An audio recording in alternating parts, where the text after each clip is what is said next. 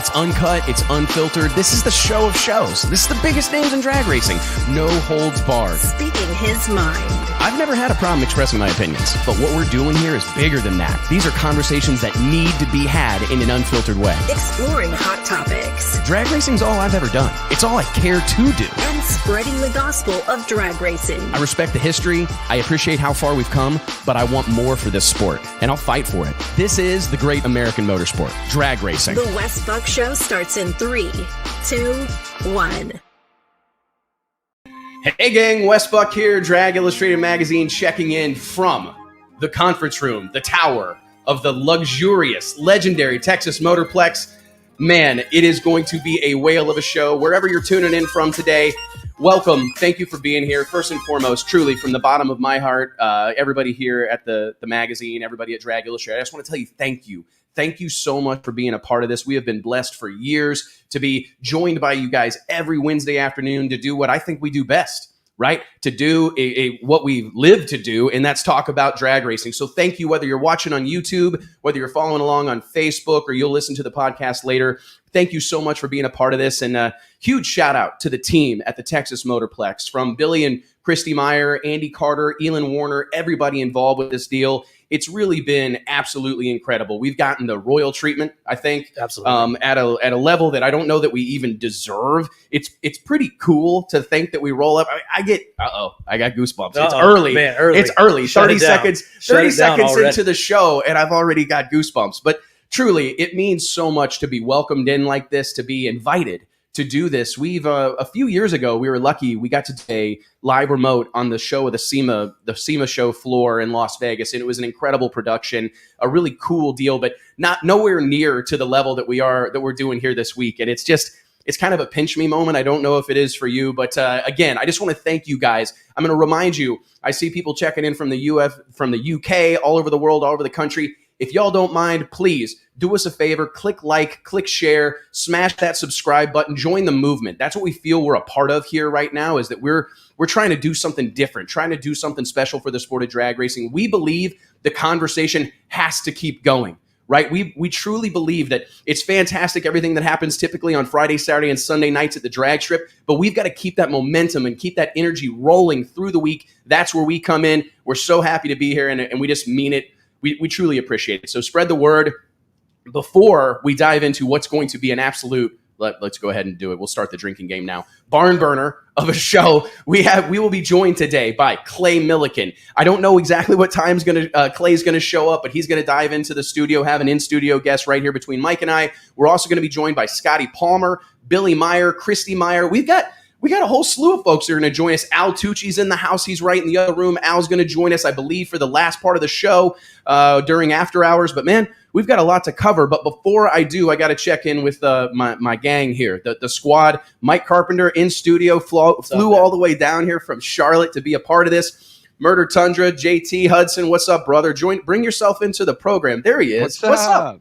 What's up? What's up, T? Oh, man. I wish you were here, but I tell you what, I was so proud of JT. He called me earlier this week. He said, listen, I'll drive down there right now if you want me to, but we got so much stuff to do. I got all these contracts that I've got to get knocked out. So kudos to Murder Tundra for staying home and working. We'll just be another week behind, so you might as well work a little bit. We need somebody that knows what they're doing, working the ones and twos, right? So somebody's got to do. And I was actually worried that if we got you down here, that it would just devolve into a giant disaster, because it tends to happen.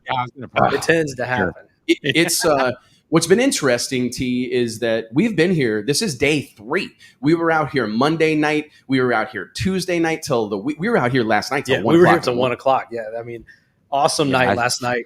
Really, let's talk about, this whole deal. Let's talk about the Stampede of Speed. Let's talk about Texas Motorplex. I feel like Motorplex was one of the original super tracks, or whatever you want to call it, in the 80s, kind of set the stage for the new era of NHRA drag racing and drag racing in general. And I think they're doing it again. I think they're changing the game again. Again, I'm getting goosebumps. I'm getting chills or whatever. Oh my God, I don't have a beer. I get emotional about this stuff. I literally got to thinking about all this stuff last night, and I got halfway teary-eyed because I love this stuff so much it hurts. And when I see people like Billy Meyer, Andy Carter, Christy Meyer, everybody here at the Motorplex, Elin Warner, there's an army, TJ Bailey out there, Eric Cheeseburger in the other room. There's a whole bunch of people that truly dedicate their lives and their existence to this facility. And when I see that type of investment, right, when I see that kind of energy and commitment, it's just exciting. And it's hard for me personally, as someone who makes their, I don't know, living in drag racing, and kind of every fiber of my being is invested in this sport, to see this stuff, to see the lights, to see the pyro, to see the fireworks. I mean, they're spending. I mean, dude, that's awesome. You guys haven't been here. It looks since, awesome. Yeah, they have. Not only have they done this place up, especially for this event, with special paint on the track, graphics for Stampede of Speed that looks like an iron, a brand, cattle brand. And then we're in the revamped tower at Texas Motorplex. I don't know if you guys can see this. We've got graphics on the wall. We've got a giant granite. It's 66 degrees in here right now. I mean, it is cold. It's the internet is unbelievable, and I guess fastest internet in the country. Fastest internet at any racetrack in America, guaranteed. And I think just seeing what these guys have done, the investment that's been made, this place is completely remodeled. Part of this was needed because of the big freeze we had late in 2020, early 2021. I think you brought that down here. I may have. You may have brought that from Missouri weather. But this place was severely damaged. I'm not sure that everybody in the country understands that. I mean, this place was significantly damaged, and they had to come in and redo everything. So, I mean, I'm looking down the floor right now, brand new carpet, the walls are all redone, sheetrock, brand new drywall. Brand new media center that they built like from scratch in the pits.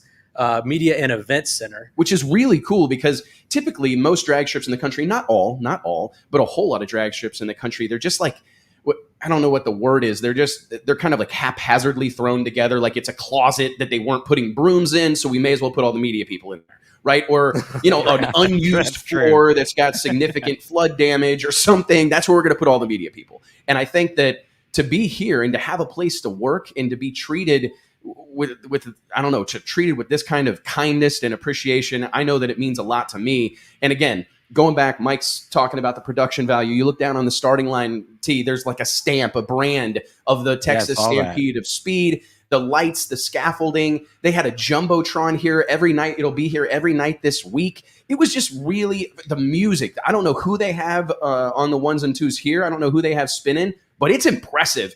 And music can make all the difference in the world. Like the mood is set by music. And anytime there was a moment of downtime, Al Tucci and I were on the microphone for 4 or 5 hours last night. Mike Carpenter joined us for a while. Somebody messed up and handed me a mic. Handed Mike a mic, but he was a natural, man. He did a fantastic job. And we were on the PA, and anytime, that there was a little bit of an oil down or, just somebody smoked a cone and they had to send the track crew out there, we threw it down to Laney, a cowboy kind of rodeo type DJ that's down there with a remote mic playing music, had a cowboy, a rodeo clown or whatever you would call it, running around. I mean, it was just extremely well done. And we're talking about Tuesday night. We're not even halfway through this deal. And I think, you look on the internet, and I was seeing all these comments. We posted that video, right, of Bubba Stanton and Stevie Jackson's big $140,000 grudge race on Monday night. And there was a lot of comments like, oh, there's not people there. It's like, I think y'all are missing the point, to be honest. Like, if we're going to call a spade, and that's what this show is supposed to be about, being authentic and being honest, no one expected there to be 30,000 people here on Monday night. This is something that they understand. They're planting a seed, and it's going to grow over time. And you can't wait for it to be big to treat it like it's big. You got to jump out there. You got to treat it like it's big on day one. Whether it works or not, you've got to get started and try it. And I believe this is working. This is for the people that are here at the track, that are invested in this sport, that are here. The guys that are going to race this weekend, it gives them a reason to come here early and participate in the other events that are set up for them. But there's a ton of people right here. They've set up like this mini bleachers right beside the burnout box, which I think is a fantastic plan. And that is packed. So yeah, it's definitely, this is something they're building, something that they plan to do for, I think, moving forward indefinitely. And I think that the thing that kind of comes to me, and I say this a lot of times when people ask me about these live shows or doing podcasts, my advice is always, it will be however you treat it. It will be whatever you believe it is and however you act. So, I mean, I know I've told this to Mike, JT, I told this to you 4 or 5 years ago when we started going live.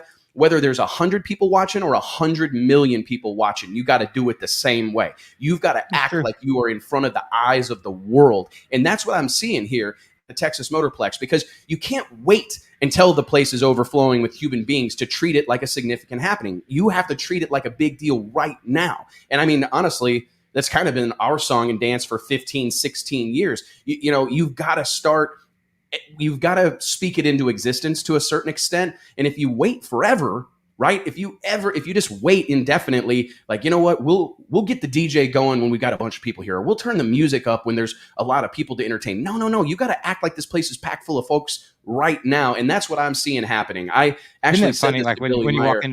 walk into a club and it's like not everybody's there yet. And they've got the music just cranked up, and you're like, "Oh my God, I can't even talk. I can't hear the person next to me." But an hour later, when everybody's there, music's at the same level, and you don't have any problem talking. That's a great example. I mean, because I've never heard it really. Got a lot of experience with that. Yeah, JT's got a lot of club experience, but like I've never thought about it in those terms. But that's exactly right. You walk into a nightclub and the music's cranking, you're like, "Oh my God, these guys are." Well, somebody's got to be the first through the door. That's what it is. I mean, somebody's got to be. You can't be afraid to be the first through the door and set the stage, set the tone. Well, guys, we've got a lot to cover in a relatively short amount of time. I'm proud of us, all this work. Mike, thank you so much. T, there's been a lot of people involved. We were lugging TVs, lights, all sorts of crap, getting things plugged in or whatever to do this. And it's really, really, really happy with how this turned out, right? I honestly think if you've got a drag race or if you've got a cool shop or whatever and you want to bring the Wes Buck Show in-house, hit us up, man. We're open to these opportunities. We really have a vision for this someday arriving. And it's funny because we're treating it like this right now. I mean, we had people walking by here going, "Oh, you guys got a pretty major production going on." And it's like, yeah, because we don't want to wait until 10 million people are downloading every episode to treat it like a big deal. We want to start right now. And our vision long term is a year from now, 2 years from now, we want to be treating this like a college game day deal. Right, where it's a big deal that our show rolls into a certain event or rolls into a certain part of the country. We're hoping to do this multiple times, these live remotes multiple times a year, not weekly, but I think we could probably get away with doing it 6, 8, 10 times a year if the budget was there and the sponsorship support was there. So if this is something that means that you like seeing, let us know, man. We'd love to come do this again at another track, another event. These big events. These are our events. Yes, when this level of production is on display and this type of outside of the box thinking, we really appreciate it. And speaking of outside of the box thinking, I thought about this last week, and I don't mean to bag on what we do here, but I was thinking like, damn it, I only said about 10% of the things that I want to say. Right? Like I've got a lot of things that I want to say. I don't think there's enough internet. No, there's probably not. There's not enough bandwidth.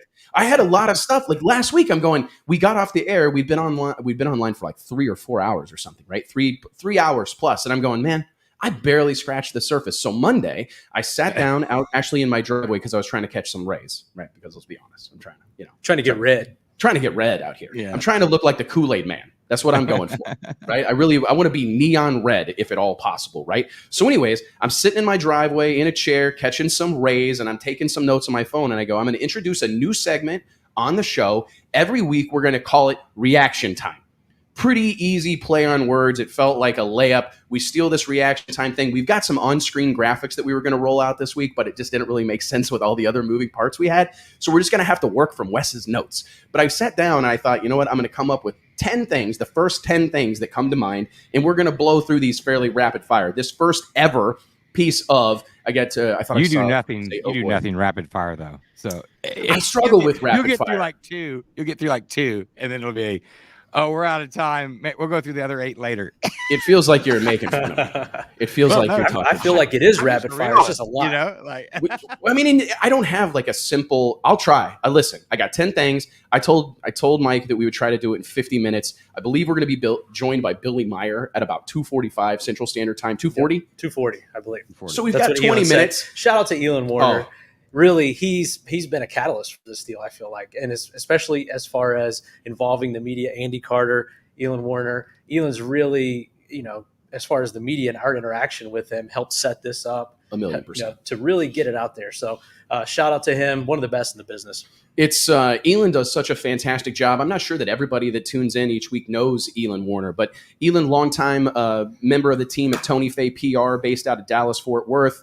A guy that's a pro-level public relations and media guy. And you can tell it. Listen, there's a lot of people that like to have on their business card PR or public relations, media, whatever. It's a whole different ball game when you're dealing with a guy at this level. He was a longtime PR guy for John Force Racing, multiple championships. Speaking of John Force Racing, we got Monday Morning Racer out there. Shout out to Monday Morning Racer. He's been here all week. chatting with us. We got Austin Prock actually coming up to make a test hit in John Force's car. What do you think that's about? I guess maybe John's not here and they want to get. I saw John. Oh, you saw John? I saw his face. I don't know. This is pretty interesting. This is some of the stuff you may not hear about, except for on this show. Well, we're right above the starting line, so it's going to get loud here. And I do want to give everybody just give everybody a little bit of a heads up. We're typically not having to deal with a lot of background noise because we're filming this from our studio in Fort Worth, about 55 miles down the road from here. Being that this is our first live remote, we tried a handful of different locations. This is where we wanted to be, so I would ask that you bear with us if there's a little bit of audio distortion or if we get some crazy background noise. These are 11,000 horsepower nitro funny cars that they're down here testing along with top fuel cars. But I had no idea, and I don't totally understand why Austin Prock would be driving. I don't know. Do you see John out now. There on the starting line? Yeah, there he is. I see John. And he's wearing his fire suit, which I guarantee you this is like keeping a license up to date or getting a funny car license type of situation. Monday Morning Racer may be able to tell us exactly what's going on. We're kind of up here watching from afar, the old crow's nest up here. We're in the crow's nest at the Texas Motorplex. This may have been one of the first tracks to do the staging lanes through the middle of the tower. I wonder if it was. It may have been. You know what? We'll ask that of Billy Meyer when he joins us here in about 20 minutes. But I tell you, I do want to dive into this reaction time segment. There's so many things that happen in the sport of drag racing, guys. And one of the things that kind of it bums me out a little bit, we got the bottom bulb being lit right now here, guys. Bear with us as Austin Prock makes a squirt. And that thing made it about 75 feet before it knocked the tires off. There's so many things that happen every week, Mike, that we don't get to cover, right? Because we've talked about this before with like John Force. He absorbs so much of like the available limelight that exists. And it kind of, the NHRA does the same thing to the whole sport. No Prep Kings does the same thing to the whole sport, right? And it's we don't oftentimes maybe get the opportunity that I wish we had to talk about all these other sanctions and series and all these other events that happen all over the country. This past weekend, which seems like 100 years ago, but it was actually like 72 hours ago, 96 hours ago. It's been a long few days. It's been a long few days. I was up the road at Tulsa Raceway Park, Osage Casino, Tulsa Raceway Park for the I don't know how many times they've had the throwdown at T-Town. It's kind of an iconic event in our industry. And I think the Midwest Drag Racing Series was kind of birthed out of that event, was it not? It absolutely was. I mean, the success of that event and the notoriety it gained kind of, hey, man, we should do this 6 or 8 times a year. I think you're exactly right, man. I mean, the Midwest Drag Racing Series, what they're doing here in 2021, I can't honestly say enough about it. Being invited by Keith Haney, Ellen Eschenbacher, the whole team to come up and take in the weekend at Tulsa Raceway Park, I was blown away. And I just want to make sure we talk about some of these things. There was a slew of storylines coming out of that race. First and foremost, I want to give a huge shout out to Keith Haney. Keith's been going to the finals, going deep, every weekend, making a really impressive performance. Cars running really well. That Bickle 60 late model Camaro with Pat Musey power under the hood. Brandon Schweitzer calling the shots on that hot rod, and it's been cool to see Keith coming into his own here in 2021, right? I mean, that's such a competitive series, and to see him out there going rounds and finally getting the deal done Saturday night, I just think it was long overdue for him to put that team. He's got a great group of guys around him, and to see all of them in the winner's circle was a pretty special thing, man. But the racing as a whole, and this is kind of the thing that I wanted to talk about, do we have proof in the Midwest Drag Racing Series Pro Mod division that all these combinations can race together competitively, Mike? You're not going to have to twist my arm on that one. You know my stance on that. Which is probably kind of surprising, because for the longest time, I was a nitrous only huge proponent. Even kind of got ourselves in trouble a little bit with IHRA when we kind of went to the internet voicing complaints about the blown versus nitrous parity. But I do think these combinations have both evolved to the point where they're just neck and neck. We see that in PDRA. We definitely see that in Midwest Drag Racing Series. I was so impressed by the caliber of drag racing that was going on in Tulsa, because I was in the tower with my buddy Al Tucci, and we're following along with this race. In the semifinal round of racing on Friday, for the rain delayed or whatever it was, the kind of makeup race, it was a 2-in-1 weekend at Tulsa. They were running two races within the same event. And when I looked at that deal and I watched it unfold, you've got Joey Oaksis, twin turbo 67 GT Mustang. You've got Ed Thornton, 1970 and a half Chevy Camaro with a big twin turbo combination tuned by Shane T. You've got Keith Haney, the aforementioned nitrous Camaro. And then you've got Jim Whiteley in that 63 Corvette split window with a screw blown Hemi in it. These cars all ran.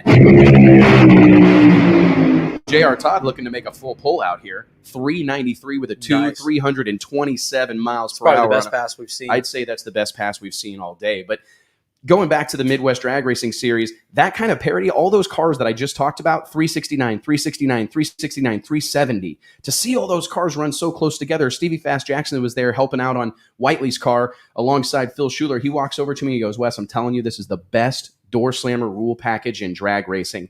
And you think about where the Midwest Drag Racing Series kind of falls on the totem pole, if you will, of drag racing sanctioning bodies. And I just think that's what a feather in the cap of what that exactly series. Is the rule package with Midwest? Well, we're going to have to pull it up. Can JT Murder Tundra, could you bust out, could you pull up Midwest Drag Racing Series.com? I'm just curious. Pull exactly up the ProMod rules. What he meant by that. I mean, basically what they've done is they've tried to limit the overdrive on the screw blower cars. Right. They've hung some weight on them. They have a different weight set up for a different weight for 92 over, a different weight for 75 over. They've got the nitrous cars at 2,450 pounds, which they actually put 50 pounds on that combination this year, mainly to try to slow down Ron Minix and Keith Haney, two guys that were running really, really, really well. The turbo cars running 218. Shane T put Ed Thornton in the 220 mile an hour range. It's good to see the turbo cars out there. I mean, especially in the 8th mile. That's kind of a rare sight these days. It is, man. Those things pretty well went the way of the dodo. Right. And if you look at NHRA drag racing as well, same situation, man. NHRA Pro Mod drag racing, it kind of breaks my heart because 2 or 3 years ago we were all losing our minds that it was going to be an all-turbo field pretty quickly. Right. And now there's not a single one. We're blessed. I don't know if this news is circulating yet, but we might as well make it public right now. The Lyle Barnett this weekend is here testing not the familiar pro-charged late model Camaro built by Rick Jones. He is instead in the twin-turbo Camaro that was fielded most recently by Erica Enders. This is the car that Erica set the mile per hour record in, 261 and change at ZMAX, I believe, in 2019. That car actually burst into flames, unfortunately, at the NHRA National event in Norwalk, Ohio. Pretty much put an end to, I mean, from the outside looking in, it would look like it put an end to Erica Enders' Pro Mod career. Yeah. Really, really scary fire. Struggled to get the car stopped. Yeah, a bunch of rule changes came about after that run. But that car is here this weekend. And I would love to see some turbo cars in the mix because I understand that this is a little bit of a polarizing opinion. But I just think the magic of Pro Mod is not entirely, but largely rooted in all these different combinations. It really is. When you've got all of these classes, I mean, Top Sportsman is out here putting on a show, Pro Stock, and you've got all these door cars that could be, especially with the influx of late model cars into Pro Mod, that could be, somewhat confusing, especially to the casual fan. I think having those different combinations of engines, big blower sticking out of the hood, a quiet turbo car, big hood scoop on a nitrous car, I think that purging the nitrous, I think that makes a big difference and helps set Pro Mod apart. That's what it's always been about, and that's what the fans identify with. I think it's a cast of characters. Right. When I see it, I can't help but think of baby faces and heels and young guy with a chip on his shoulder and then like a wiry veteran. I mean, I can't help but see different people sitting around a poker table, right? If you pull up an ESPN World Series of Poker broadcast, right, and you watch it, there's likely an older gentleman sitting there with a 10-gallon hat on in a Western shirt with those pearl snap buttons, right? Sitting next to him is like a trust fund baby wearing the big over-ear headphones, some Beats by Dre with some sunglasses on. They're all playing the same game. Yes. But they're doing it vastly different. And it's that cast of characters that I think people tune in to an ESPN Poker, World Series of Poker broadcast, and they find someone, they see some physical thing that they can see from a distance, that they can see from afar, and they find something to latch onto. They may identify with the older guy with the cowboy hat or the young kid with the sunglasses. Absolutely. It's about having those different options. Right, or like a young mathematician. Right. You know what I mean? Or something like that that's a really super smart kid with glasses on, and he's got an Oxford on with the top button. Everybody kind of leans into their role, leans into how they've been casted, and that's what I see the opportunity being for Pro Mod. And I think that's why it's so difficult to see things like, the NHRA series trending so much towards all being Pro Charger we can't cars. have a bunch of 69 Camaro and late model Camaro Pro Charged cars. I think it's a real problem. That. Yeah, we know. And granted, I know that there are some statisticians and some drag racing historians that will immediately point out that this has happened many times throughout history, right? There have been times when everybody had a 63 Corvette. I remember my dad lamenting the fact that, like, every time I turn on any of those IHRA races on Speed Vision or Speed Channel or whatever, they're all freaking 63 We thought Corvettes. that too. Trust me, there was many times I was like, we need to get one of these things. But it's what's so funny, and we talked about Doug Winters and that photo he posted of the Chevelle with his late model Camaro, and you and I were watching the PDRA race this past weekend, and we saw, I believe, Josh Chester in the old Procish Racing 63 Corvette, which is a kind of a legendary car that was driven by Purple with Tommy flames. Mooney, Ricky Smith, one of the first like outlaw screw blown cars. I remember they raced at the Snowbirds all the time,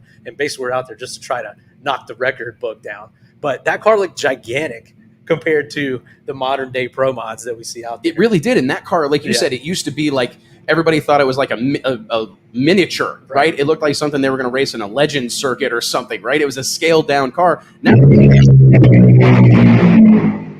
well, that was an early shutoff there for Brittany Force, but I tell you what, a pretty salty run nonetheless. 386 with a 264.66 miles per hour. I'm sure they're pretty happy with that one right there. I see Grubnick walking away. He never looks overly thrilled, to be honest with you. He never seems. Yeah, we saw him driving the rental car out of the track last night. He had that same look on his face. Yeah, exact same look. Whether he's going 8 miles an hour leaving the Texas Motorplex or 270. It was a Camry, and it was loaded with people. It wasn't going fast enough. I didn't recognize any of them. I was like, these must all be dudes from Australia. But anyways, I wanted to bring that up because to Murder Tundra's point right at the beginning of the show, I have 10 topics we're supposed to cover, and we've covered one in 45 minutes. We're right on schedule then. We're right on schedule. But I told you, man. Tip my cap to the Midwest Drag Racing Series, all those racers that are involved with that. Lonnie Grimm, NHRA National Tech Director, recently joined the NHRA team, put that oval on his chest. But prior to making that move, he has been massively involved with so many different sanctions and series, from the PDRA to Hot Rod Drag Week to our own events in Denver and in Orlando. He contributes a ton to the sport of drag racing, and I think he hit it on the head with the Midwest Drag Racing Series. And there were some other storylines out of that event. Joey Oaksis going 3 for 3. Really, really impressive run that young man's on. They've got a great championship battle shaping up. Keith Haney, Jim Whiteley, and Joey O are all in contention for the championship. It's going to come down to the last race of the season coming up in a few weeks. Extreme Raceway Park. Ran out of air. Extreme Raceway Park right down the road at Ferris, Texas. And it was an incredible event. I think those guys deserve to be recognized and to be talked about. I think they've got some great racing going on, and it gives me hope for all these other sanctions and series. Maybe I can grab somebody by the arm, Tommy Franklin, Tyler Cross. I'd wrestle around with Tyler. I don't know that I want to wrestle around with Tommy that bad. I would wrestle around with Tyler if need be, but I really would love to see, especially with what we saw at the PDRA National event this past weekend, Galat Motorsports Park. You see all these cars running mid-60s, whether they got a screw blower, a roots blower, a Pro Charger, and all these nitrous cars dipping way down into the 60s. It seems to me like there is an opportunity there that, we could have 30 cars doing battle for 16 spots in what would undoubtedly be the baddest pro mod. Look how excited everybody was earlier this year about the Snowbird Nationals, right? All these cars coming out of the woodwork. Look how excited everybody is about Victor Alvarez's upcoming event, this 50,000 to win 50th anniversary Snowbird Nationals, right? That event, in my opinion, is probably going to steal the show in 2022. Can I be the devil's advocate? Please. Can I switch my stance? Oh. As we're talking about Snowbirds, we're talking about Midwest Drag Racing Series, we're talking about NHRA Pro Mod.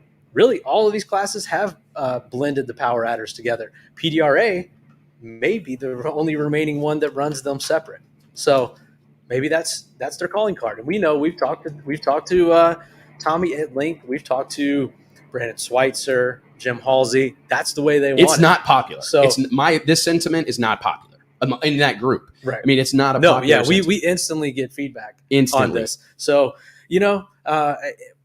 I think all these other classes have, or all these other sanctioning bodies and organizations have gone that way. And I think that's been successful. And so PDRA remains in their niche. They've got that deal carved out. And I think that everyone that runs that is happy with it. So is it a classic what goes around comes around thing, though? I think so. Isn't it funny? Because a few years ago, everything had to split. or not a few years It ago, made 10 sense. or 15 years ago. I mean, you had to split them off. So, and that also goes back to speaking toward the parity that they've achieved with these combinations. And so I think that really has brought that. It's all based on the parity. If one of these combinations goes and just, goes off the wall, I think you'll start to see them separate again. Yeah, I mean, it's probably true, right? I mean, and it's cyclical. These I think things technology, happen. though, has leveled that playing field. I think that's so, what too. it is, really. Just electronic and technology and power management and torque converters and everything that has been done to make these cars more consistent and get these cars down the track, I want to say 9 times out of 10, but maybe it's more like 49 times out of 50 or something, to where they're getting data and these combinations are progressing sort of at the same, they're in lockstep. And I don't want to blame technology in this but it could be. But I think technology has brought parity. So we'll see. We'll see where it goes. It's a fun thing to watch. For me, I think drag racing needs the conversation. I'm going to skip a few spots here. We did have it. I wanted to talk about, just kind of give a shout out to Todd Martin. Really rough weekend. It was one of those things where drag racing will find new creative ways to break your heart. This thing rolls through the water box. Todd's screw-blown 67 Mustang. He whacks the throttle, blows the rear end apart. Got a pro stock car coming out of a water box. Real quick, I'm going to interject the fact that I don't know that there is a song sweeter than that of a 500-inch pro stock engine coming out of the puddle. It's beautiful. Am I wrong? I mean, it is a sweet song. Going through the gears. I love a pro stock car when you're watching from the top end and it's coming at you, running through the gears. As long as you're way away from the track. Yeah, don't stand beside Do it. not stand. There's no photo, little public safety announcement, public service announcements. And there's no photo worth standing down there. There's no parachute shot that's ever going to be worth standing anywhere remotely close to a guard wall at the big end of a racetrack. But anyways, moving on, guys, I do want to remind you that each and every episode of the Wes Buck Show is made possible by way of our friends at Stroud Safety. Stroud Safety is known for their top quality racing safety equipment, from drag chutes and seatbelts to fire suits, gloves, and blankets, all 100% made in America. Log on to StroudSafety.com and make sure you tell them that your friends at the Wes Buck Show sent you. And I do want to tip my cap to Tommy Cunningham, man. Tommy, his wife, that whole team. I got to spend some time with them this past weekend in Tulsa. Great people. They gave me like a gift bag. I know. That blew my mind, man. She walked up, Tommy's wife walked up and goes, hey. A branded Stroud bag. It was cool. I'm getting some of those made. Yeah. Like, we're getting some Drag Illustrated ones made right away. But it was so cool. She said, hey, we just wanted to welcome you to the Stroud family. And I thought, man, these people could write a book on how to be a human being. Like, we need to get them on Amazon or something, because they just are incredible people. Great people. Really appreciate their support of the show. Moving on, before we're joined here in, I believe, about 10 minutes by the legend himself, the man of the hour, Billy Meyer, I do want to talk about, let's just touch briefly. Tommy Franklin clearly is back. I think so. And we were on Caruso's show last night. We had our own connection issues. We had connection issues with Tommy a couple weeks ago. And I'd love to talk to Tommy about, obviously, I think they were in experimental mode, or they were trying something, which you got to give those guys credit. You're talking about a guy with multiple championships, top of the class, and he's not satisfied. And he's trying to improve his program. And I think that they were working through that all year. And I think that we've seen the fruits of that labor recently. So I wanted to talk to Tommy about that. We'll have to get him back on soon. You wonder, though, was it trial and error that ultimately worked out? Was it something experimental that ultimately worked out? Or was it going back to what? That's a good point. I would like to.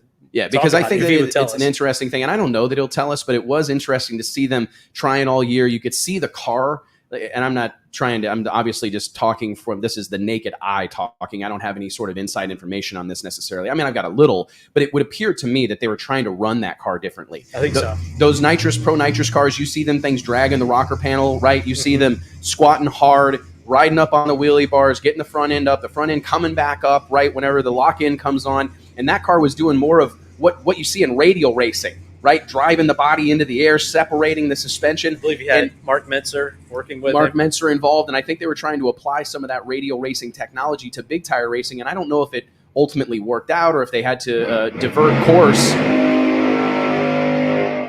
Top alcohol funny car. I'm sure they learned a lot either way, though. So interesting, very interesting to see that.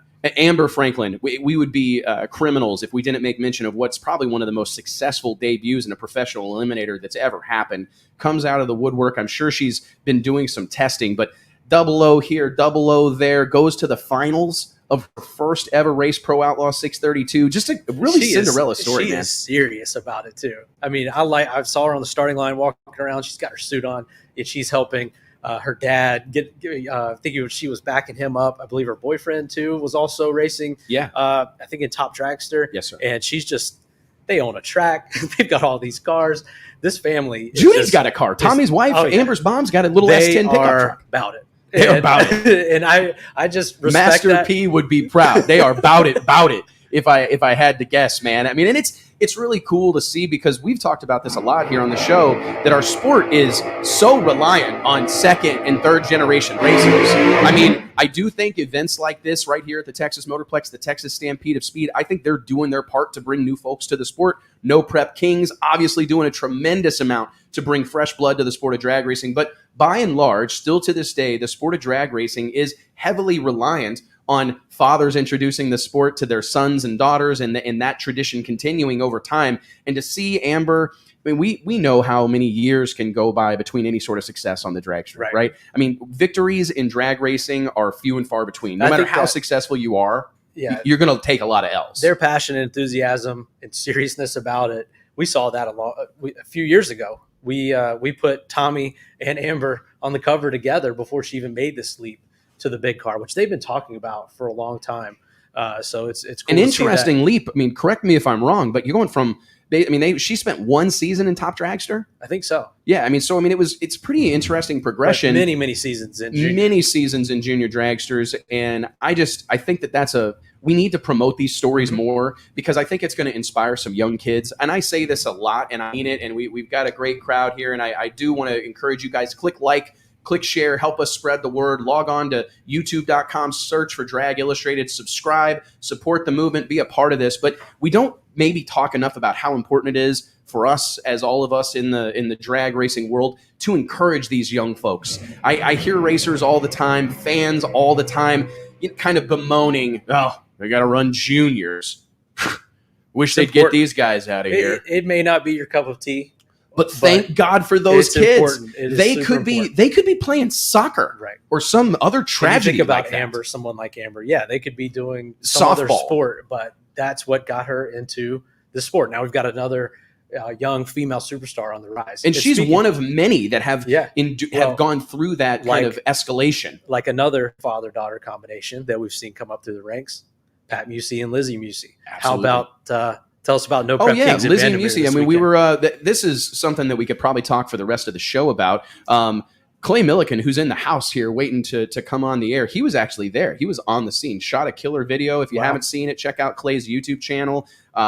The guy, he's doing it exactly right. I'm probably Clay Millican's biggest fan. I don't have every single shirt. Nate is number one. Nate Van Wagen is number one. Never mind. Nate's number one, but I'm a close number two. But he was actually on the scene in Denver. Tremendous crowd. Lizzie Musey wins, goes back to back with a nitrous car on Thunder Mountain. Unheard of. I mean, as a promoter who's put on events in Denver, Colorado, I can tell you nitrous guys don't want to go there. They don't want to go. And to see Lizzie go out there, take Bonnie, that 69 Camaro that people are rapidly falling in love with, and put it in the winner's circle, take out Jeff Lutz. And shout out to Jeff Lutz. It was great to see him kind of in the mix. I don't mean this like disparagingly, but he hadn't been, talked about as much recently. He's a guy that's helped a ton of those racers. Yeah, we saw him on the entry list, and we're like, oh, Lutz, man, that's awesome. It's gonna be awesome to see. Love to see him have some success. Yeah, I didn't talk to Pat a whole lot before that event, but I know those guys.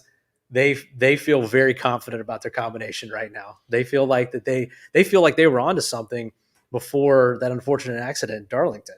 So they really kind of had to wait and sit on their hands for a few weeks or whatever it took for Robert Hayes to rebuild that car, and then they went right back to it. So on the mountain, we struggled getting those nitrous cars up to the mountain, and it's hard. It's hard on all these combinations, but especially on those nitrous cars. To see them win, I think that's it helps Bandamere. Believe it or not, I mean, it doesn't seem like it would maybe, but that people see that, and drag racing is notoriously kind of monkey see, monkey do, right? We kind of follow whatever seems to be working for the guy down the road in the pits. And I think that's going to help Bandamere, like as they move forward and put on more independent events. I mean, obviously they're 60 years in. They don't necessarily need a whole lot. You know what I mean? They don't need a whole lot of improvement out there, but it would be nice to see them experience hey, nitrous racers not being so apprehensive about coming and racing on Thunder Mountain. But a great show by the No Prep Kings.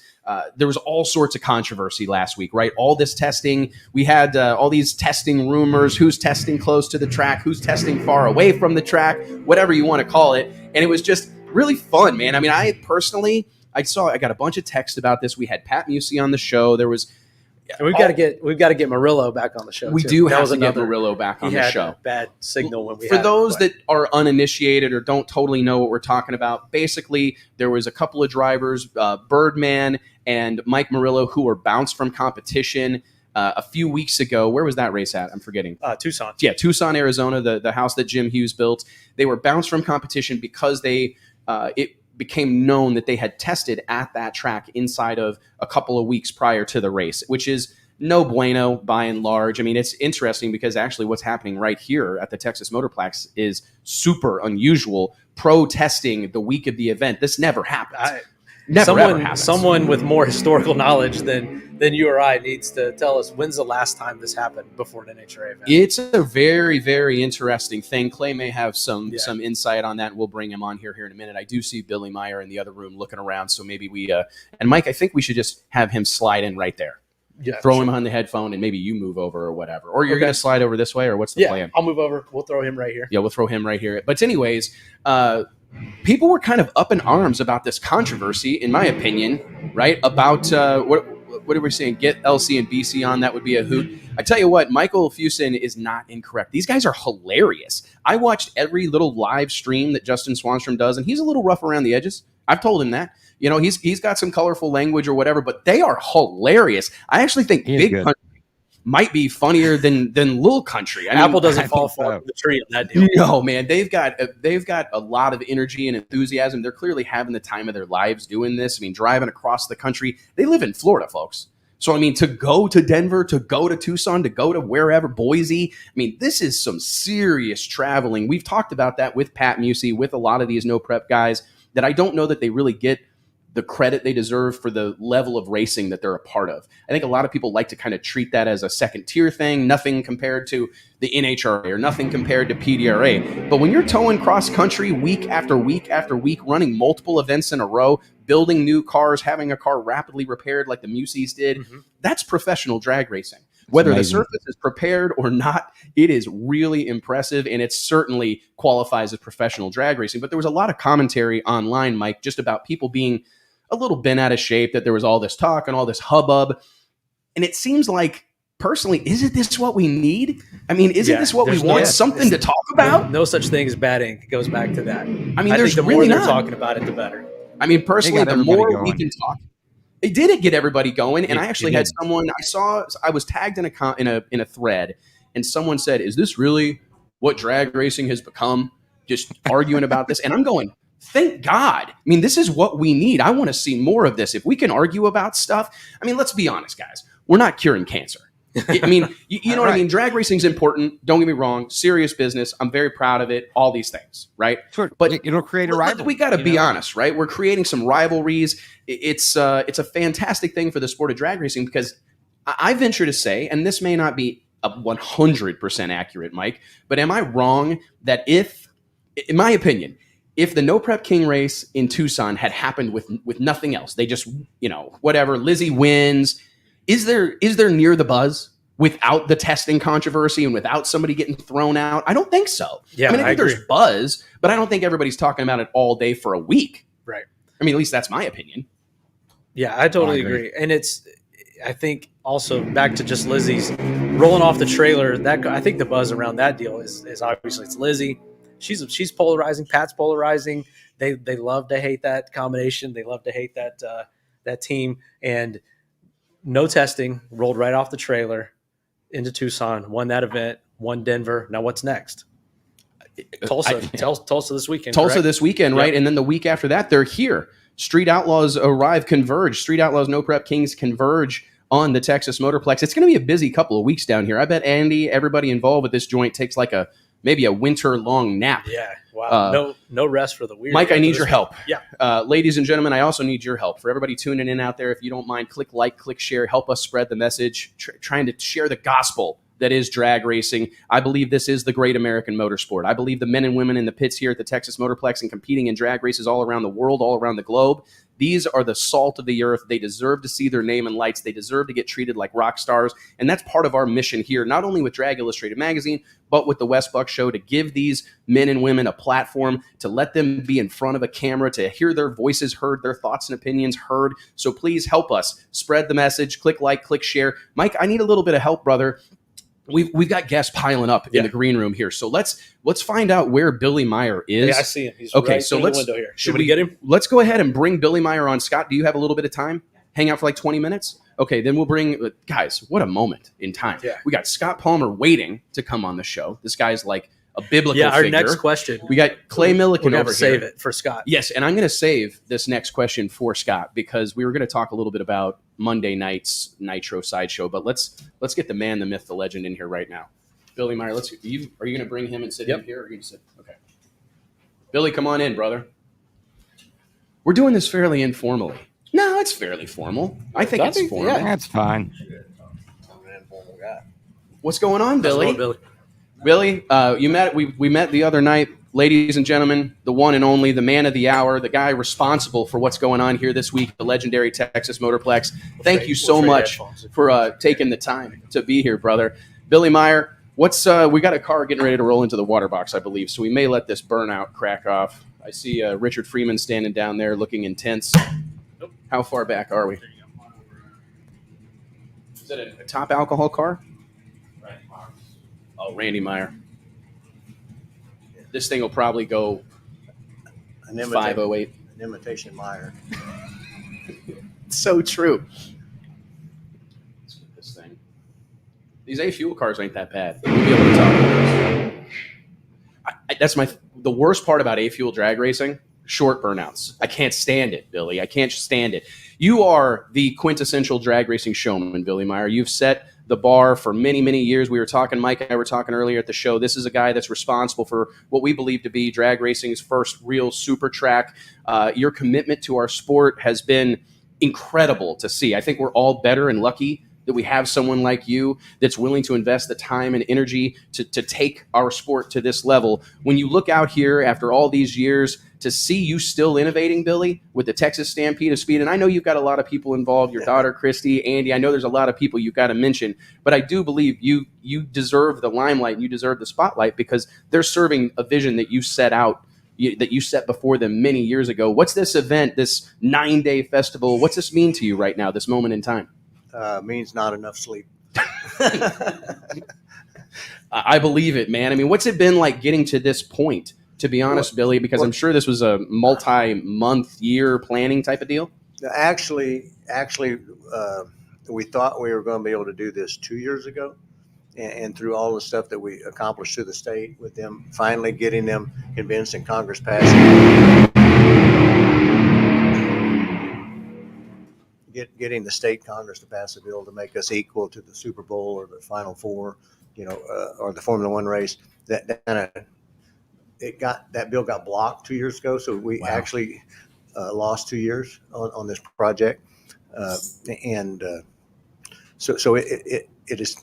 The good news is Barry and Christy and Andy have grown during that 2 year period. So when we got down to it and got that accomplished, it was probably easier to pull off than we thought. I'm going to talk a little bit out my hind end here because I don't know all the ins and out, but I want to fill in the viewers, the people that are tuning in from around the world. Basically, yourself, the entire team at the Texas Motorplex worked with Governor Abbott down here in Texas to, as you said, have this event, the Texas Stampede of Speed and the NHRA Fall Nationals, treated like the Super Bowl, treated like a Formula One event for its value, for what it brings to the state of Texas and this community and specifically. Can you tell us what's that process even? I can't even imagine, and I wonder how many track operators around the country is that even on their radar to like go after the tourism board or to get the state involved? Well, and it doesn't cost the state any money. It's sales tax reimbursement fund is what it is. It's called Major Event Reimbursement Program, the MERP.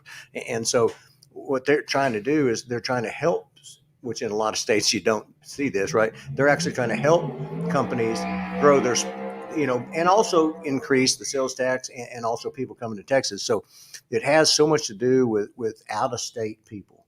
And as you know, drag racing's got a gazillion out of state people because we don't have a national event on every corner and sure don't have a countdown race on every corner. So it has to be an event that's only one of a kind. Okay. So it couldn't be another national event in Texas, right? I mean, this one's in the countdown, and which puts us in that stratosphere, that formula. And so it's a blessing that all the congressmen and the senators that have been here, they saw the value of what it was going to do. And Governor Abbott so graciously signed the bill when they passed it. And so, that's given us the opportunity to make this thing even a bigger event. And that's why when you see Circuit of Americas, when they have a Formula One race, it's 8 days long. I mean, because they're trying to make it a bigger event for the city of Austin. It's incredible to see. And the thing that I believe it's happening today, it maybe has already happened, but you guys are having like a mixer, I think this afternoon for like local business owners. We've talked about this many times, Mike and I, right here on the show, that it always kind of, let's be honest, it chaps my ass a little bit when I roll into a city and the restaurant owners don't know there's a drag race in town. The hotel people don't know there's a drag race in town. And I go, man, what a missed opportunity. And kudos to you guys. You're bringing all these guys out here, going to feed and drink them a little bit and see how we can help each other. Well, we actually did that last night. Okay.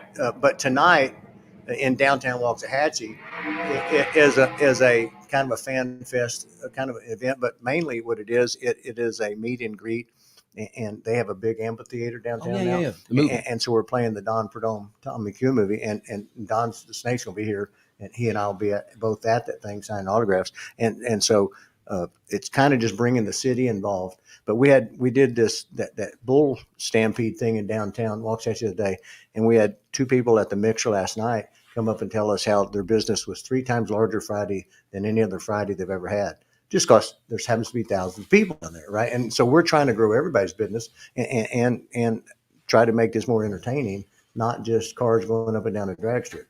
I just think you guys give this guy a round of applause. I don't know that people truly understand the difference that type of thing can make. It's a little bit of outreach. It's not super hard to buy a little bit of beer or whatever and bring these folks out, but to make them feel like they're part of this and be invested in it, you'll be reaping the benefit of that effort for years to come. Yeah, as will the community. And if you remember back in the 90s, we did this in the West End in Dallas, but we're not in Dallas, right? But it was huge down there. But the problem is other tracks started trying to copy it, and then teams got tired of having to do a West End festival every track. And so this has worked out really good. We got a lot of good teams coming down there. And then Thursday night is the actual fan fest where there'll be probably tons and tons of race cars there, show cars mainly, that look like they're race cars. I heard 30 or 40 pro drivers are coming. They are coming, yeah. And obviously with the state thing, we were able to increase the purse. It's the largest purse, I think, in history this weekend for a single event. When you add in all the extra money that we tied into the thing. So I know maybe the years when they had the Big Bud Shootout and the other shootout, if they want to combine those in, there's maybe bigger, but they're different events. And so, but from one single event, I think this is going to be, and the race teams have bought into what we're doing. And they see that we're trying to help them. Obviously a greedy motive is we're trying to help ourselves. No, hell, I'm going to start crying. It cannot be overstated, Billy. Like paying these guys to show up, giving them some tow money. Now, granted, there's some expectations. Hey, we need you to come out here and make some representative runs. We can't have you sit out. But I'm personally of the opinion that a top fuel drag racer, a funny car drag racer, a pro stock drag racer, these guys deserve that treatment. They deserve to get a little bit of, some butter on their bread just for rolling through the gates. And you guys being willing to do that, throw a carrot out there for the low qualifying on Friday night, it's fantastic. And we did that years ago where we had Friday night qualifying and it was 20,000 below AT Friday night. And then they quit wanting to do Friday night qualifying. But we used to have the Dr. Pepper shootout on Friday night and the Big Bud night on Friday night. So we've done it before. We've just never been able to do it this way. But it's one of those kind of things when you get blessed with the ability of what we've gotten accomplished. NHRA's making more money than they've ever made. The racers are going to make more money than they've ever made. Obviously the suites are nicer than they've ever been. So you don't get very far if you just try to be greedy and keep it all. Well, take us through that. And I think truer words have maybe never been spoken. I think what you get, what you give, right? And it will come back around. And I think the sport of drag racing is going to rally around this. Mike and I in the tower, down on the starting line Monday night, watching that whole situation unfold with Scott Palmer's Nitro sideshow, 2 Top Fuel cars come out here. Like, it felt like I was at some sort of underground happening. You know what I mean? It just felt significant. He goes 305 in the 8th mile. This place. And it was just the whole situation. And I looked at Mike and I said, man, I get goosebumps. Look, my hair's, I'm sorry, the drinking game that everybody plays about me getting goosebumps. But I can't say it enough. You feel something's happening right here. Well, and if obviously that was an awesome deal Monday night, and what he was able to pull off in a pretty short period of time, actually, but if you look at what it'll grow to, I think it'll be spectacular. But if you just go back to Sunday night, we had just under 30,000 people there Sunday night for a Lantern Fest deal, and Dustin Lynch and Flatland and Wade Bowen and Kyle Parks, and we had a bull riding contest. Nobody really has ever had a bull riding. How important do you think introducing those other types of entertainment is to the growth of this event? Because obviously the hardcores, those diehard drag racers like me, we can't wait to see Scott Palmer run a Nitro Pro Mod. We're waiting for it all year. But to bring those people out, like, Dustin Lynch fans, to bring rodeo fans out here, how important is bringing those other folks, fresh faces, I guess, to the sport of drag racing out to the Motorplex? Well, it's critical. Number one, they get to know where it is, which helps a lot. It's simple, and number two, they get to see show cars out here, and they see funny cars out here because we had a big group of cars here. Next year we'll try to tie in where we start a Top Fuel car and do a burnout or do something just to get them more in tune to it. But and we already have bigger bands for next year signed already. You told me, that's crazy. So that's going to be pretty cool. But yeah, it's just a matter of getting people introduced to the facility, which then introduces them to the sport, which is why we're running for 8 days.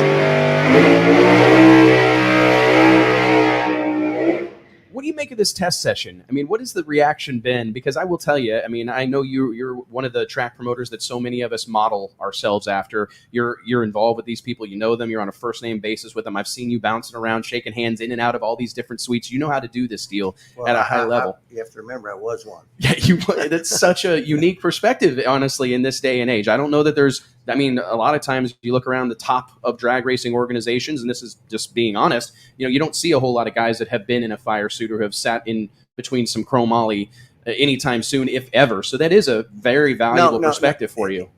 And actually, one of the key things, obviously I'm not young anymore, but so I've been here since I was 16 in a funny car.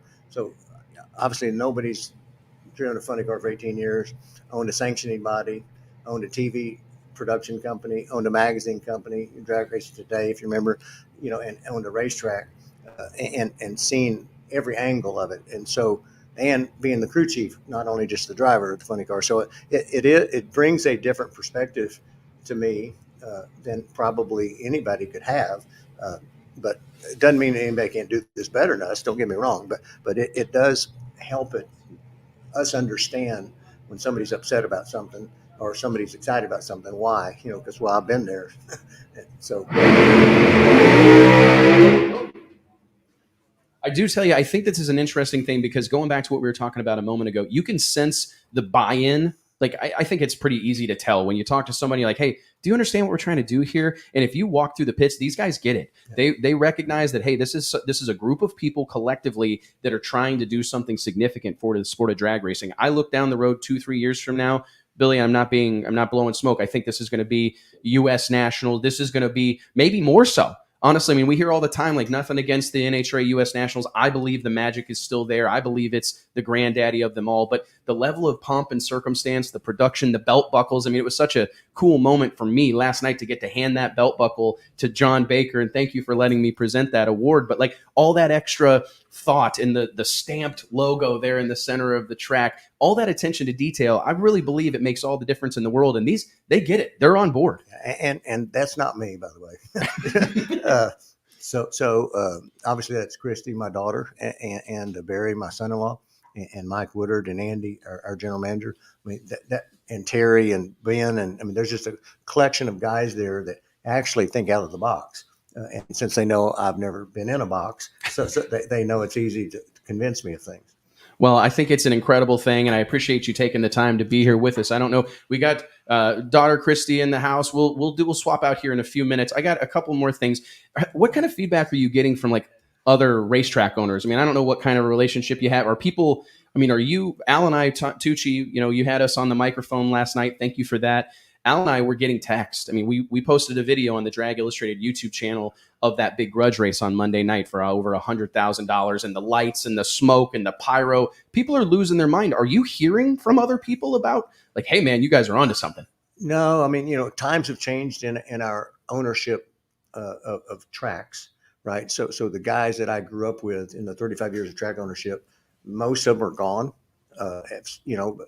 The Vandermeer family is the closest family we have in drag racing. Incredible people. And the Angel brothers are leaving, so they're not calling and texting, but other than those two guys, there's not anybody that we still, had that history with, like Vinny Knapp at Englishtown and places like that, where we're friends with them. I'm not real close with the Baders, even though they're kind of like us in that they try to, go outside the envelope. They do. I mean, because to be honest, we're hearing about it from sea to shining sea. We're getting texts, the comments that we're seeing on social media. People are going, man, I'm going to have to. I mean, we actually had a guy comment earlier, like, next year I'm coming from England, and I think that's what you guys are doing here. So thank you, truly, from the bottom of my heart. That's the guy the state wants here, because that's out of state money coming in to spend money in the state. Sir. And that's the whole goal of the MERP, is to bring out of state dollars into the state and spend them on sales tax in the state. And that's their whole goal, is because we can all swap dollars if we live here and we don't gain anything. It just moves from one guy's hand to the other. But when we bring out of state money here, that's what they're trying to accomplish. What's the pass fail on this deal? I mean, for you this weekend, when you look at the whole thing, a safe race. I mean, obviously, I know you guys are committed to the long haul, but do you have any like goals personally that you'd share with us as what you want to see happen this week? Well, obviously, the number one goal you always want is no weather, right? So far, that looks like it's a blessing. And so these events are a whole lot easier to put on when you have that. Number two, obviously, we want it to be safe, right?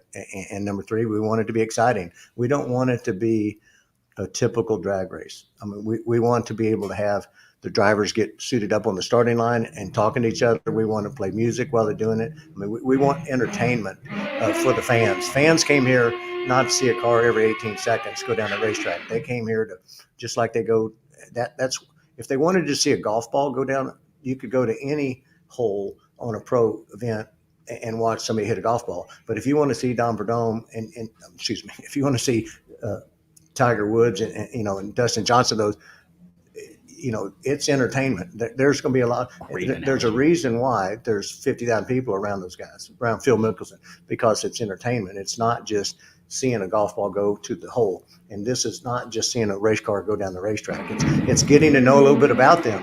That's why certain guys' Facebook pages, have 100,000 people, and the other one has 2,000 people, right? Because one of them is more provocative in what he says, and it doesn't matter what sport it is. I mean, Tom Brady's got a gazillion followers, right? And so we're trying to get the people to know the racers better and make it where they can feel and have more understanding of what it's all about, to climb in a car and go 330 miles an hour. From your mouth to God's ears, Billy. I mean, I'll tell you what, that's been our mission at Drag Illustrated Magazine for 16 years, is we've always felt that someone has to put faces to the names on the windows, right? And it's so important, because it's impossible to create a real emotional connection to a piece of machinery.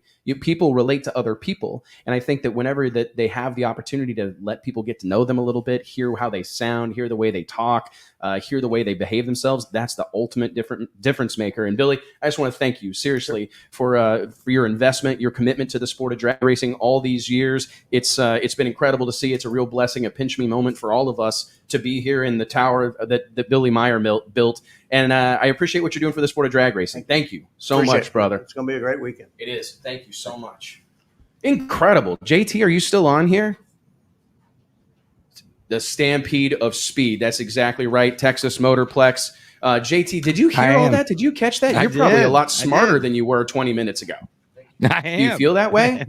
You should. I love I learning. tell you what, and there's actually a great question here, and I'm going to ask Billy. I'm a He's blank off the air. canvas. Billy, I'm getting some comments. They're asking, and maybe Christy knows, are all the lights and all that, the smoke show and all that, or can we expect that during the national event Friday night? Yes. Oh, that's going to be bananas. That's awesome. It's gonna. So That's what the sport is the needs DJ so running that? bad, man. Is the DJ running the flames and the pyro and all that? You know Because what? Let me ask Christy, because Christy might know. I noticed last night that it was like it was going with the beat of the sound. I don't know. It was just awesome. I was wondering, Christy, JT, our co-host here on the Wes Buck Show, and ladies and gentlemen, let's give it up. Everybody, round of applause. Christy Meyer. Christy, thank you so much for being here. Thank you for the cheesecake last You're night. welcome. I put out a call out, JT. I put a call out on the, a lot of times you hear a call out from the tower, you hear Tucci's booming voice, and they're looking for a 9-inch ring gear, right? Or they're looking for a 33 spline axle. But I put out a call out. I said, ladies and gentlemen, may I have your attention? We need cheesecake to the tower. Cheesecake to the tower. And a few minutes later, here comes Christy Meyer with a plate. There was one of them that was green. It took us about 20 minutes to decide to eat it. I think it was key lime pie. Is that right? I'm not sure. That's what I was guessing, but I can't promise. I told you there's 4 flavors. I don't know what they are. I took a bite and I go, that, please don't be pistachio. If you can do that with beer, I'm there. Okay. It was incredible. Well, hey, one of the questions that we were getting in the comments is, so who's running all that pyro stuff? And get up on this mic. Sure. We have a production team that we brought in. So they're like hitting buttons. They are, yes. Okay. So it's all timed out. We have a team. We have a meeting every day, and we just go through our schedule and figure out, what we're going to do that night to make it crazy and wild and something that people have never seen before. Well, and it has been. I was lucky enough to actually be involved in one of your production meetings last night. Andy Carter had the whole gang around the table, and I actually text my wife and I said, holy shit, this is the most intense meeting I've ever been in. I've been around the block a little bit, but they're moving stuff around on the schedule and when we're going to do this and when we're going to do that. And hey, no, we need to wait till the end to do that. And it was really incredible. Where does that attention to detail really, it has to start somewhere, Christy. Does it start with you and your father and trickle down? I think a little bit of both. My dad is a very detail person. Today he's been walking around sending me texts of all the things he wants me to fix before tomorrow. So this is what he does is he comes in and, he's got that eye for detail. And I, unfortunately, have taken that as well. I'm a perfectionist. But then Andy, coming from the rodeo scene, Yes. He is extremely detail oriented, and he wants to put on a show. He's he's in the entertainment business, and I think that's what we're all trying to accomplish here is to put on a good show for people. So I think it's a product of our entire team. It's impressive to see because honestly, I've told people this week, I think you guys put in 170 some new bathrooms or something like that. We did. We have originally when my dad built the track in '86, he was so proud that he had more bathrooms than Texas Stadium. So he went and counted every single bathroom stall. And he wanted to have more than Jerry Jones. So we have a lot of bathrooms here at the Texas Motorplex, and all of them are brand new, from the suites down to the outdoor bathrooms. So everybody, I hope people can enjoy that. I tell you what, I think drag strips kind of get ranked a little bit, same way gas stations get. They get ranked by how the bathrooms are kept. I agree. I think it's very important. And I got to tell you, I told my wife, I said, hey, they can keep 175 of these things clean. I need you to step your game up. We got 3 of them. You know what I mean? But seriously, though, I hope everybody recognizes the effort it takes, because I say that tongue in cheek, but most of us have a hard time keeping, I see Scotty and Clay Millican in here. Just keeping your rig clean, keeping your stuff up to snuff is a challenge, keeping your house clean. But to keep a facility like this looking like you guys have it, we've got it 66 degrees in here. You could pretty much hang meat. 400 megabit per second internet at a drag strip. It's really incredible, and I hope that you walk around with your head held high and your chest stuck out, because this is an incredible thing that you guys are doing here. Thank you. We appreciate that. It's been a lot of work. So the entire suite tower froze in the winter storm of Texas, our Stormageddon, Snowmageddon, you call it, and we're not used to that weather. And so, in some ways it was a blessing in disguise to be able to have the opportunity to remodel all of these things and to bring in brand new air conditioning units. And we've updated almost every inch of this facility, from pavement to bathrooms to, AC units to TVs and media. So, we're very fortunate. And a lot of people have struggled in these last 2 years, and we've been very fortunate to be able to run and to be open and to be able to grow and expand our business. So I'm very thankful for the opportunity. So this is a really incredible couple weeks for you. And I don't know if this was like planned, but we obviously had the NHRA 37th Annual Fall Nationals, the Texas Stampede of Speed, this week-long festival. Next week, you have the Street Outlaws, No Prep Kings. I mean, this is a burn burner of a couple of weeks. How significant for you guys, like over the course of a year, are these 2 weekends? Is these 2 weekends likely make or break a season for a track owner? In a lot of ways, yes. And we've been very fortunate to bring in some other large events throughout the year. So that's been exciting to do new things that are outside of drag racing, from music festivals and, other things like car shows, things like that. But these 2 weeks are most important. There's no doubt. I mean, this week is historical for us. I mean, it's what, put us on the map. So it's very, to me, I've been to every single one. I've never missed a race, So it's really important that we just do it well, and we do it with integrity, and we just, give the fans something to be excited about. I told this to your dad a few minutes ago, and I mean it. You can sense that there's some special energy here. Like even I wasn't here Sunday night, and I actually kind of hate that I missed it now because Elon told me to come and I didn't. But between the country music concert, all the photos, I don't know if JT can throw that into the comments, that photo of all those lanterns floating through the sky on Sunday night. The show Monday was unbelievable. Last night's show was unbelievable. It's hard to believe. We've been here for 3 days, but I want to stay for like 3 more weeks. Yeah. I know you don't, but it's been incredible to watch. Where do you see? Obviously you're telling me about your dad telling you things that he wants to fix. Are there any things that you still have yet to add to this for the future? We do. We have a 5-year plan. So our goal is to continue to expand and to provide other things for people, whether it's an RV park or whether it's, I don't know, Andy threw out the other day a water park, and I was like, what did you just say?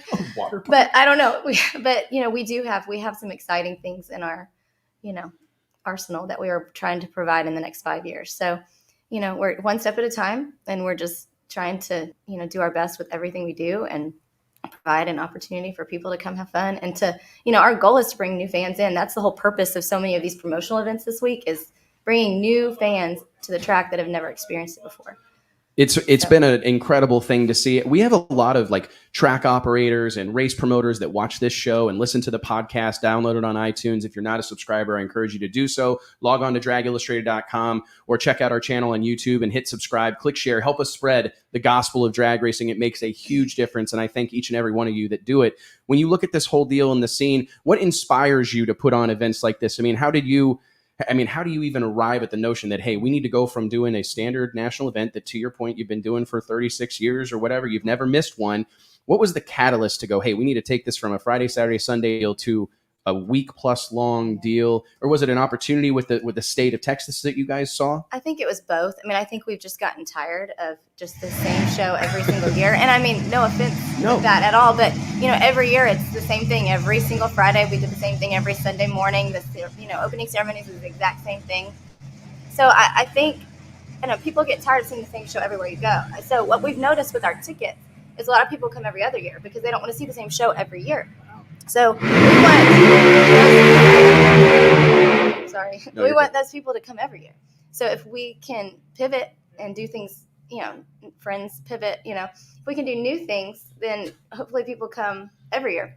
So that was part of it. But then also the opportunity with the state, the fact that we have gotten, the attention of the state to realize that we are, on the same playing field as so many of these other sports has been very huge for us. So, having this new MERP grant that we're involved with has been huge. And we realized, we need to make it as big as we can and to bring more people in. And like my dad was talking earlier, bringing out of state people. So, benefits this community and it reaches on into DFW. So, that I think it's a twofold. We're real fortunate to have both.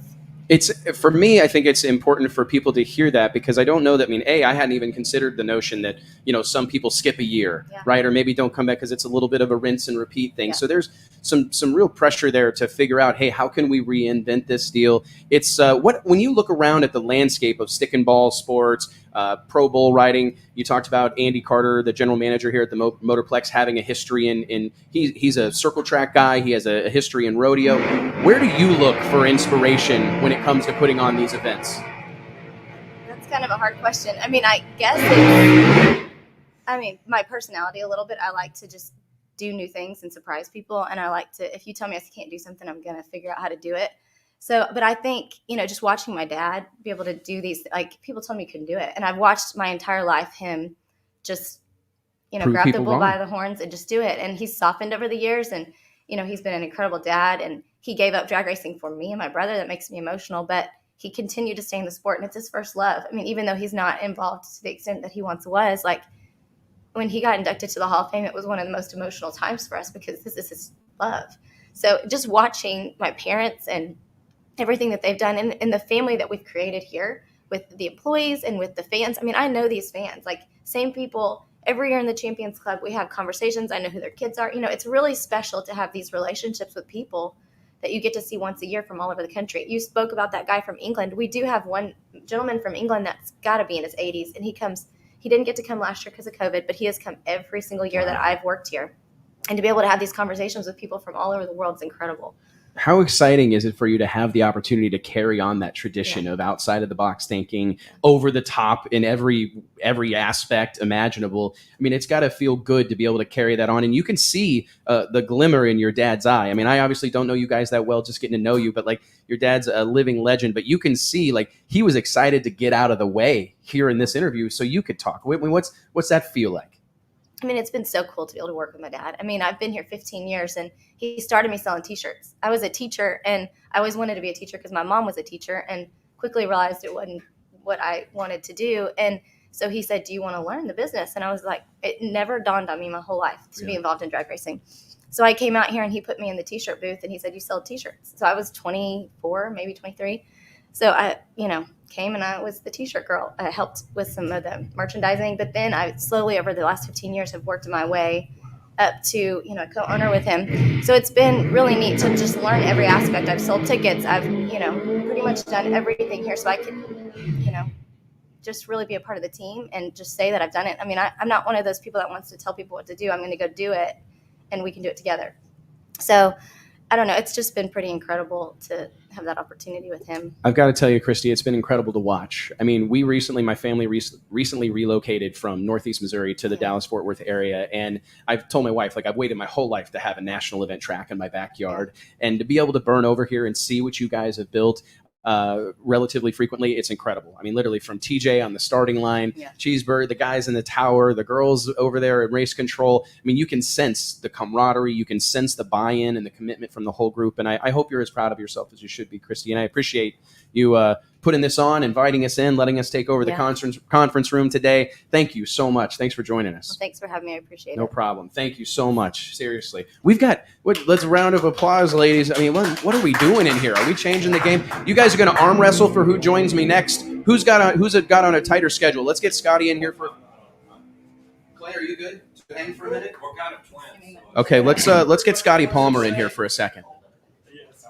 Ladies and gentlemen, I do want to remind you that the Wes Buck Show is brought to you by our friends at Elite HP, the world leader in used race cars, racing engines, parts, and tools. Located in Fort Worth, Texas, Elite HP is operated by real racers who can speak the tribal language of motorsports and can steer you in the right direction for all your racing needs. Check out their entire inventory at EliteHP.com. And ladies and gentlemen, we've been trying to get this done for like a year. Scott's always on the road, always going to a drag race, always getting booked in because I think he's drag racing's Evel Knievel. He's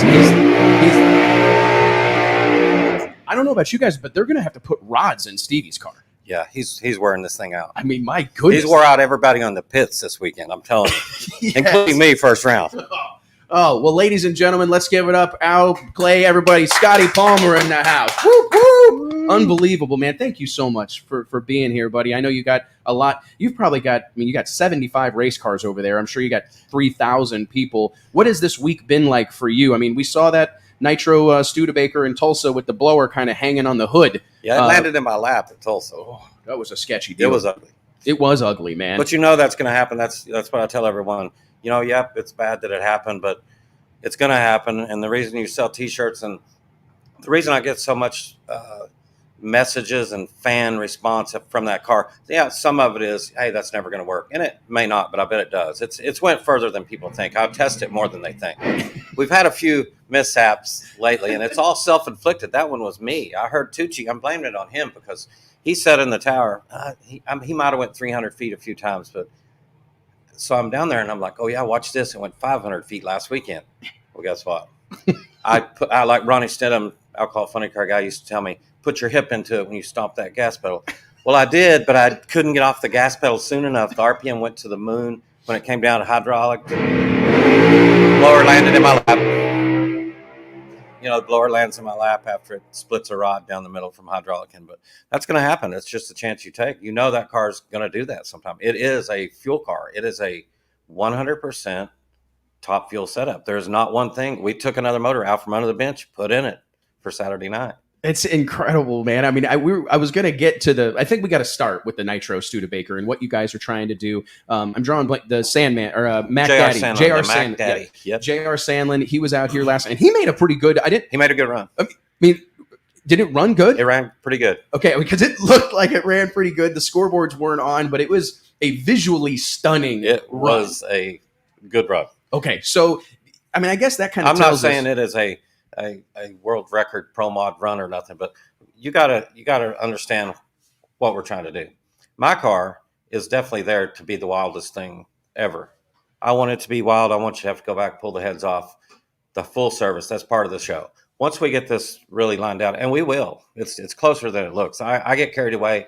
I get excited at these bigger events, and I start putting weight on the clutch and add a degree of timing because I want to light the place up.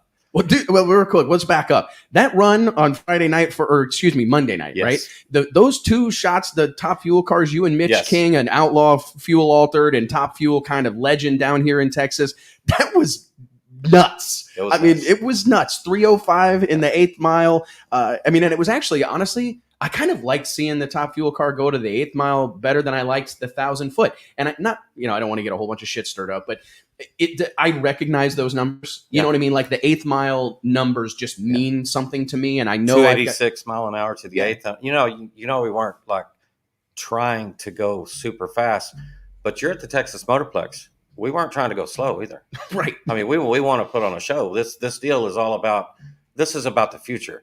This race is more of a social media event to get the word out there. And now the word's out there. I have 3,000 to 5,000 messages that started Monday night after they saw just Facebook clips of the music, music. Seeing you, for me, it was a little bit of a moment that I'll never forget. Seeing you climb in that top fuel car, Scott, with a fog machine blowing smoke on you and lights and lasers and pyro. And for me, I'm going to get all choked up, but it was like, Scott deserves this, damn it. He deserves to feel like this. His family deserves to see him treated like this. This is how drag racers, you guys are rock stars and you deserve to get treated like rock stars. And when you were climbing over the frame rail there and jumping down in the car and you pointed at me and clapped, I thought, if this happened consistently, drag racing would be the biggest motorsport in the world. Well, that's the problem. People don't know the story of the guys. If I can't tell my story, no one would believe it. No one would believe where I came from. They wouldn't know how it happened. So I've always been kind of an outlaw, and I just do what I want. If you don't like it, tough. I'm going to do it anyway. And we've seen it on display. I remember the first time I ever encountered, I've heard of you. You're where we're from, Missouri. Right. You're something of a legend. You're an outlaw, but you're a legendary outlaw, something like Jesse James, right? You should probably be wearing a holster. Everybody's seen you do your thing, whether that's making a crazy top fuel run down Ozark International Raceway, right. Rogersville, Missouri, where, I don't know, I'd be a little bit startled about making a pass in my ZL1 Camaro, bone stock car. You've gone down through there in a top fuel car. It was a little sketchy, but yeah, we've run 268 or almost 270. So in the 8th mile, it's unbelievable. And anybody who's ever been to Rogersville, this is no knock at those guys. It's an incredible track. Great facility. But running a car like that there, my first experience seeing you in action was at the Street Machine Nationals, which they just had a couple weeks ago. An incredible event down there in southern Missouri. At Rogersville, at Ozark International Raceway, and you had a 63 Corvette with a top alcohol funny car engine and drivetrain out of it. And unfortunately, that thing got moved around a little bit and headed out to the field, and I heard that screw blower go. But on a good note on that, I have the record down there in the top fuel car, and I also have the record on the fastest ET to the 8th mile on your roof. So that's not bad. I mean, if you got to have a record, I wonder if Kepner keeps track of that. If he doesn't, it's like the best, whoever's been through the traps the quickest on their lid. Yeah, nobody wants to break my record either. No, but what I was taken by, you were in your pits. I mean, I'm talking like within a half hour of a really scary deal, right? Yeah. I mean, thank God you're okay. Shout out to all this safety equipment. And I know that you're a guy that, despite your bravery and your courage, you take safety very seriously. You do everything that you're supposed to do. Cars are the best that you can make them. But 30 minutes later, just speaking to your mentality, that car is on Projects in the pits, tore to hell, windshield burnt out of it, and you were letting people climb in it, take pictures, and having a beer and having a good time, music playing. And I just thought, nobody wants to see anybody tear up a race car. We all know how much money and time and energy and effort goes into this stuff.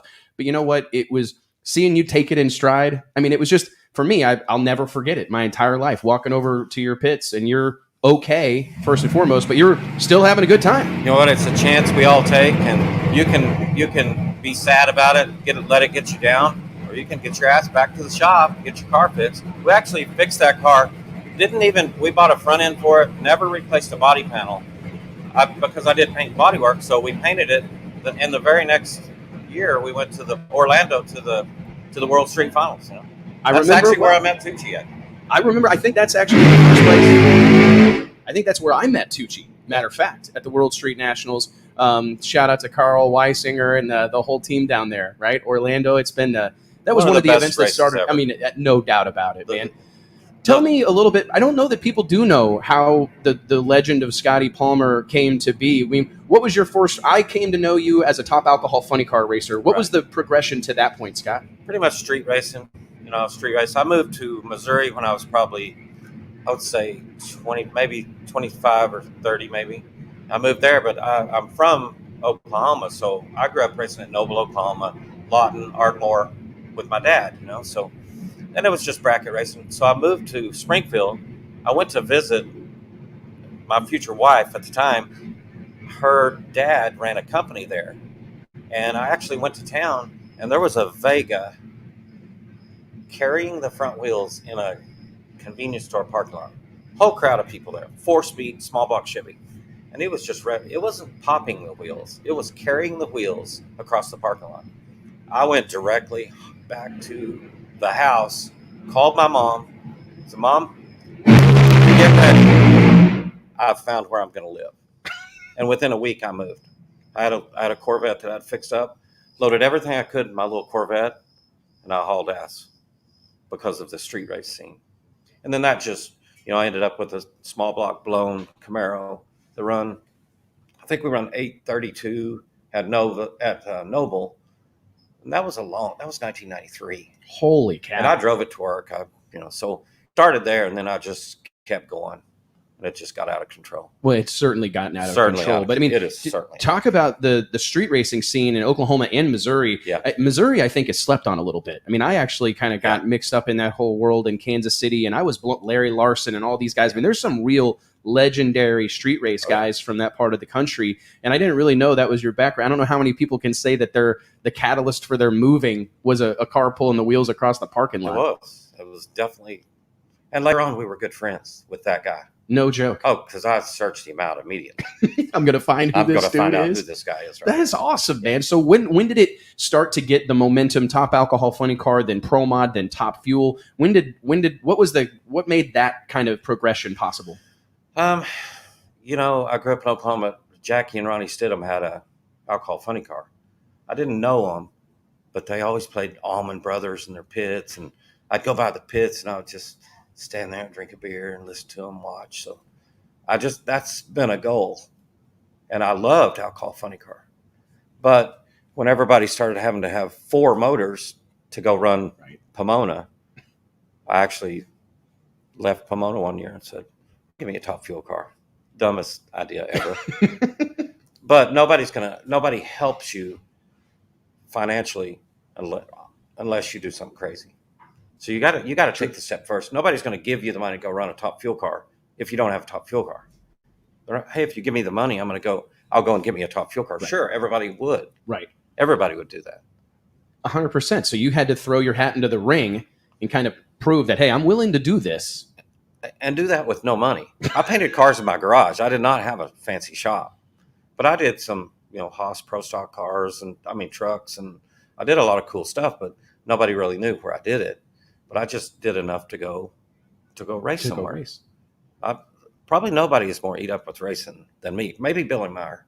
Yeah, I mean, you're in a league of your own, my friend. I mean, seeing you go from one track to another track with all these different cars, I don't even know how you got all that shit here. That was a very big challenge. I was going to say, because you got like a couple top fuel cars, you got 2 pro mods, you got 3 pro mods. 3 pro mods. Yeah, it's unbelievable, man. Tell me a little bit about everybody wants to talk about Monday. I think we can talk about that whole spectacle. From my understanding, Andy Carter rang your phone, said, hey, I'm going to give you like a budget to work with, and I want you to put on a nitro kind of fueled show on Monday night. My big takeaway from what I enjoyed about Monday was the pace of it. Was that something that you guys were clued in on beforehand? Because I found it interesting. I kind of got here a little bit late. Shocking. I got here a little late on Monday night. I roll in, and Mike and I jump out of the car, and the staging lanes are full, and everybody's like belted in. Right. Like it wasn't like, hey, get up here and start getting ready. It was get ready because we're going to run these things in rapid succession. That was an incredible show, man. Trying to take me through your thought process on putting that together. Well, that is the thing. We originally started off, we're going to have 3 sessions, or we were going to have Scott Sturgeon. He had the band here, and he was going to play. And when 3 or 4 pair rolled up there, we're going to run him down, him stop, because he actually has been on a fuel team before. He knows the talk. He knows the routine. Right. And then we decided probably better to do 3 sessions, and we ended up doing 2, 1 early, band plays, 1 late. Wanted to keep it not dragging on forever, and the band play. And we learned a lot of stuff. Next year we'll probably have the band in our pits, because then the fans don't have to go back and forth, and it's not so far to see the band and then see the cars. But that was one of the big deals, was we want to keep it moving, get people in their cars, and then the last session they did a lot of, filming or just following us around, getting in the cars. Because I told them, I said, how many times you been to a race and you wonder what an IndyCar guy is saying before he gets in that car? What are they doing? Let's look at that. I want to see that. 1,000,000%. And I think I've said, I wish, obviously I'm getting a little crazy here, but I've thought in the past, like whenever they did the canopies, and I know that wasn't like super well received by everyone, but I kind of liked it. Yeah. Not for a safety aspect, because it just looks complicated. Right. Like I'm going to the naked eye, that shit looks serious. Like they're bolting this person into a car and putting them in this capsule and closing the capsule. It's a big deal. It's like our boat. Yeah, same thing. It looks sketchy. Not everybody would be willing to do that, and you need to drum that up. I wish we could like plug wires into people and put a heart rate monitor on you, because the more of a show we put on, and the more I think the untrained eye, people watch drag racing on television, and it's easy to think that you're climbing in there and stomping on a gas pedal, and that's all there is to it.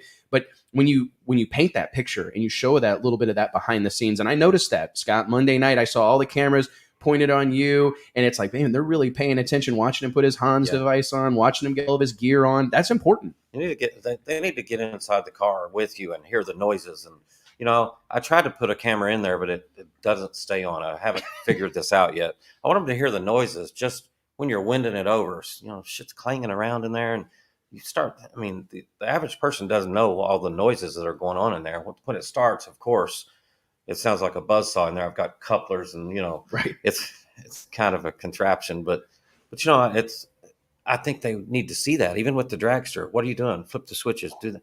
And you hear them charge the cannon, air bottles on. It's like you're taking off for outer space, but the fans in the stands don't see that. And they need to. They need to see it. They need to see it. They need to see it. It's so important. They need to feel it and understand the sense of danger, because all that stuff really just leads you up to the harsh reality. And you've talked a lot about it here recently, especially driving the Nitro Pro Mod car, the Studebaker. Like hey man, this is sketchy. I look over and you're fist bumping people, and you're not doing that casually. No. You recognize that I'm facing significant danger, and they know it too. Well, they know it. That car makes people nervous, and rightfully so.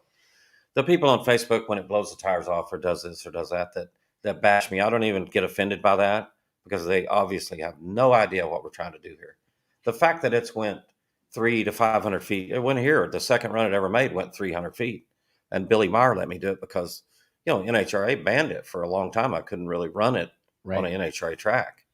So I did, but I wasn't supposed to. Right. But kind of being kind of being an outlaw has come to me. Luckily, I made it long enough, survived it, that it's come back, because now I think they need it. Our sport needs something. Our sport needs we have to stop and recognize the people coming through the gate pay the bills.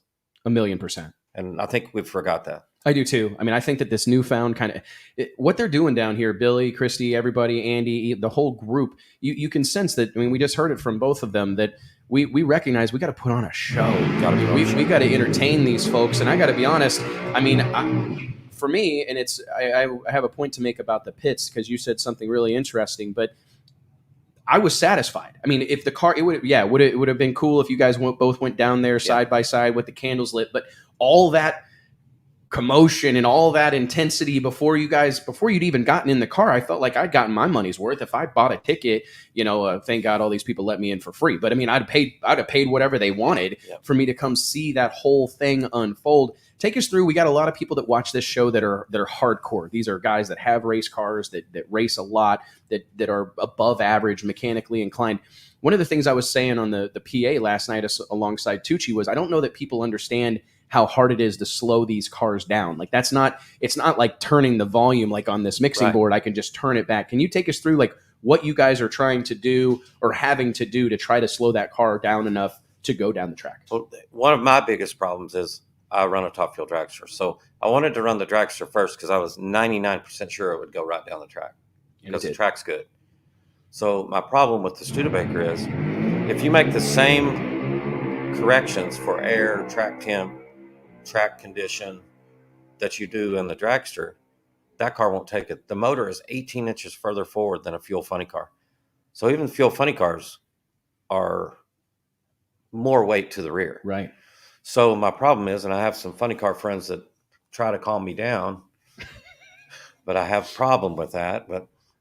And they tell me, you take a fuel funny car and the corrections are different than a top fuel dragster. Makes sense. So they're really small corrections. So when I come here, it's odd that I go to Outlaw Armageddon, and it's no spray. Obviously, there's rubber there. Right. It's not no prep, but right. But I went there straight down the track. Straight down the track. Goes 500 feet. Start spinning the tires. I let it off. But Chuck and all the guys down there, all the street outlaw guys are like, that thing won't go 5 feet here because it has blown the tires off a few times. Right. Half the time. I've only made 18 runs in the car. And half of them have left the starting line and went 200 or 300 or 400 feet. That to me is good odds. But we did it there, and then we go to a good prep track. We make the corrections you would make in the dragster, which would be put a little weight on it, less tire pressure. That's, you're going to have to drive through the clutch, so you need to stand the timing graph up. No, that doesn't work on the Studebaker. And my problem is that's the only way I know. Right. Now, the Chevelle, Scott Shear, John Lawson, Pete Dove, Joe Haas, those guys gave me a setup for that car. And if you know those guys, their cars haul ass. It really is incredible. It's incredible. That's the second run on their tune-up. No joke. Yes. And it did that? Did that. That was impressive. That was impressive. That was really impressive. I was impressed smoking the tires, watching that car go down the racetrack. I was excited for JR. Everybody. Yeah, man. Because it's a victory. I was just watching. You could see the timing come in. The header flames just went insane. It was insane. It was insane. And Mike and I were talking about this morning. I said, hey, man, can this Nitro Pro Mod thing be a thing? I think it can. I think people would come. I don't know that there's a track in the country that wouldn't want to book that deal in. No, you should see my messages. Oh, I believe it. And even with mine smoking the tires and not doing anything, the deal last weekend was, when we blew the blower off, it was bad because we did mess up the track. And I took a cooler full of Cokes and waters to the staging lanes, and I handed them out to everyone in the staging lanes. Because, I'm a racer. Yeah, you get it. And so, but we did do that. But in some ways, that doesn't hurt the people don't pay to watch you play dominoes. They don't buy T-shirts. They pay for somebody to do something. I surely think so. What do you make of the fueling whole process? I don't know that if that's extremely well documented or not, but you basically do a burnout, right? And is that not on nitro or on? Oh, it's on nitro. Okay, so at nitro burnout, it sure seemed like it. Yeah. And then you back up, and then you've got like a Formula One-esque fueling system Yep. to refuel the car, right? Yeah, we do have that, and it's IndyCar Redhead Valves made that for us. They make every IndyCar valve. Wow. Every IndyCar runs this, so they developed it. It's actually a safe setup, safer than probably anything on the car. But NHRA doesn't like that, and I have worked with them on that. We added to the fuel tank here, so at this event we didn't have to refuel it. They're worried about something happening, and Right. so I give a little on that. That's the only thing that I've pretty much, because I did that out of necessity, turned into part of the show. It is part of the show, I think. It's part I mean, of the going back to what we were talking about, that is a part of it. It's I part mean, the of fact that you're feeling this thing out. So I wanted to talk about a whole bunch of stuff, but we're gonna have to rapid fire here real quick. The reason that you built that car, and I don't know if this is widely known, but you have a real desire. This is your Evel Knievel showing. You want to be the guy who goes 300 miles per hour in a door car, correct? Yeah, that's the whole goal. That's the whole goal. That's the reason that thing exists. That's the reason it's put together. And you talked about the odds. You've made 18 runs in it. Sitting here today, October 6, 2021, if you had to pick a day on the calendar or pick amount of time that has to pass before that goal becomes within reach, I mean, how far into the process do you think you are? I think it'll be this time next year. No shit. That's the kind of process you're making, progress you're making. Outlaw Armageddon, it ran about 240 to that point on the computer. There's no clocks there. Right. And you can, whatever, it's on our race pack data, so nobody else has to see it. And I don't really. Yeah, you don't need to prove it to anybody. I don't need to prove it. I'm doing it for myself, I'm doing it for the sport, but I'm doing it for myself. This is my quest in life, It's awesome. Is it. I told Mike, I want to make a movie about it. I really do think that it's like, this is something that needs to be chronicled. It needs to be, the story needs to be told in a really concise way, follow you along through this whole process, because there's no other mark that's going to really be as significant as that. I mean, you're going to join, I believe, Kenny Bernstein as this true pioneer that broke a barrier that no one, people, I guess, maybe believed that barrier was going to be broken, but I don't know that anybody ever imagined someone would go 300 miles an hour in a door car in a quarter mile. But see, I do. I actually believe that a turbo car will do it first if I don't hurry. I'm not saying in 1 year. But if they turn turbo cars loose right now, Shane T would run 300. I think he could. I've thought about that. Carl Stevens Jr. and I have had conversations about it too, because that's something that's on his radar as well. Yes. He's talked about I really think those cars have been 270 without hanging the rods out of them, without spontaneously combusting. Right. So it's clearly maybe there. Obviously 30 mile an hour is a lot, but with those things, not really. It's there. Yeah. I watched Shane T run 221 in the 8th mile last weekend. In the 8th mile. Yeah. It's bonkers. Awesome. It's absolutely bonkers. Those cars are impressive. So when you look forward, you talk about this event is kind of for the future. Let's talk about Scott Palmer's future. You don't intend, I believe, to run like a full pull Top Fuel series. That's no longer on your radar? You're just looking for a good time? I wanted to prove that a little guy could be competitive given the chance. I proved it. Yes, you did. So now I want to run half, 10 or 12 NHRA races, and then I want to run whatever I want. It's awesome. I'm in a position where I can do that now. So I haven't put all my eggs in one basket. So, I talk to Ned all the time, and last year he said, "What are you doing buying an alcohol funny car?" Well, I want to run Funny Car Chaos. The 64 car field, and it was awesome. Chris Graves. It's a killer deal to be a part of. Killer deal. And I just couldn't see me not being in the staging lanes. Right? Got to do it, man. So if you think about it, during the virus, I won't go to a race with no fans. So I skipped 4 or 5 races at Indy. That money that I didn't spend to go run bought me a Corvette Pro Mod turnkey and an alcohol funny car turnkey. Now I don't have all my eggs in one basket. Now I can do a little bit of whatever you want. A little bit of whatever I want. It's awesome, man. Thank God for that. Seeing that burnout you did Monday night in the Studebaker, why? I think everybody, you're known for being the guy that still does the throttle wax in the pits. What can we do to has that ship sailed as far as these guys that are here, the NHRA guys? Are we ever going to see those cars do big burnouts and how bad does that, Can you go fast and do a big nasty burnout? Yeah, you can. Okay. Take Ozark Raceway for granted. That is for example, that ran 310. Obviously, that could have run 305 or better if we'd just open the flows a little. But that was an 8th mile under power burnout. Yeah, I mean, it went to the scoreboards. Yeah, and with the tires smoking. Right. It was a full 8th mile burnout, and obviously it didn't hurt it. It went right down. And I've done it in the dragster a few times. I'm 100% sure it'll do it. I mean, and that's what kind of breaks my heart, because I feel like our sport, it's like we owe everything to racers, but at times racers can be the biggest problem, right? Is because we will sacrifice almost anything in the name of performance, even our show. Right. It's a problem, because if you don't believe that, everybody gets caught up and they think NHRA and our sport is just a huge deal, and you get a little bit caught up in it and you forget why you started doing it. But if you'd been here for the Sunday night concert, you'd realize how small our sport is. Yeah.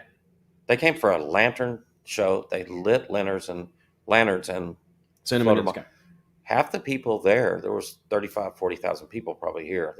I've never seen this place with this many people, especially at a race. And half the people left after the lantern show. So we're doing something wrong. We have to get our sport out there. I think you're right. I mean, I can't help when I saw the production on Monday night and I see the bands and all the extra stuff. Like if that's how we did it, like if that was the rule instead of the exception, I think this would be a guy like you would be sponsored by Coke.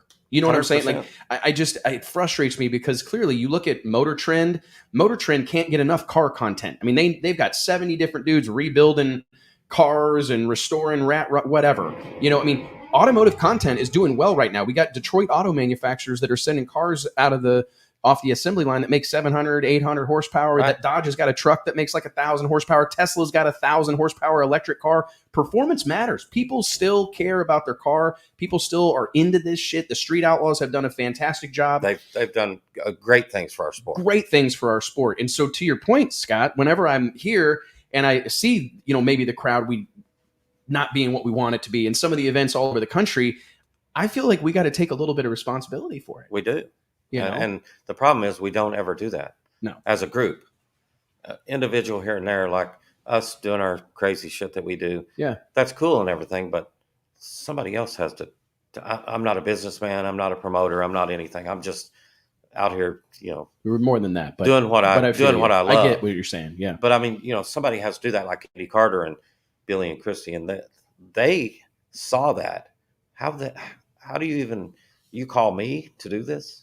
To me, that's crazy. It was awesome. I wouldn't have, but who else do you call? I don't know. I actually have a guy that wants to talk to you about driving a Top Fuel car, so I need to get you connected with him next week. But anyways, I mean, I think that I hope Scott, you're a legend. And I mean, people respect you, and I think they respect the passion. Yeah. Right. I mean, I think people know that it's a guy that's out here doing it for all the right reasons. Right. I mean, you could do something else. It's cost me. It has definitely held me back plenty of times, but I will not do it any different. I mean, I don't think you need any more like reinforcement than that sea of humanity that crowds around your pit, no matter where you go. Right. Whether it's Wichita, whether it's here, whether it's Martin, Michigan, wherever, when you show up and you embrace that, it's that Evel Knievel thing, man. All you need is a cane, maybe. You know what I'm saying? I mean, you know how to put on the show. You see that little truck down there? Yeah. That little plastic thing? That's all the wheels knocked off of it. Well, Alex Laughlin brought in, I got a new little mini bike down there. Have a great picture of it. He brought in from 160 Wraps, his 360 Wraps, I think, his sponsor, sticker kit. So now my new little Honda 110 is stickered up Evel Knievel. So we're gonna jump that this weekend. There might be a few beers involved. I want to be here when Scotty jumps. We're building a ramp right now over there. No joke. Well, I'm coming to your pits as soon as we're done. Scott, thank you so much for being here, man. I could talk to you for 10 hours, but I know that we got to keep on moving. You got Clay Millican. We got Clay Millican sitting over here. He's been patiently waiting in the green room for 3 days, man. He'll probably jump the mini bike too. I bet he would. I know he can. It's in his blood. I know he can do it. I know he can do it. I may break a hip or something, but I'll We'll take pick that you chance. up, brother. They tell me over there, no, we're not going to let you do that. You got stuff to do this week. I said, no, Alex is driving this week, and I'm good. Yeah, you're good, I'm man. good. You're set. You're just here to hang out, Right. man. Hey, real quick, how about Alex Laughlin? It would He's doing appear great. that he's doing a great job. You proud of Doing him? great. Very proud. I mean, it's Very. cool. How is the experience of like the I love the melding of you and him, because he kind of brings this like real polished, you know what I mean? He's got everything's all done up exactly the right, how he wants it. It's all perfect. Have you enjoyed seeing Yeah, that it's a been little fun. bit? It's been a lot of fun. I'm used to me and Lee Calloway drive the other ones, and me and Lee Calloway we're just buddies. It's just like he was quitting his alcohol dragster deal, and I said, "Oh no, yeah, you got to drive a top fuel car before you quit." I'm not going to do that. I said, "Yeah, come on, we'll put this other car together." So anyway, we do that for Lee. So, but we're doing it as buddies, Right. We're just buddies. Yeah. So Alex's deal, I told him, I said, "You have such a huge following over here in this world. I have a huge following of outlaws and rebels, and you may see Hell's Angels or Right. Bandit. You may see, there's no telling what you'll see, but they're all true friends. True friends. But I have all the outlaw deals." So he posted a picture of him in a tractor after he got his license and ran Denver. I told him, I said, "You have to post more pictures like that. People think you sit at home and, get your fingernails done. Yeah. You post pictures like that, you'll have all my fans on your side. But my fans are those guys in those tractors." Yeah. And That's 100% right. And his fans are think I'm lost my mind. I'm a And little it's- too rough around the edges for them. I like it.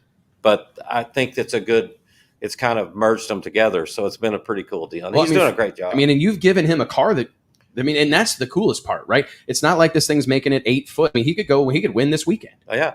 He beat himself up the second race. He lost on a hole shot. Second race in, I said, man. "Come on, man. Quit. You got to quit worrying about your lights." I would say it took me 15 years to run 370 something, and he did it in his third run. Right. So you have to put it in perspective a little bit. It's incredible, man. Thank you for what you do for the sport of drag racing, Scott. Seriously. I love you, man. I just love the sport. We got to keep it going. Somebody's got We to. got to get the stands full again. Yes, sir. And some excitement. I want to talk about it. I'd love to. Both of those cars Monday went down the track, but I'm still not willing to back my car down. I'm not going to. I'm going to make it work. It's gonna work. It's the way it's Is that gonna thing go. got solid rear suspension? Solid. It's got a 12-inch Christmas, just like a funny car. That's bonkers. Absolutely bonkers. Thank you, Scott. Thank we'll you. come see you in a little bit, brother. Okay, Thank thank you you. so much. Ladies and gentlemen, I do want to remind you that the Wes Buck Show is brought to you by FlowRacing.com. If you're a drag racer or a drag racing fan, you've got to get on board with Flow Racing. The world leader in sports live streaming, Flow Racing provides unlimited access to drag racing's biggest events like Donald Long's Lights Out, No Mercy, the Sweet 16, every stop on the PDRA and NMCA tours, Mel Ross Streetcar Super Nationals, Jason Miller's World Cup Finals, Chris Graves' Funny Car Chaos, and much, much more. The coolest part? Well, other than the fact that you can literally watch live drag racing anytime you want, 24 hours a day, 7 days a week on any device you choose, the fact that these people are really doing incredible things for the sport of drag racing. Again, this is a little bit personal for me, and I apologize. We got a top alcohol dragster down here. No, excuse me, a nitro, a top fuel dragster. For someone who eats, sleeps, and breathes the sport of drag racing, what Flow Racing is doing is, I can't say it enough. They are helping grow the sport of drag racing. They are providing a platform that is just so critical to our sport. So please recognize that by supporting Flow Racing and joining the movement, you're supporting the sport of drag racing. You're helping promoters pay more money, put on better events, and above all else, you're putting drag racing in front of as many eyeballs as humanly possible. So log on to flowracing.com/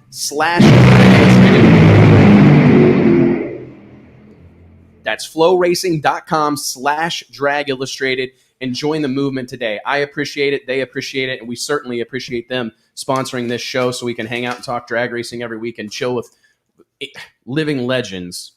I mean, I can't even believe this is happening. Clay Millican in the house. We don't have as big a crowd as earlier. We need some studio guests. Let's give it up. Woo! What's going on, Clay? Thank you, dude. Oh, dude. All I want to say, though, is from Wes Buck's mouth to God's ears, I have goosebumps and the hair standing up on the back of my neck. I'm glad it's not just me, Clay. Everybody's Seriously, great. Everybody I know drank. you. I know you just drove across. You drove over here this morning, waiting on a package to show up, and then headed out to the track. So thank you for driving all this way in the motorhome and then coming straight here. I appreciate it. Pretty much. And if you noticed a different change of smell, it was me, because I literally like drove all night and come right here. But man, I'm glad to be here. I text you a lot. We text each other about a lot of various things, but I'm super excited to be on here. I've had you on my show before, and I guess the shoe's on the other foot, so to speak, now. Oh, I like it, man. I mean, you were actually on the show briefly. It was a short stint. You were on the show. It was right after you won in Bristol, Yes. Father's Day weekend. It was a super emotional thing. We just put you on the cover of the magazine. Yep. And it was like a real good luck thing. It was. Yeah. I mean, and we joke about this. Mike and I talk about it a lot. There's always been like the Sports Illustrated curse. This is the opposite. I think it's the opposite. I mean, It we've is. got I don't know that we're like batting 1,000, but we're doing pretty well. I would say you're I doing mean, I really think well. We're doing pretty well, man. Well, hey, there's a lot to cover, but I want to dive right in. And people, I mean, I love the opportunity to talk to someone like yourself, an NHRA high-level guy, world champion, but talk about something far away from that. What was your No Prep Kings experience like? You just were out at Vandermeer Speedway, a facility and a group of people, much like the family here and the facility here in Texas at the Motorplex, that have done so much for the sport of drag racing. Take me through kind of your thoughts and overall impressions on that show. So I got to tell you real quickly. So this past weekend, they were doing the IHRA team finals at Memphis, and my sister was in that. And I looked at the weather, and I'm like, it's going to rain here at home. And so I text her, will you be mad if I go to Denver? and asked my wife, like, hey, can I take off and go? She's like, get out of here. You're going to be miserable if you're not at a racetrack this weekend. So on Thursday night, about 8 o'clock, I bought a ticket to go to Denver. And took off and went. And Jeff Lutz and Jeffrey they're some of my best buddies. They're a great family. Him, Christine, everybody. Didn't tell him. Showed up, and he's just like, holy crap, what are you doing here? And I'm like, I have no idea. But what I do know was that was so much fun. It will not be the last one I go to. It is so much different than what we do, but at the same time, the racing is incredible. And the drama that comes along with it makes it even that much more fun. I mean, I certainly wasn't in the middle of it. I was helping Jeff run his car, but when it came time for the chip draw and the things that go on with that, I stayed back but observed it. Holy moly. These guys are pretty serious about it. Yes, it's a reality show, but if you were there for the first round of the chip draw, when you got Pat Musey, Justin Swanstrom, and Chuck, and you name it, screaming and yelling each other, there was no fakeness to that. Like Justin was calling out Kai Kelly for $5,000 first round, and I mean, there's 20 television cameras around, but they ain't gonna be able to use much of it. I can tell you that. That's awesome. But I mean, were you like taken by that? Did you see it and go, "Oh man, these guys are onto something"? I mean, what was your? I mean, you're a real clean cut guy, and I mean, just being honest, that's kind of your character. You're a great ambassador for all your sponsors, right? And you've had these relationships for years and years. Do you watch that type of thing unfold and kind of go, "Holy crap, I can't believe"? I enjoyed it. I mean, yes, it's not my style. That's not how I was raised. It's not me. Right. But I truly enjoyed how real it is, though. Again, a lot of people think, it's scripted. It's not. I mean, the racing's real.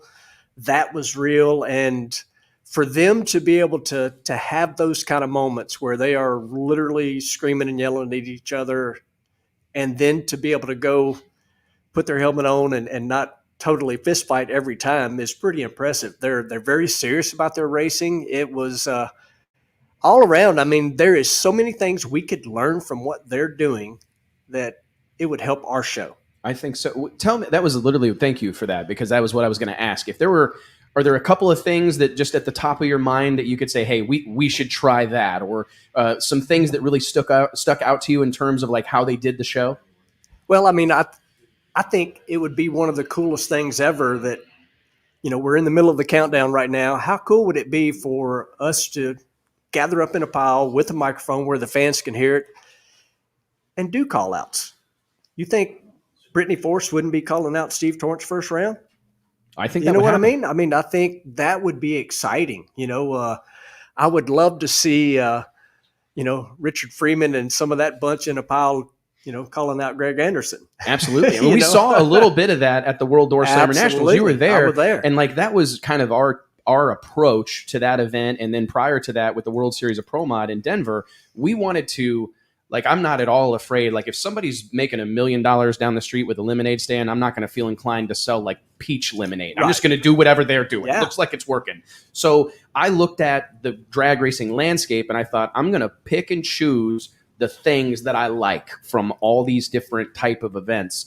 And I got to tell you, watching Greg Anderson and Erica Enders and Jeg Coughlin and Bo Butner, all these guys draw names out of a chip and have to, figure out who they're going to have to run. And you get to see that look on their face when they realize they got to run whoever, some hitter. And they don't know what lane they're going to get till they draw the chip, It's awesome. And here's something else that I found very fascinating. Time slips didn't matter because you don't get one. Big ETs, big speeds, it's all out the window at no prep. Doesn't matter. And the fans pack the place. They go wild.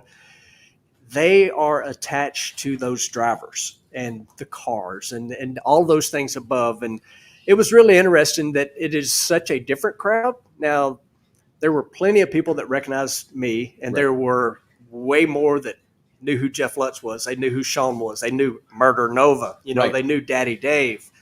But it's a different crowd. And if we can get those people following over here, again, Scott Palmer just said it. What Street Outlaws has done for drag racing is amazing because they've helped not only national event tracks like Vandermeer, but, Bahia Raceway, or whatever the case may be, all those little tracks where those guys go and run. It's great for drag racing. It's great for cars being built. It's great for, everybody that has anything to do with drag racing. Street Outlaws has been a big effect to that. I think so. What was it like being anonymous a little bit out there? I mean, or like not being able to walk around, because you couldn't really do that here. Because, everybody's going to stop you and everybody. What was that experience? Did you kind of enjoy that? I had a blast because, I got to work on the car more. I was involved with, everything they were doing between rounds. Yeah. And I make fun of Lutz every time I go. Like the moment I get there, he hands me a freaking ratchet and, puts me to work, which is great. But it was really cool, going up, reading the starting line, working with Jeffrey on all that sort of thing. Now, granted, the racers certainly knew who I was, but I was able to just come and go from the pits to the starting line, and pretty much, it was really awesome to do all that. And it is truly a no prep surface. I don't care what people say. Right.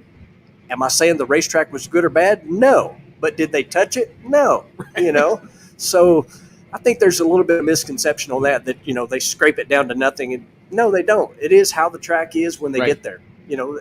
They did scrape it some, but it's not like they're out there with a grinder, exactly, right, trying to get fresh concrete or anything. I mean, and the cars are fast. I mean, they are faster than people realize. Agreed. Yeah. That's what I was just getting ready to say, because I don't think people really understand that. J.R. Todd blasting one down through there. He's made a couple solid runs. 392, 328. Is J.R. Todd, this is the third, maybe fourth run they've made. They've made a lot. They've made a lot of runs today. What do you make of this, switching gears here pretty dramatically, what do you make of this test session situation? You guys aren't participating, I take it? We are not, but this is amazing. Everything that, and you've had Billy on and Christy on, and everything they've done here is absolutely awesome. They've upped the money for everybody being here. It's a big deal, Friday night. We got really good parts. We just don't have a lot of them. So we're trying to think about that Friday night and that $15,000, because Klober can throw down when we need to throw down. Yes, he can. Tell me about something that I don't think gets talked about enough. And I know that we're probably going to get in trouble here, but I get frustrated a little bit. Every other sport, for the most part, whether it's, golf has been mentioned a few times today, but the amount of money that's up for grabs is typically a big part of the promotion, right? Everybody wants to talk about it in drag racing. Unfortunately, there is no money to talk about. There's no money to talk about. People really avoid that conversation at all costs. How much of a motivator for a team like yours and the Parts Plus group and Doug Stringer, how much of a motivator is that bonus money on Friday night and getting paid to show up? It's a big deal. It is a really big deal. We're a sponsored team and very proud and try to do our best for each and every one of them. But it makes a difference to a single car team like us. You take a guy like Scott Palmer, it makes a big, big difference. I mean, would we love to go out there and do some sort of special race that pays $100,000? You know, I did that years ago at Huntsville, Alabama, you know, with George Howard back in the day. Remember it well. You know, The so Rocket City Nationals, right? absolutely. You know, I love that stuff. And yes, you know, money is what these things run on. You know, we pour nitro in the tank, but it takes money to buy it. And what they're doing here, you know, is a little bit out of the box, which is awesome. I think you'll see other teams doing it. It's important, you know, because it does make a difference to a team like ours. You know, some of the factory teams, which is my kind of, I cross that over to the motocross world. The factory teams, maybe not so much. But for a team like us and a lot of teams, car out there doing a burnout now, which is Tim Wilkerson's top fuel car, which is awesome that Tim's got a top fuel car. He's built something of an empire. Yeah. Don't you see that? I mean, I feel that to be the case. You think this money doesn't matter to him? It does, you know. So what Billy and everybody here, you know, Andy Carter, everybody, it's huge. I mean, we can't afford to go out there and break our parts because we need them for the weekend, but we're certainly thinking about that Friday night, low ET. Absolutely. And who could blame you, man? I can't believe, and honestly, I think that number would be higher, and I think there'd be more money up for grabs if these people would have had their druthers. Like, I think if Andy and the whole gang here, Billy, Christy, if they were able to do what they wanted to do, I think those numbers would all be way higher than they are. I think the powers that be said, hey, we can't go that far because a precedent's being set, right? I mean, and I kind of love it. I think the NHRA, maybe we're calling, you know, talking turkey, I think they need that kind of pressure. I think they need a precedent set outside of their kind of control to say, like, hey, this is what these guys deserve to be racing for. They deserve to get paid to show up. I mean, these are the baddest of the bad. These are... Whoa. Getting over there a little bit by the wall. Yeah. But, all good. Yeah, all good. Live the race another day. I'm curious, though, one of the things I that we want to get say asked, something real quick, because you're saying, you know, about, you know, Billy Meyer and everybody here at the Motorplex offering that money, and maybe they were held back a little bit. I think this sport, and I'm especially talking nitro, is missing the IHRA. I think it's huge what we had back in those days. You know, it was a great series, and everybody needs a little competition. Yes. I mean, I've actually heard that a handful of times. Bobby Bennett said it a couple weeks ago on I can't remember what show he was on, but he was on a show, and he just said that, in his opinion, he was saying, like, the NHRA was at its best when the IHRA was at its best. I agree. You know, and I think that's a really unique, you know, that's a strong realization. I hate to run completely down this path because I know you're on time constraints here, but we've got none. We decided to pull the plug on all time constraints, so let's do what we want. But the reason that Peter Lehman, when the guy that gave me my opportunity, the guy that gave me my start, the reason that we went IHRA racing was because it paid better. It forced NHRA to up its game. I mean, when we started, IHRA paid $20,000 to win a race, and it was 8 cars, 3 qualifying rounds, and that was the same thing NHRA was paying. And they had a 10-race schedule to 12-race schedule in the IHRA, where you had 18 or 20 in the NHRA. NHRA paid $200,000 to win the championship. IHRA paid $200,000 to win the championship for half the races, and 2 less runs, 3 qualifying rounds, 3 rounds of elimination. So economically, because Peter Lehman was such a smart guy, he's like, this is where we need to go. You know, this is the thing that we need to do, which kind of goes back to these things run on money. And so, you know, I love the NHRA, and I'm not knocking them, but I think we're missing that little bit of competition and a place where, you know, maybe somebody that can't compete at a 360 elapsed time kind of level could go run somewhere else and have the opportunity. There's a handful of things to pull out of that, Clay, and I appreciate because that's a fantastic segue into where this whole thing is headed. But I'm curious, when you look at one of the things that kind of we talk about, and we say it a little bit tongue-in-cheek, but oftentimes when I look at like Nitro Alley and I look at all these Top Fuel and Funny Cars, I can't help but wonder if I'm looking at something that's like slowly going extinct. I mean, just if we're going to be honest, right? Because of that point you're making, that it's so expensive to do this, right? How important is it? I don't know that anybody out here in the pits expects to get rich racing Top Fuel, but how important is it for the NHRA to create an environment where it's at least, I don't know, maybe you can at least get halfway to zero or get close, you know what I mean? Man, it's just such a tough deal, you know, and the NHRA is the top of the top. They are the elite. They are the best there is. But it's team owners and racers that really cause the problem. I mean, that it's racers, period. And it doesn't matter if it's a bracket guy. He spends money to make his car more deadly consistent. And whether it's a nitro team that's trying to go 350s, Right. We're the problem. And I don't know how you fix that. I mean, you can do that through Formula One. I think they have kind of put a spending cap on, I think, in some sort of way. Am I right? Mike's an F1 guy. Yeah. NASCAR's attempting to do it where they have a spec car coming for next year. I don't know how we do that. I really, really don't. It's tough to put like the rabbit back in the hat, but I just wonder if there was like a little bit more of where a guy, you told me one time, and I don't know if this is still true, but like one of the top line items on your guys' annual budget with the Top Fuel team was diesel fuel. Travel. Yeah. Period. I mean, travel, period. Absolutely. It's a huge part of what we do, and I just had this thought, and when we mentioned it just earlier, how much difference would it make if we didn't know how quick and fast the cars went? I don't think it makes any difference. I mean, I know there's going to be people. With budget wise, and yes, people are going to light me up over saying that, but I don't know.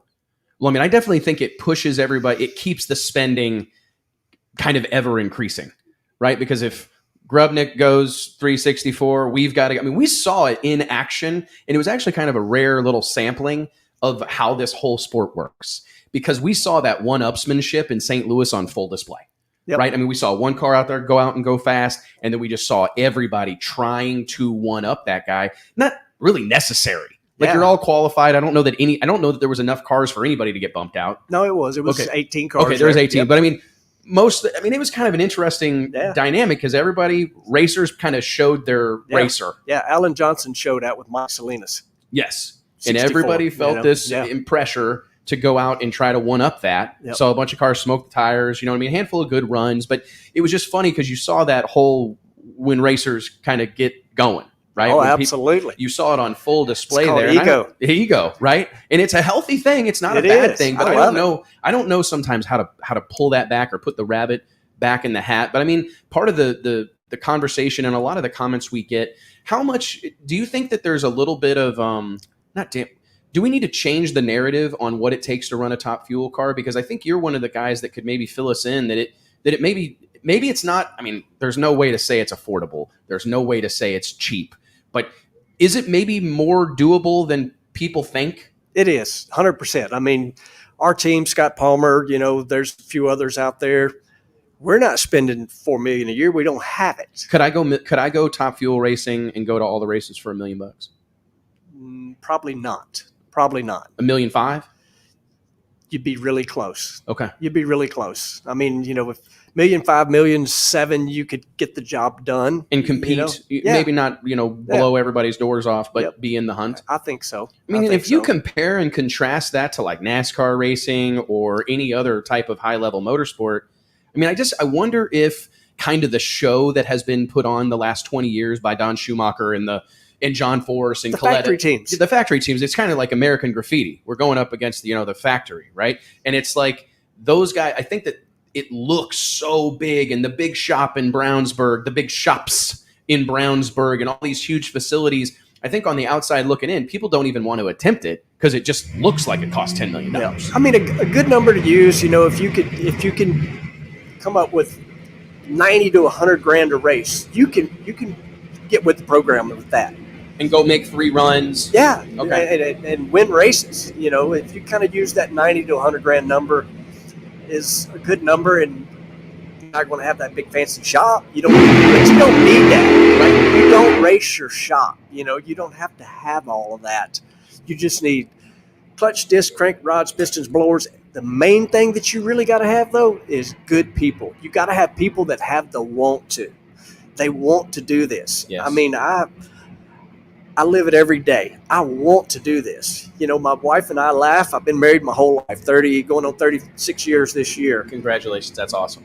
And we know we can't retire because we have no retirement, but we love it. You know what I mean? Yeah. We love it. We got the dogs and old motorhome and we hit the road, and I love this sport. There is nothing better, and there is nothing better than taking Doug Stringer in the Parts Plus car and kicking the crap out of them factory teams. It is just exciting. It's awesome to watch, man, and to know that. Do you think there's a little bit of a correction that's coming down the pipe? It's happening right now. I agree. It is. It's happening. And, you know, I don't think in any form or fashion, you know, you mentioned, is this thing going to be extinct? I don't believe so, because, I don't either, but you know, we see, if you go back and look at the 20 plus years, I think that's Austin Prock right there.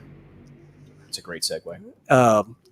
I think you see this cycle happen all the time. Oh, there's no top fuel cars. There's a lot of funny cars. There's no funny cars. There's a lot of top fuel cars. We're seeing the same thing happen in Pro Mod. You know, it kind of cycles. You know, there's still plenty of Pro Mod cars out there, but they're over there doing, you know, the deal with Keith Haney. Yeah. Or they're doing, you know, whatever. You know, there's Pro Mod cars everywhere, and things just kind of work themselves out. But, you know, the reset, I think you're on it. You know, it's going to make it sway on its own.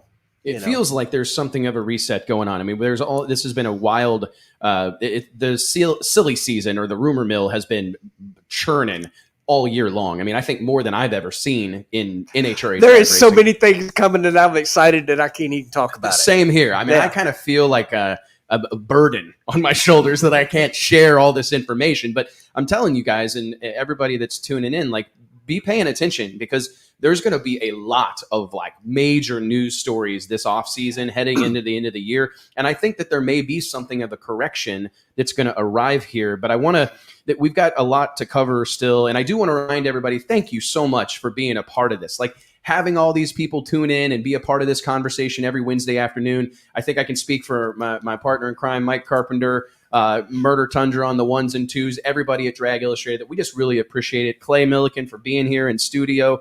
We can't do this without you guys. Your comments, your engagement, it's like oxygen to us. It's so important, and I just appreciate it. And I apologize that I'm further away from my screen than I typically am. Normally, I'm able to kind of see and dive into some of these comments and be a little bit more interactive, and I apologize for that. I ask you that you hang out. We're going to do our typical Q&A, Drag Illustrated After Hours, and kind of bounce around and talk some crap here after the show. But how cool does this look? This backdrop, I mean, you've got a full-on freaking studio going here. It feels like it, right? Does. I'm real happy with this, and Mike and I were sweating bullets. We were literally sweating, lugging all this shit up here. Well, I can tell you right now, I'm not sweating. I'm about to freeze You're to shaking. death. He's shaking. Will you turn the air up? I look over and I said, Clay is literally shivering, and I'm bad about doing this to people. I told him earlier, I said, I Mike, have no insulation.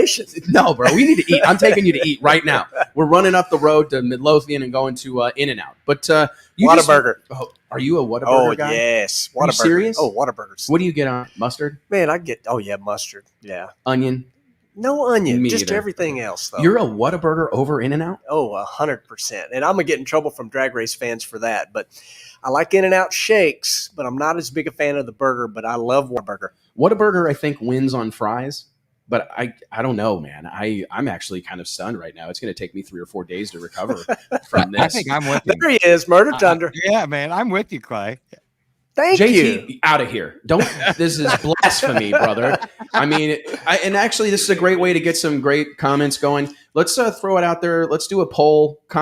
In-N-Out versus Whataburger. Those of you that are down here from the Texas area, it's like fighting words. If you're from the West Coast, it's certainly fighting words. But throw it in the comments. Are you an In-N-Out guy or gal, or are you a Whataburger guy and gal? We just saw Clay, Austin Prock. Why is Austin Prock driving John Force's car? I think, golly, I feel like I shouldn't even say anything because the whole Austin Prock thing gets me stirred up on a whole nother subject. We're going to talk about that. I mean, you got to believe, and this is purely me talking, y'all. Yeah. If I'm John Force, that's the kid I'm putting in my car when I retire, whenever that is. So why wouldn't you put him in the car every opportunity you got to get laps? That kid can drive a race car. He's a good kid. He's a good person. I think that's got to be John's replacement.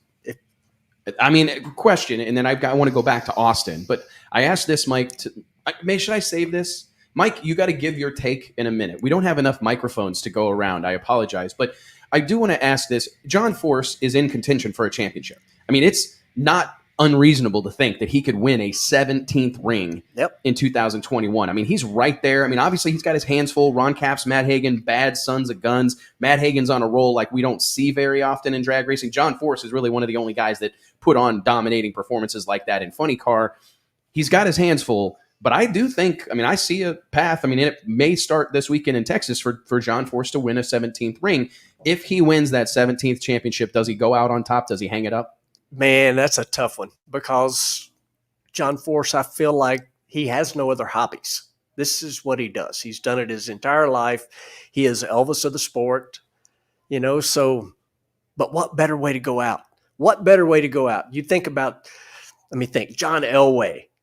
Boom, Super Bowl. Great example. I'm out of here. Great example. And you see it in combat sports a lot where guys stay too long and they end up face down on the canvas, humiliated in front of their friends and family. You know what I mean? Yep. And it's like it was one fight too many, or whatever. However, I'm kind of with you. I think there's no chance. I was having that conversation with a friend the other day, and Mike's a firm believer that that's the play, and we'll talk about it in a little bit. And I definitely think a case can be made for John to like ride off into the sunset with a medal around his neck, a ring on his finger. I mean, it doesn't matter what he does. He's still John Force. But I think that he will never, I don't know. And I honestly think it will be problematic because if he wins at whatever 70 something, I'm coming back. There is if he finds out that he can win a championship and compete still, and he's having to pull every trick out of the bag. I mean, he's double bulbing guys. He's slow staging. I do too. I love it. We need more of it. Well, let's talk about that shenanigans on the starting line. But first, you did mention Austin Prock. There's been an interesting storyline this year that I only recently got to thinking about. We were having a production meeting this morning, and it was nowhere near as intense as the ones that Andy Carter has here at the Motorplex, I will admit. But we were having a little bit of a production meeting this morning, Clay. And we were talking about that great storyline that has taken place during the countdown of, we roll into the NHRA U.S. Nationals. Unfortunately, Matt Hagan gets diagnosed with COVID. Scary, scary deal. Glad that Matt's on the mend and back in the car. But Tommy Johnson Jr. slides in as a fill-in. And let's get this Robert Height out of the way here real quick momentarily, guys. I apologize. Wes Buck is fixing to get me wound up, y'all. Well, and I actually see Austin Prock standing out in front of the car. Is that him? That is him. Straight out of John's car out there lining Robert up for the burnout. He's going to back him up. Yeah. I wish there was a live feed of this, guys, because this is why it's so important to go to test sessions. I'm going to encourage all of y'all race fans and racers, if you get the opportunity to go to a test session and see these guys in a more relaxed environment, it is unique. It is. I mean, right now, I'm going to give you the play-by-play. Austin Prock, fully fire-suited, backing Robert Height up. His dad is a bad dude. Austin works on that car, and he's doing double duty today, obviously, because he's rolling Robert Height back. He's checking the wheelie bar checking the wheelie bar. Yeah. Kid's amazing. He really is. I mean, it's a crazy thing, and I think anytime you get to see, it's like, I can only imagine, but it's like going to an NFL game and getting to go in the locker room a little bit, right? And like see what's happening and what they do when no one's looking. I mean, that's what you see here, because I don't think there's any other situation where you're going to see Robert Height being pulled into the beams by a guy in a fire suit. A guy in a fire suit, And that's what, Wes, this is a whole different subject, but this is exactly what I've been doing with my YouTube channel. I'm bringing people behind the curtain. Wow.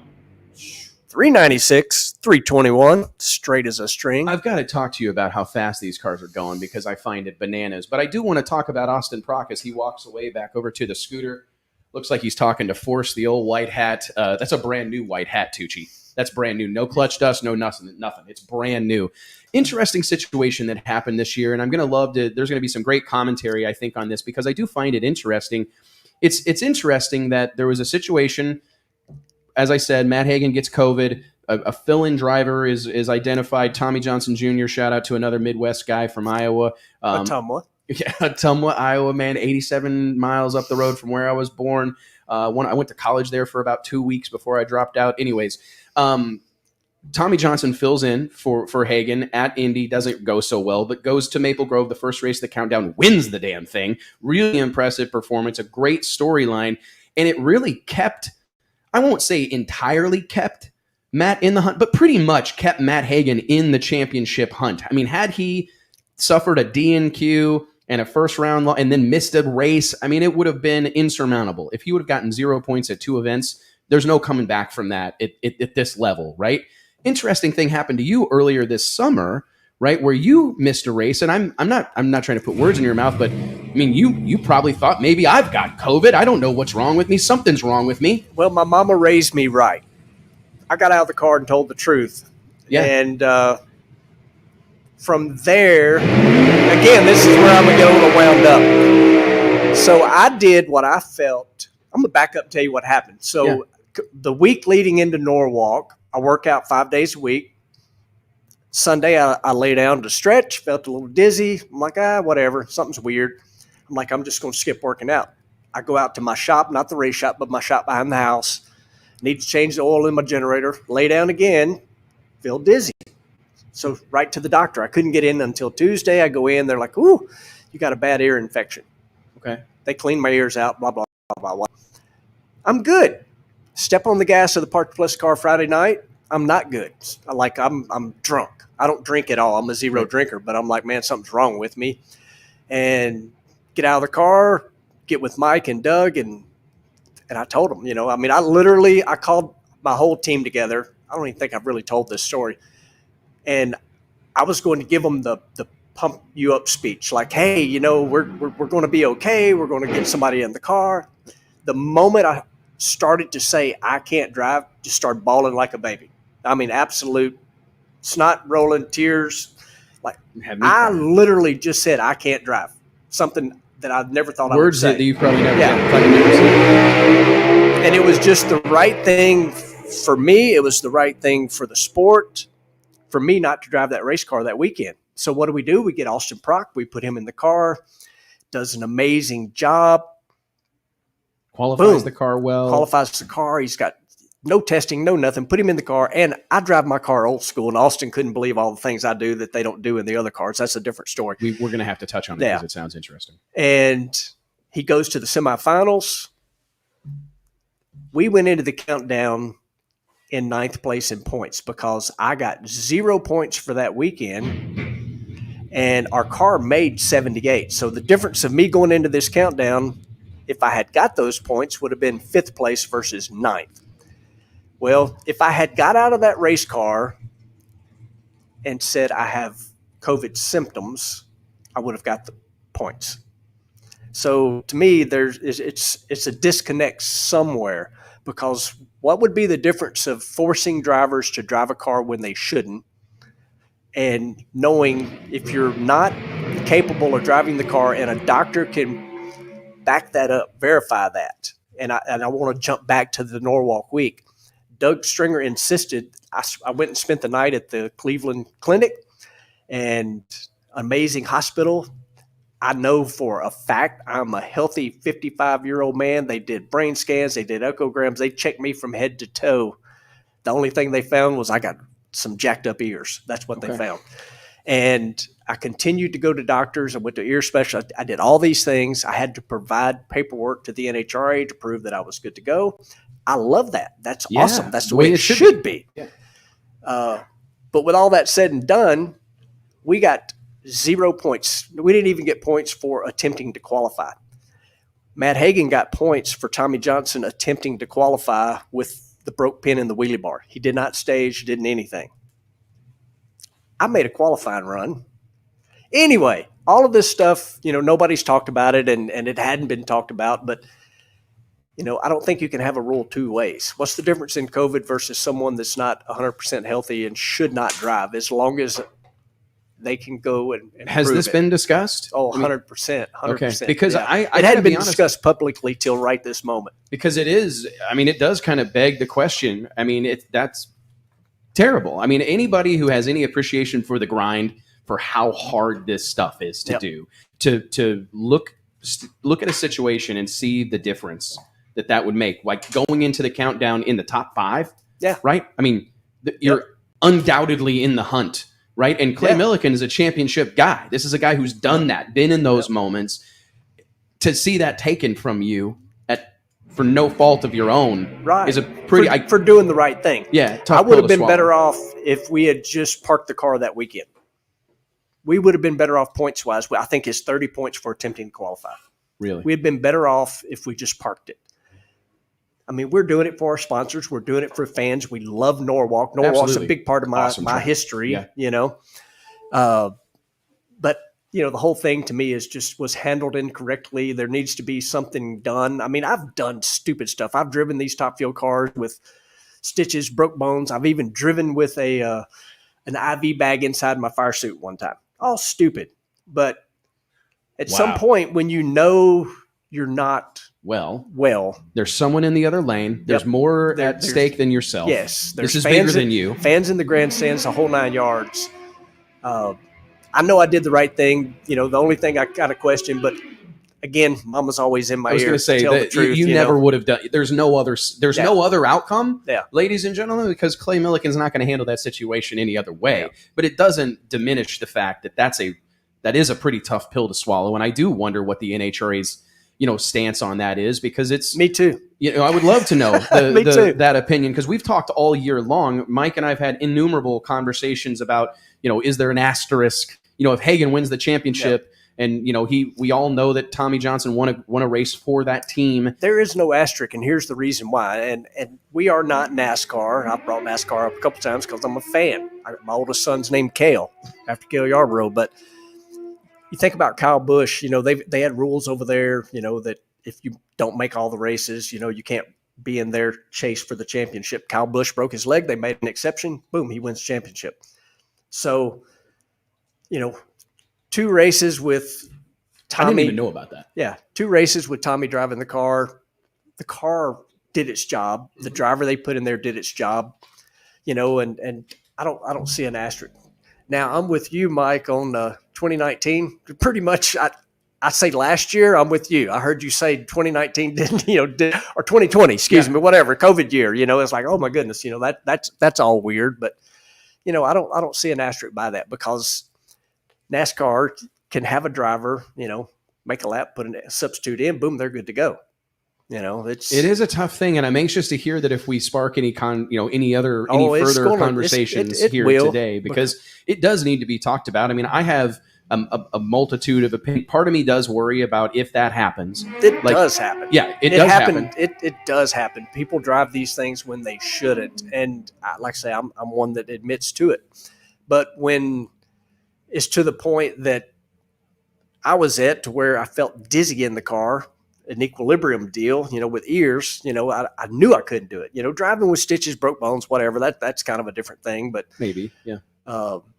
There needs to be some sort of standard. Why is suddenly, which COVID is obviously a worldwide pandemic, and it's horrible and it's terrible, all this thing, but what's the difference in COVID versus someone that has a double throw down ear infection? What's the difference? I mean, honestly, if and it's weird, it's tough, because now they've almost set a precedent. Let me put it this way. If Matt Hagan had stayed completely away from everyone, he probably could have drove that car.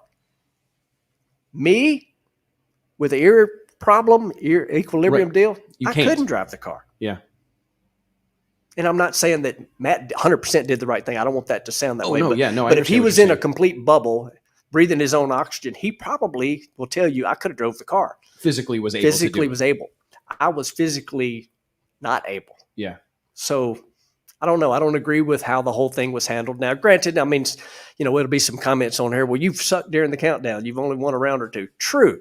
But I'd still have went into the countdown 5th versus 9th, which at the end of the year, it gets back to that money thing. It does, man. And it's a really interesting conversation, because I'm sure that the NHRA's concern is setting a precedent and then having it taken advantage of. My phone's blowing up. I might be going to get in trouble here. Okay. Well, but it's interesting, because do you remember, if you go back, one of Mike and I's big arguments about the whole situation that happened with Bruno Massel and Mason McGahey was there. If the NHRA would have handled that in a way like this, for those that don't know what I'm talking about, there was a huge burn down, like a 2 or 3, 4 minute long burn down, or excuse me, Mike's going to get mad at me, staging duel. It was not a burn down. Nobody was getting burnt down. It was a staging duel, right? They both refused to roll in and stage. Bruno Massel in the Elite Motorsports Pro Stock car, Mason McGahey in the, I say his name different every time I say it, not on purpose, it just happens. But neither one of them will stage, right? NHRA shuts them down. We talked about, had the NHRA like let them go to the back, and just try again. You're talking to a guy with experience in this. Talking to a guy with an experience in this. There's a precedent that can be set there, right? Where you're going to have some guys strategically not stage or whatever, right? More than likely, so they can get back because they don't want to be the first ones out. I mean, you just have to think about is there a downside to a rule that you're talking about? I mean, do you think there is a negative? Some of the drivers here think there is a downside to the points situation. The burn down thing, I think, is a whole different situation. But I do know that there's some drivers that don't agree with it, and I don't understand why. I was just curious what the argument against it is. They would, what I've been nobody's directly come and told me this is just, how you hear things in the racing clinic, not clinic, community, community that, you could put some hot shot in there. I could put Austin Prock in my car and go 20 on the tree all day long, whatever. But I think that's not going to happen. Right. It's not going to happen. If you've got yourself into the countdown, you're going to stick with the horse that got you there. And, it's that driver that is, part of the team and all that. I don't see a negative to it. Because look at the Hagen example. It could have been argued that, hey, man, Tommy was doing pretty good. Let's not screw he won things a bunch up on hole shots. You know what I mean? Like, hey, it could be argued that if that was what was going to happen, you know what, Matt? You're great. You're great for the sponsors, but let's let you get all the way healed up and let's wing this. Yeah, let's leave TJ in here. Let's leave well enough alone. Yeah. He's doing a great job behind the wheel. So, I mean, you're exactly right. As soon as they could get the guy that belongs in the car back in the car, they put the guy that belongs in the car in the car. I mean, I get it. Totally understand it. But it's a really interesting thing, and I'm sure there's a lot of differing opinions because I think, honestly, the fan base, right, wrong, or indifferent, they love to hear a story about you having an IV bag in your fire suit. Right. Like, that's what makes Clay Millican. And that's what, let's be honest, that's what separates you from me. Like, I ain't doing that shit. You know what I'm saying? Be honest, I got a family. Yeah. You know what I'm saying? Yeah. And it's like, but that's why I feed and you're a hero by doing this. Yes. But that's why you guys are heroes. That's why I was calling Scott Palmer a rock star. And I was saying that you guys deserve the light show and the smoke because I think you guys are different. The men and women that have the courage to do this, it's never talked about enough. Like, it's one thing to be able to cut a light. It's one thing to be able to do a good job in the car. But it just takes some real balls to do it. Right? Because every time you get in there could be the last time you get in 100%. There. That's a fact. It's a fact. And I don't look at us as daredevils, though. I think, we are race car drivers. Yes, sir. That's and you just know that's part of it. And we've seen it. It's terrible, but it's what we do. For me, it's my entire, it fires me up. It gets me wound up. I can see you're bouncing. Yeah. It's like, I love it, and what a show these things put on. It is, man. Tell me real quick, because I got to know, like, you were talking about how you drive your car old school. There's Alex Laughlin was a guest here on the show a couple of weeks ago, and he told the whole audience, like, I don't know that I gave these guys their due. Like, in the door slammer community, top fuel drivers don't get their due, right? Because our cars are hard to drive, those things, stab and steer, no big deal. Can you, as soon as we get whatever, it sounds like a Pro Mod, what do we got down here? Top alcohol funny car. I want to know a little bit about I drive old school. What does that entail? And you talked about Austin Prock not being blown away by the things that you do inside your car. Can you take us through that and compare and contrast, the way you do it and the way the Stringer Performance Group does it? Yep.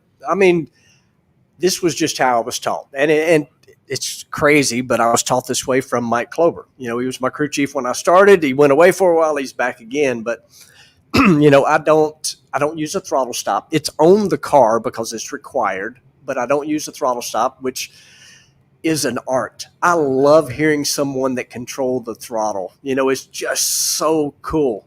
I think it's we see it in every class, man. I tell you, this is what I told Pat Musey. I said, I measure Lizzie Musey by how she comes out of the water. Yeah. And you can learn a lot about a race car driver when they come out of the water and that thing maybe tickles the rev limiter or whatever, comes up and comes right back down. Yep. Ricky Smith comes to mind, Shannon Jenkins, Jim Halsey, Roy Hill. I mean, it's but then you also see other cars popping and banging, and you're going, you're feeling bad for the valve train, Right? You know what I mean? The whole time. So you don't have a throttle stop on your top fuel car. Correct. So when you're coming out of the water, that's all of that right foot. All that right foot. It's a skill that I've learned just from thousands of runs. I'm not saying I started out that way, but man, there was one guy in particular, actually kind of two, that I'm like, that's the coolest thing ever. And one was Del Poldy, amazing burnouts. The other one was Whit Bazemore. Whit may not get a lot of credit for some of the things. That dude did amazing burnouts. And so that's the one big How thing. much throw of your right foot does it take to do that light switch type of deal? Light switch type of deal. And it's fun. Like, because you see a lot of these cars, it would appear that they're just matting it and it's hitting the throttle stop. Yeah, okay. Yep, they are. I mean, because again, we're talking a 1/4 inch of travel. That's basically what you're looking at. So to be able to roll on it and do that is fun for me. Have I screwed it up? Yes. It happens. But so that was the one thing that, Austin's like, oh man, I don't want to have to do this. And he can do it. He just needs to practice doing it. But the other thing is we don't use a clutch pedal stop. All these teams, for the most part, uses a clutch pedal stop. And to explain that real simply, when you hop in your street car with a manual, you push it to the floor.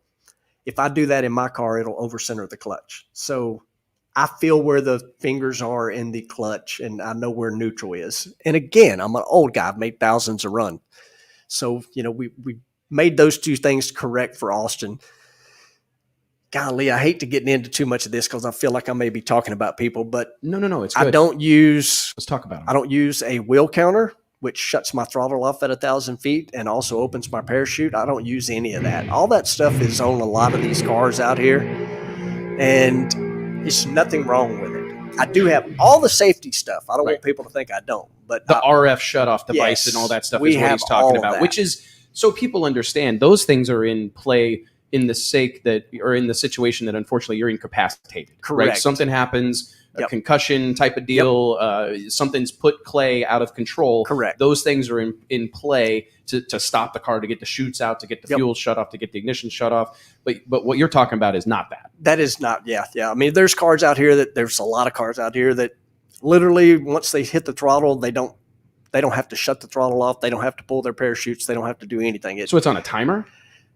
A wheel counter, so it knows how far the cars went. Okay, yeah. Because if you had it on a timer and you were out there, in a pedaled it or pedaling, smoking the tires, it's on a wheel counter. It knows how far the cars went, and it opens the chutes, cuts the fuel off, does all those things. I still do all of that stuff, but it's how I was taught. Again, I've made thousands of runs, and I'm not knocking anybody that does that. That's sometimes I know I get in my own way because of a couple reasons. One, I know how much it costs to do it, and my right foot is attached to Doug Stringer's wallet, and I've drove that way my entire life. Two, I know how to put the car together. Sometimes the mechanic gets in the way. Yeah. And so those, and three, maybe it's just easier to, like, I don't have to do nothing here but cut a light. I ain't got to worry about nothing. I've never been in that situation, and to be honest, I probably don't want to be, because I want to be part of how the whole process works, and there's goods and bads in that. Klober, I think he gets this from Perdome, because I get a lot of Perdome-isms from Mike Klober because he was crew chief for him as a kid, which is an amazing thing to say out loud. No fame, no blame, right. You know what I'm saying? No fame, no blame. If you do it, you're the guy driving it. You might as well just step up and look, I did it. Yeah. Atlanta, perfect example. The crew says it was their fault. I say it was mine. I smoked the clutch out of it. First round racing, Justin Ashley pulled off to the side, got out of the car. Mr. Hero with no throttle stop. I screwed it up. Really? Yeah. So, I mean, it happens. But, wow. You just get out and say it was my fault. The team, on the other hand, crazy. are like, we didn't have the water down, and you really didn't roll through water. But anyway. No fame, no blame. No fame, no blame, man. I mean, it's kind of an interesting thing, and I think people appreciate hearing those little, like, much like you're doing with your vlog, like showing us a little bit, or a lot of bit in your instance, behind the curtain and seeing all these ins and outs. But like, that's crazy stuff that needs to be talked about, and I think it would actually help our sport I mean, I think it helps, not hurts. Go watch my YouTube. I don't want to see the thing. I don't want to see this be so automated. I don't want to see it be. They're supposed to be hard to drive. They're the fastest cars in the world. Right. It's supposed to be something. I used to always kind of use this analogy, and I don't think it's probably accurate anymore, because I don't want to say that whenever there was this big movement away from clutch cars in pro mod, like everybody had a clutch, and then all of a sudden there was like 2 cars with a clutch.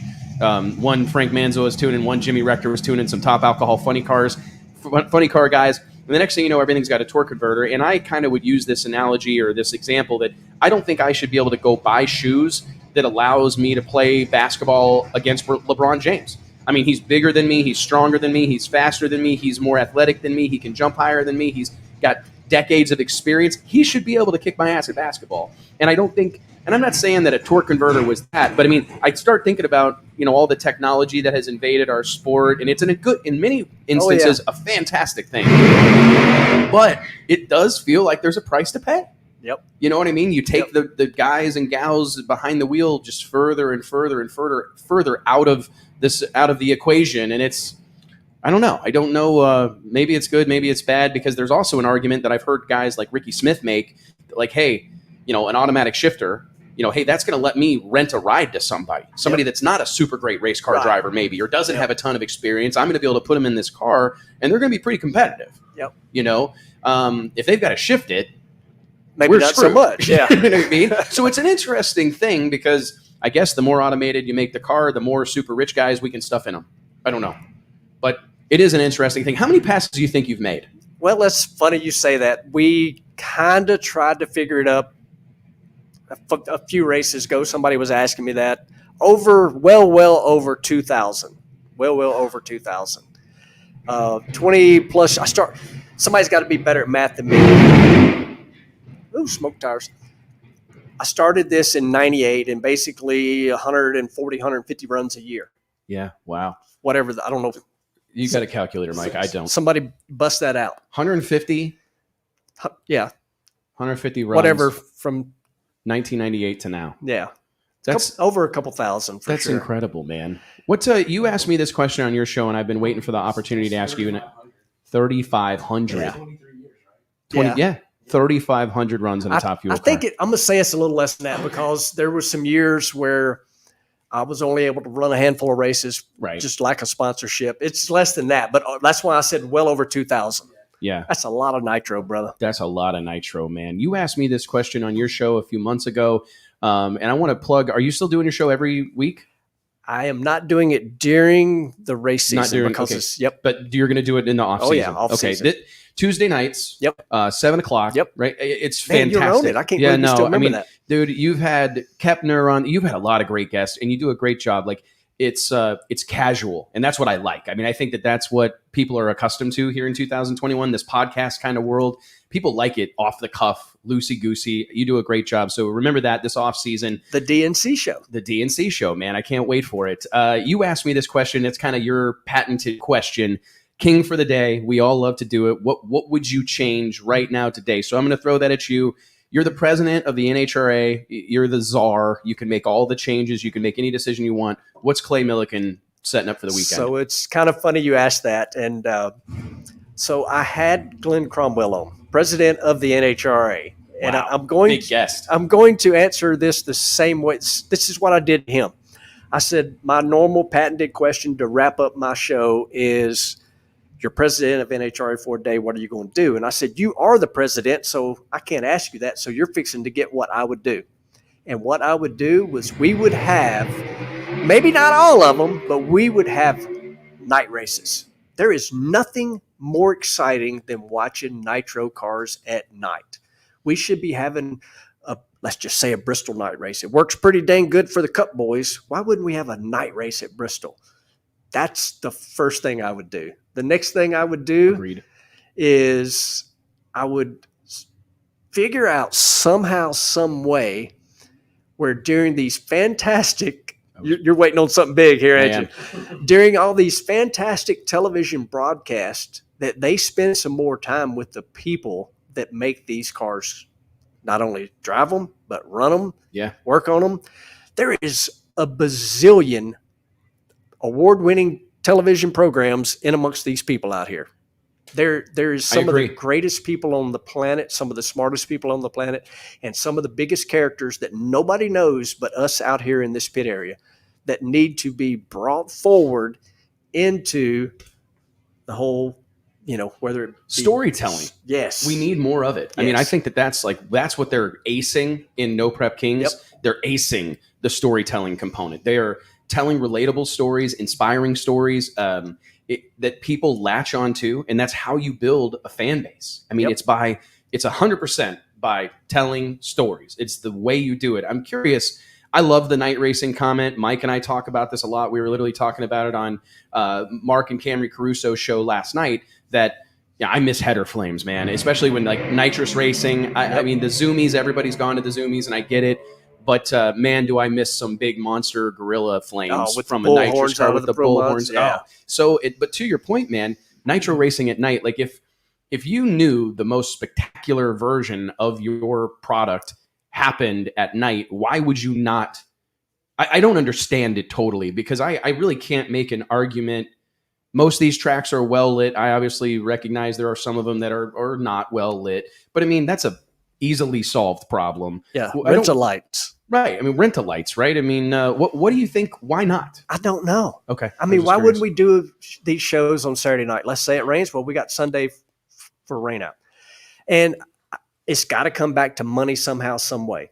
We're not running on Friday, Saturday, and Sunday. We're not selling as many souvenirs and hot dogs or whatever. It's everything always comes back to money. There's no doubt. What if you just jam-packed slammed the Texas Motorplex Saturday night? I saw it. We saw it on display last night. I mean, and they had a couple of oil downs or cones get smashed or whatever, but it was funny, man. We literally, Tucci, 18 minutes after the first round of Pro Mod run, Tucci was making the call. Pro Mods to the lane. And him and I both, they stuck their head, Austin stuck his head in the booth and said, "Hey man, you guys gotta call Pro Mod back up." And Al looked at me and I looked at Al and we're like, "Oh, well, they're about to piss people off." You know what I mean? Like, because there's nobody's ready. They don't even got the chutes packed. Right. You know? And but sure enough, I mean, it took a little while, but a half hour, 45 minutes, they were back up there. And I told Andy, I said, "Hey, I understand that maybe they didn't respond to that immediately, but I want you to know that we appreciate the effort, because making that effort to keep that pace up." And can you imagine like a Saturday night nitro show where it's rocking and rolling and you got the scooters running around calling everybody back to the lanes? It would be a bonanza, I think, for the NHRA. Last question. I'm going to let you go, Clay. I know you got more important things to do than talk drag racing with us. There's nothing better than talking drag racing. I have to except agree. stomping on the loud pedal. Yeah, I agree. Is there any chance, any way in the world that nitro racing ever goes back to the quarter mile? I don't think and so. Do you want it to? I don't. Okay. I don't. And I am a guy that started dreaming. Man, you're going to make me tell a story. I'm full of stories. Please. So about 10 years old. So it's like 76. Daddy took me to Lakeland International Dragway in Memphis, Tennessee. It's actually Lakeland, Tennessee. And I saw Big Daddy Don Garlits make a match race run against Ron Booker, world's fastest big block Chevrolet at the time. And that absolutely is what made me go, I want to drive one of those things. Yes. Again, I just told you a minute ago, my oldest son named Kale, so I obviously love racing, period. But it was something about watching a nitro car that I knew that, man, this is what I want to do. And what was your question? I don't Going to a quarter mile. Oh, quarter mile. So my whole thing with doing that was I wanted to go fast. I didn't think about winning races, winning championships. I wanted to feel Ricky that. Bobby. You're Ricky Bobby. I want to go fast. Absolutely. So quarter mile, obviously we could go really fast now. Too fast. Too fast. The problem with it is the tires cannot take it. Plain and simple. The tires can't take it. Is there a way to slow the cars down? But I mean, what's the point? What's the point? For me, just being honest, and I feel like the universal yardstick for drag racing is the quarter mile. Oh, I agree. You know what I mean? And when I think about when you go pull up, when you open just a moment ago, you just said you enjoyed the 8th mile. I do. because I Yep. recognize those Those numbers more numbers, so yes, than the 1,000 yes. foot. Like whenever I saw Scott Palmer go 305 Monday night Yep. in the 8th mile at 286 or whatever, Yep. my mind immediately goes to like, well, the only thing I saw Frankie Taylor go 348 with a 9 or 340. I was in the tower with Tucci at Rockingham Yep. when Frankie Taylor went 349, wasn't it? And borrowed tires, probably a 75 run blower belt, but The madman. I can correlate Right, those right. numbers. Like I'm going, holy shit, that was impressive. Yep. 305 to the 8th mile. And I think that's part of my struggle with 1,000 foot. I mean, I remember the first time my dad took me, we were racing with the Ozark Mountain Super Shifters, and we went to some track in Arkansas. I can't remember what it was. This would have been in like 95, probably. Carlisle, maybe? And it was 1,000 foot track. It was Possibly. 1,000 foot. And I was like, I didn't know, like It made no sense. It made no sense to me. I couldn't figure out why we were doing this. And it was just a foreign thing. And when I look at the sport of drag racing, I've been told, and I don't know if this is true, that like the most common complaint that the NHRA hears is quarter mile. I mean, that's the thing that they get letters about and they get emails about is returning to a quarter mile. We hear about it all the time on this show. And sometimes I wonder, like, to a bunch of points we've made here today, like, I don't know how much, I know the numbers and the speeds and all that stuff matter, but It does to the hardcore fans. to the hardcores, but do we need the cars to go 337 or would 307 suffice? Like, could we, when you hear people talk about putting smaller fuel pumps on them or putting a single pump on them or putting a single mag on them? How about let's do this? You get 2 motors for the weekend, period. I like that. I do. And this is on topic but off at the same time. Back in my IHRA days, Bill Bader actually set up at Norwalk for the national event clocks, a mile an hour clock. We've always had 1,000 foot elapsed time. He set up the mile an hour clock there because he wanted to see how close to 300 we would go. So it was being looked at. This is like 04, 05. Wow. Yeah. Quarter mile is, for sure. No argument there, but I don't know what would the fans react to if we went back to a quarter mile and we did it with a smaller fuel pump and we go 310. Right. I'm just saying. I know. I agree. I'm just saying. I just wonder that if it's and I think it's like the Fast and Furious language. It's the Motor Trend language. It's the car, whatever's another car magazine. What's a mainstream car magazine? But like Car and Driver, like when there's only 2 Car and there's Driver only Hot 2 Rod magazine. Yeah. I mean, when you look back or when you look at like what a Drag Illustrated. Drag Illustrated. We're hardcore. 16 years. 16 years, man. It's way more hardcore. But I wonder sometimes if people would just, like the mainstream, if they knew that like a Tesla ran a 920 in the quarter mile, but they knew Clay Millican's car ran 390s or whatever they would run. I just wonder if the math would make more sense because they just have a yardstick that they're accustomed to. It's like a quarter mile. Vin Diesel, I'll forever. Oh yeah. I live my life a quarter mile at a time. Yeah. For those 10 seconds or less, I'm free. Yeah. You know what I mean? And it's just like, I think that's, I don't know. I mean, I think the quarter mile is the universal yardstick of the sport of drag racing. And I just feel like is a football field ever going to be less than 100 yards? No, I don't think there's any way that they're ever going to let that. I mean, that's just what it is. Yep. It's the universal standard.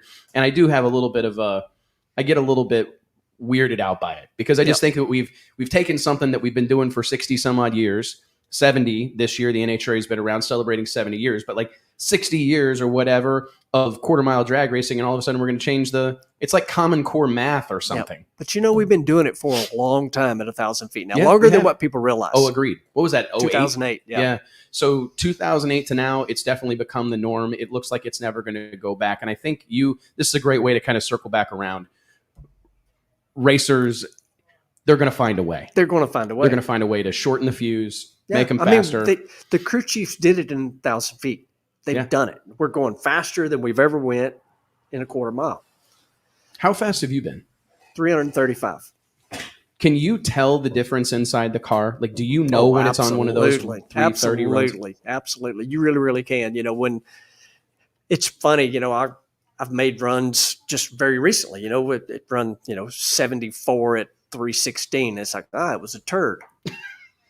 316 miles an hour is a turd, But you can sense it. Oh, absolutely. You can. What we really feel though, that there is a little bit of disconnect with fans and how it works. The speed's only measured in the last 66 foot of the racetrack. Right. I live my life Vin Diesel style elapse time. Yeah. You know, I've been 362. I think I'm still the second quickest ever at 362 with an 8. But I am the quickest man in the world in 8th mile, by the way. 289. 2.89. That is bananas. 2.89. So when was that? The 362 run. The 362 run. Where did that happen at? Pomona. So we set the record in St. Louis, and it stayed for about a year. Then we set it again at Pomona, and I shut off early, which is crazy. But anyway, I only went 322 on that run. So there's a good example that a lot of people are so married to the speed. How fast will these cars go? I don't know. I mean, is there any? I mean, we see that Salinas run, the 364 in St. Louis. Honestly, it looked kind of effortless. I mean, it was straight as a string. Car didn't move a lot. I mean, we saw Coletta the run before or whatever, a couple rounds. That thing ran 370, sashaying from guard wall to center line. Do you see these cars in the 50s? Yes, absolutely. And the reason I say I don't know how fast they'll run, because you got to remember we do have a built-in rev limiter. Right. So I don't know. Right. You know, if it didn't have that, I mean, they'll go 340 right now. Right. You know, there's cars out here that's been close to that. You know, several funny cars. You know, are we anywhere close to Clay Millican's personal threshold? No. No. I love going fast. I done said that. I love going quick. I better say it that way. I love the feel of the G-force. That's what I thrive on. That acceleration. What about a pedal fest? As a driver who's won his fair share of those, what do you love that moment for it to be a lot about what you're able to do? I absolutely thrive on it when my win light comes on, and I am crushed when I'm not the winner. You know, I had a good one with Langdon a couple weeks ago. I don't even remember, Charlotte, first round. You know, those are definitely, you know, in the driver's hand. And I explained this on one of my YouTubes. So much of that, though, you know, a lot of times, kind of like reaction time, that's a whole different story, too. That whole momentum thing has a lot to do with the outcome of the pedal fest. So my run against Langdon a couple weeks ago, he smokes the tires at 30 feet. I'm going to say I smoked him at 100. I've got a bigger advantage. I got ground speed. You can still mess it up. Right. But in that moment, are you rolling back into it? As best you can. Yeah. As best you can. Because you don't have much throw. You don't have much throw. So but you can see it. I mean, that's the only time I ever like to see like a slow-mo replay. Right, of the butterflies. Yeah, because otherwise they can park that stuff. I hate, like, if they had all the time back that they've spent on slow-mo replays doing interviews, the sport would be in a whole new world. Yeah, but anyways, that's the only time I like a slow-mo replay is when I watch the butterflies just barely start to open back up. So is your approach different ever? Like if the car is way down there, is it more of a whack the throttle? I don't have an answer for that. You're in machine mode at that moment. You just do what feels right. Yeah. You know, it's something that Daddy taught me. You drive with your butt. What your butt feels is what you better do. You know, and a lot of people say, do what your gut tells you for driving is do what your butt tells you. And that's, I don't know. You know, it's just according to what you feel at that moment. I mean, you look at a guy like Doug Coletta is unbelievable. He'll ride that thing wide open and just drive it. He'll just drive it, you know. Right. And I've been in those situations. Again, it's just that moment. You can't think about it. You just have to, whatever your butt tells you, you just do it. Who is the best driver in pro drag racing? Oh, man, who is the best? You know, naturally I'm thinking myself, but I mean, you got to look at a guy like a Doug Coletta. The guy's a freaking USAC champion. He beat Tony Stewart and Jeff Gordon, and you know, so he's a wheel man, you know. And then you know, a lot of people immediately, and this will happen in the comments, they'll immediately go to the starting line. Just because somebody can leave the starting line don't mean that you want to ride with them. Let me just say that. There's a lot of people that can leave the starting line that may not be necessarily the best one to get in the car to the finish line. And no, I'm not going to name names. No, I know you're not. But it is 2021, so you're supposed to. Yeah, but I feel you. Exactly. Well, Clay, thank you so much, dude. I love you to death. I am so appreciative of the ambassador that you are for the sport of drag racing. I don't think it can be overstated what you've done, the difference that you've made, your willingness to be yourself Let it all hang out. I mean, in your own fashion. Yep. You're a clean cut guy. You're someone we can all be proud of. You're great with young fans. You're great with the sponsors and everything. And I just thank you. Well, I appreciate it. I do truly love drag racing, and everybody that gets excited about it, and you're at the top of the list. That's why I'm always texting you. Maybe I'll give you a little tidbit or whatever, Dude, here and there. I tell my wife sometimes when I'll like hear my phone in the other room and I go look at it. I hate that one, by the way. I know I put it on that one recently. My wife doesn't like it either. And I went in there. My kids hate it. I look at it and it says Clay Millican, and I just have to like look up and be like, what the fuck? Did Clay Millican just text me? Like, I mean, really? Is this happening? And I feel infinitely blessed to be doing this show right now today from the tower of the legendary Texas Motorplex. It's not like we boarded up the door. They let us in here. They asked us to come. Yep. I couldn't believe it. And just to think about being in this moment right now, it's a really incredible thing, man. I appreciate you being a part of it, brother. I appreciate you, Mike, Murder Tundra, everybody on the whole Drag Illustrated thing. And thank you. I truly love when they get into the 3-hour long thing, because here's what happens. And this is why I don't miss anything. I get in workout mode. I get in my toter home. I got my earbuds in, which drives my wife crazy because I got the earbuds in, and I listen to every moment of it. I mean, you've had some great stories, some great guests, and makes my hair stand up. I mean, I'm glad. Hey, man, I appreciate you. I mean, and dude, I had a truck driver tell me the other night that we saved his life. Like, he goes, I was falling asleep. Keep him awake. I had to keep going, and he goes, but I just, you guys you were like on a long one, and I just kept listening, and it's. I mean, I know that sounds silly or whatever, but like it meant a lot to me. People are listening. People are listening. And they're paying attention. And this is the greatest sport on the planet. Without question, man. The great American motorsport. Clay, go do something important. We appreciate you, brother. Thank you, guys. Thank you, man. Wow. Murder Tundra, what a deal. This has been, I actually really like the way the set looks. Do you like the way that this looks awesome? Really freaking good, man. Me and Clay worked out with Bill Goldberg in Saudi Arabia one time. I forgot about that. We showed him. Clay, do you remember working out with Bill Goldberg in Saudi Arabia? Hey, do you know him? I'll run back real quick. Do you know Bill Goldberg? I do not know Bill Goldberg. But look at me. 140 you look good. pounds.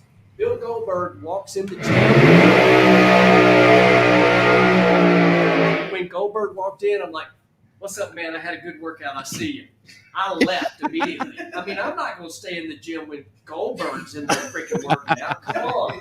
I was hoping Clay would be like, we hit it off when we were in Saudi Arabia. You want him on the show? No problem. Let me shoot him at Texas. Well, how cool was it that we were, I don't know about you guys, we're big WWE fans around here, pretty much all of us, that as soon as we walk in Saudi Arabia, there's Bill Goldberg at the buffet. Yeah. It was actually crazy, wasn't it? It's like, how did you get here? I said that earlier on the mic last night. You just never know where you're going to find yourself with this deal. It's absolutely insane, man. I mean, I have to pinch myself even, beyond when Clay Millican texts me late at night. No, I'm just joking. But it's like, I mean, we get to do a lot of cool stuff, and I hope people out there watching, like, drag racing, as small as we sometimes feel, this is an international sport, man. This is car culture, drag racing, this community. There's so many incredible people. There's so much money here. There's so much opportunity here. And I mean, I look back, it wasn't that long ago, 16 years ago, I was spraying water in the water box at Eddyville Raceway Park outside of Ottumwa, Iowa. That's what I was doing. Eating corn dogs, a lot of them, as many as I could get my hands on. Funnel cakes, nachos, anything, nitro nachos, Frito pies, mozzarella sticks, anything I could get my hands on, I ate. But I just think about the fact that, like, we start there and here we are now. It's like, it's pretty cool. And here, these guests today, Scott Palmer, Clay Millican, awesome. guys that really drove that thing a little bit. Yep. Guys that really see it the way we do, right or wrong. Maybe wrong. Whatever side of the fence, side of the fence you fall on that. It was awesome to have those guys here that just they see it old school. They want the driver involved in the deal. They want to put on a show. How about Clay giving us that insight of how he manually drives the car versus how much of it is automated that we may not know about? I can't get over it, man. Or that the average fan may not be. I feel like we're lucky to even hear this shit. Like, right. Hey, T, roll the tape. real quick for after hours. I'll play the tunes here real quick. I do want to figure out how do we get Tucci? How are we going to do all three of us? We're going to get three here. Okay, we're going to do three here. Tucci doesn't even need a mic. No, Tucci just talks loud into that one, and we should be fine. JT, roll the tape. I'm going to take a quick break here.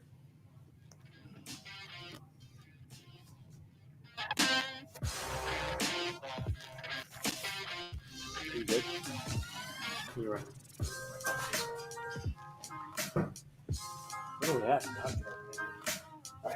We need someone to get. Can we get some of those beers? Yo, just go take them out of that fridge. What fridge? Down there? Oh. Tell yeah. Man, you guys are a mess. What's that? You guys are a mess. Trying to figure out where you're getting your drinks. Yeah, we weren't ready, but we weren't ready. We just came through. What's going on, guys? We're back for the Drag Illustrated After Hours. How cool was it? Clay said this is his favorite segment. Isn't that funny? And how awesome was it? Clay listens to the show every week. I don't even know what to say. It's awesome. Man, those guys, all the guests were great today. Yeah, the feedback when we had Scott Palmer on, and the feedback with Clay when he was talking about the different way it was handled with his medical condition versus COVID. Real interesting stuff that I don't think we've even considered or that is widely known. No, I love that we have a platform that a guy as accomplished as Clay Millican can come on and talk about that stuff. I mean, that he needs that platform. They need that platform, and I gotta say, it's it really is an important thing. Like, we love this show because we love it. And we love talking about drag racing, and but it really it serves a purpose. And I hope everybody that is being a part of this and tunes in every week, I hope you recognize that we really are doing something.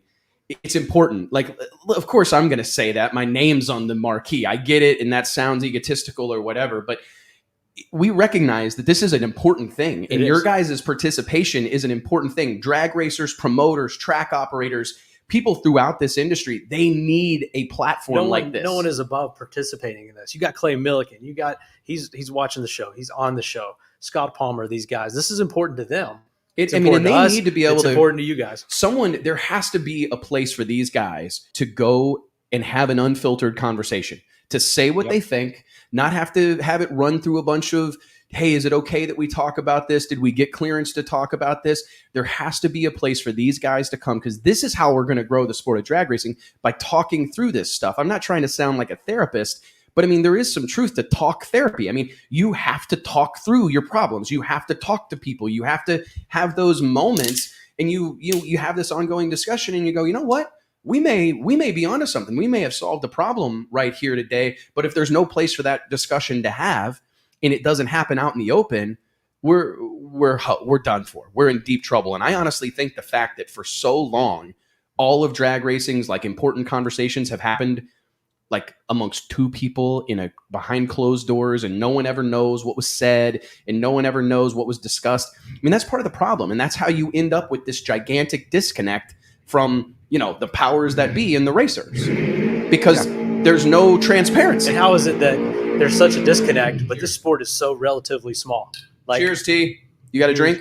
Cheers. Like Scott Palmer said. That's good. Scott Palmer said that. It's always good, Mike. Jeez. Yeah, the first sip that gets you. Scott Palmer said he came to that concert and to the lantern thing. There was 30,000 people here, and then they left. And it's a reminder of how relatively small drag racing is. I don't mean that in any kind of disparaging way, but how is it that it's a tight knit deal, but yet that's how things are handled. The biggest sports, it's all out in the open. There are levels to all of the bureaucracy. Look at the Urban Meyer and deal. all the whole deal. I mean, right? It's just look at the Urban Meyer deal that's going on right now with what teams he coached, the Jacksonville Jaguars. Yeah, dude's playing grab ass at a bar, right, with some chick, and it's unavoidable. I mean, the team's having to issue a press release about it. Everybody's having to talk about it. Why can't they just be proud of him? I know you high-fived him. Did you shoot him a text? Do you have Urban Meyer's number? Because you're like, hey, man, listen. Hey, Well, that's actually an interesting point, Wes, because we were talking about this the other day. Urban Meyer came from an environment where he had total control, and there were less levels to that whole deal. But then he gets into an even bigger sport, and there's more transparency. How is it that the smaller the sport, the less the transparency? Right? I mean, that's a great point, dude. I mean, that's like he can do whatever he wants. He does no wrong in college sports. Right. I mean, he decides. I mean, there have been huge, freaking insane, like, things bad that have happened on college campuses because people in power. There is zero transparency. There is no system. There is no checks and balances. No one's got it. No one's going to hold anyone accountable, right? But then you look at, and it's pro sports. He goes to the NFL and he tries that stuff. And I mean, he's getting grilled. I mean, he's probably going to lose his job, right? I mean, this is a bad deal. He probably needs to lose his job anyway. I don't know if you've seen the Jaguars. Not really. I don't pay a lot of attention to it, but I just think it's interesting because at the highest level, I mean, I think the NFL probably sets the standard for sports. Right? I mean, it's the biggest sport in the world. It's the benchmark. Right? It's the benchmark, followed by the NBA. They think they owe that to the fans and the media to dive into whatever topic's going on at the time, right? The actual NFL, and I think the NHRA does not do that at all. Like, no, there's no better example than the controversy with Aaron Stanfield. Yeah, they care less what you guys think. And there's too much sensitivity. That's how it is. I mean, Urban Meyer's just getting raked across the coals across the nation, but this dude's still got to show up to press conferences. He's still got to show up to the game. He's got to coach. He's got to do his job. In drag racing, there's a lot of walking on eggshells.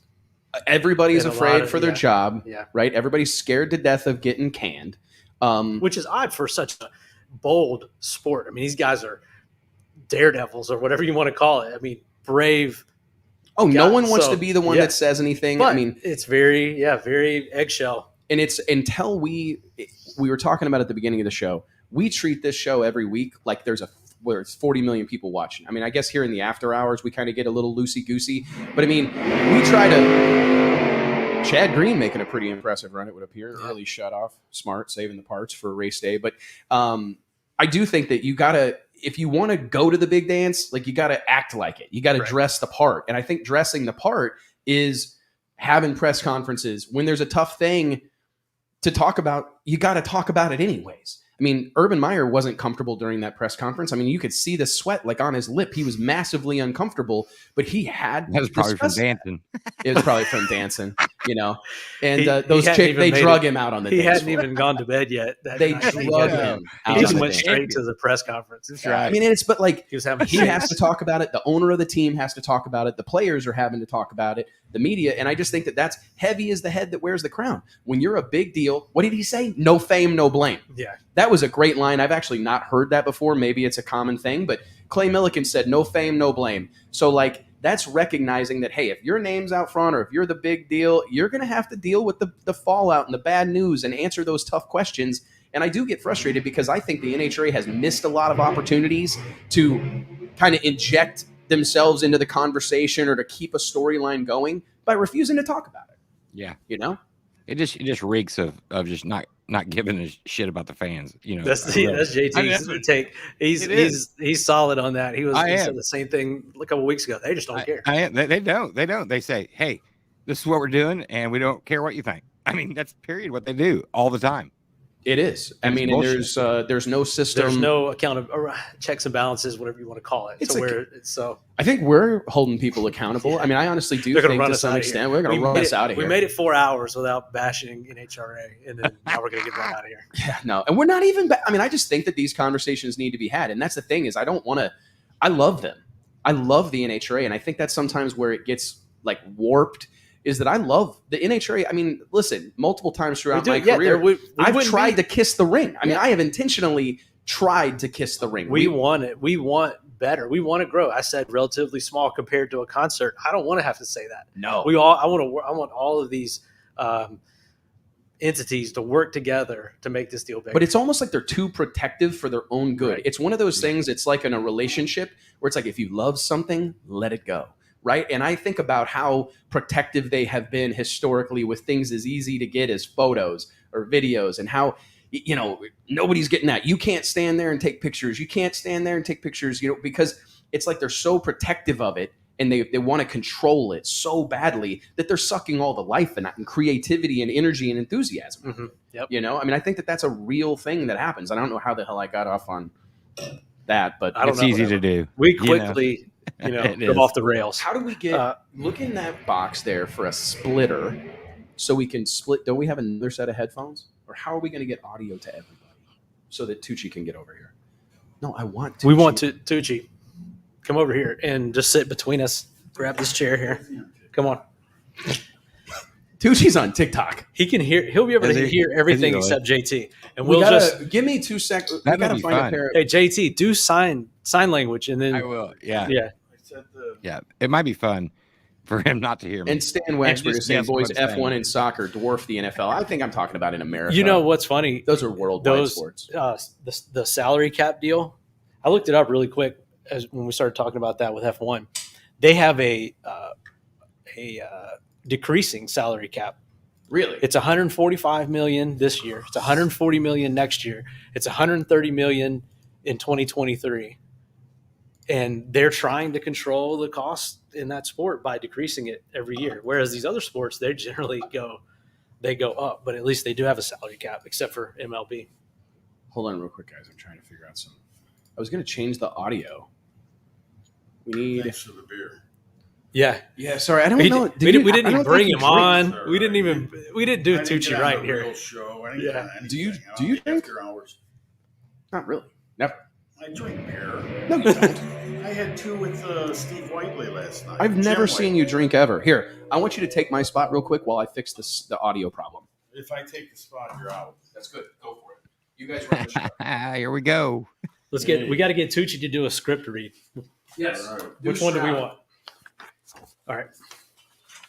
Hi, everybody. How's What's it up, going, buddy? Murray? We put Tucci on, and then How we are you? immediately put him to work. It doesn't matter. I'm the guy. They all know it. How you doing there, Silverado Sergeant? What's up, buddy? How's that truck running? Pretty good? Pretty good. Yeah. Only a couple dents in it, so far. So The dents aren't what I'm talking about. My nephew's got the same identical truck. That's why I didn't want to hurt your feelings. He had to go and call GM to get the computer burnt out of it. oh, cool. But if that happens, don't call on me. Anyway. Okay, I won't. Big thank you to Stroud for jumping on board with Drag Illustrated and the Wes Buck Show this year. And thank you to the Cunningham family. They're great people. And just remember, safety users are never losers. You remember that? That's why you got 6 kids.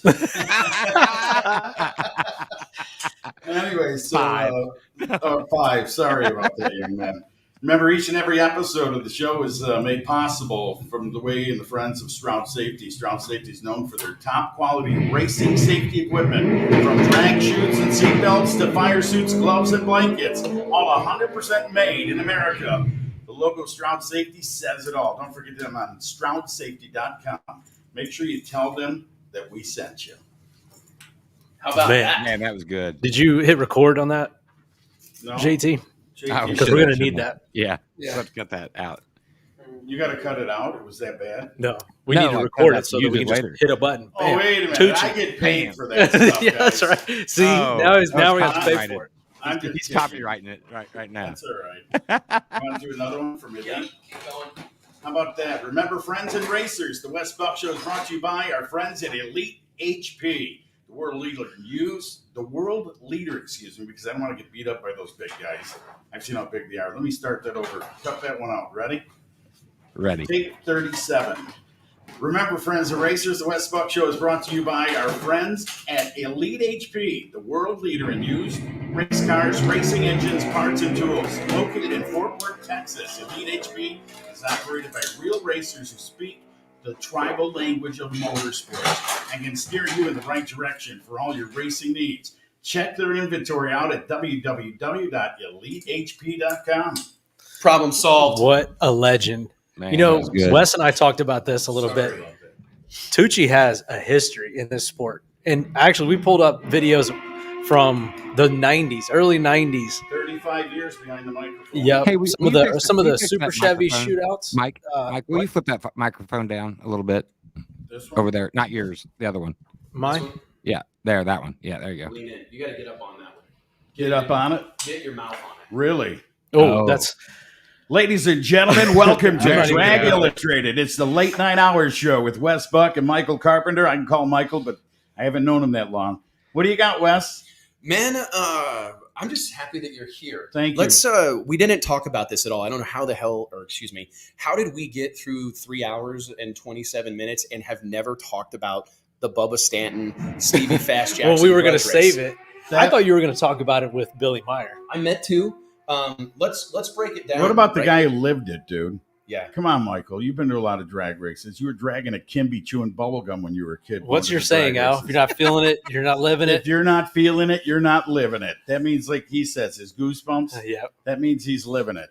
Take us through that, Al. So, I mean, basically, for those, if you haven't checked it out on the World Wide Web, Stevie Fast Jackson goes head to head, right, with Bubba Stanton with $140,000 on the line. That was with side bets, and everything included. But that went on for over 2 weeks. That built up. The building up. I of mean, the it was money. like the steaming volcano before you had the red lava coming to the village. And we lived in the village. It was awesome. It was crazy. So between we've talked enough about pomp and circumstance and all that, right? And Wes has said those words 50,000 times. I get it. But the drag race itself, we see Stevie Fast Jackson in the left-hand lane, the pit side lane. I believe it's the Phil's trailer sales lane here at the Texas Motorplex, going up against Bubba Stanton in the Toyota lane on the spectator side. Both cars screw-blown, Hemi-powered Pro Mods on big tires. I do think there was a little bit of confusion about that, maybe at least based on the comments that I saw on social media and on YouTube. But these two guys, not big burnouts, Pro Mod burnouts, back up and just what did you say, ants at a picnic. They were ants at a picnic. Someone had spilt the honey, man. They just came running. It was crazy. It's probably my favorite thing that happens at a drag race. It happens at Ducks races. It happens at our races where it starts to get serious and everybody migrates to the starting line. I know there's a bunch of safety people that are out there which may or may not even be the best place to watch the race. But it's like, I got to be up there. It's Everyone that else energy you talked about. You know, you remember you were talking about the energy that's being built here, and you could feel it on Monday Night Nitro when we lived it. We were just Al Michaels away from being professionally on television that night. But I'll tell you what, it was cool. The energy. And then all of a sudden I see Michael walk in there. I see you walk in. I go, hey, I'm getting in. I'm walking in on the deal. I want to feel it. You know what I mean? There's nothing like a hot rod cap in the shin. Hot rod cap to the shin. It happens, man. Yeah. So basically, long story long at this point, unfortunately, Stevie Fast Jackson, times undisclosed. This was a no-time affair, no scoreboards on, right? They go side by side, welded together. They go replay on Jumbotron here immediately after the run, which is a killer deal. But it would appear that Stevie got him by like a half a fender. 1,000th from the office. They said, we won't tell you anything, but it was 1,000th of a second. Are you serious? 1,000th. I went to Stevie Jackson right after the race, and I had to go talk to him.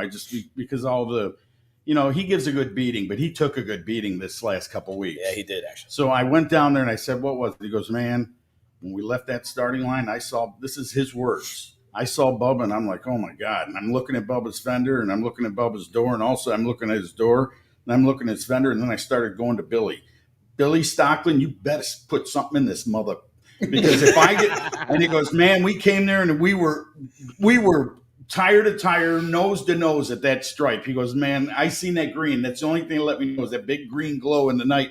I'm like, woo! He was just so pumped up. But then when he seen the ticket, he's like, 1,000. It was a whole shot victory. Man, it was an impressive thing. And to me, there was a couple things that happened Monday night.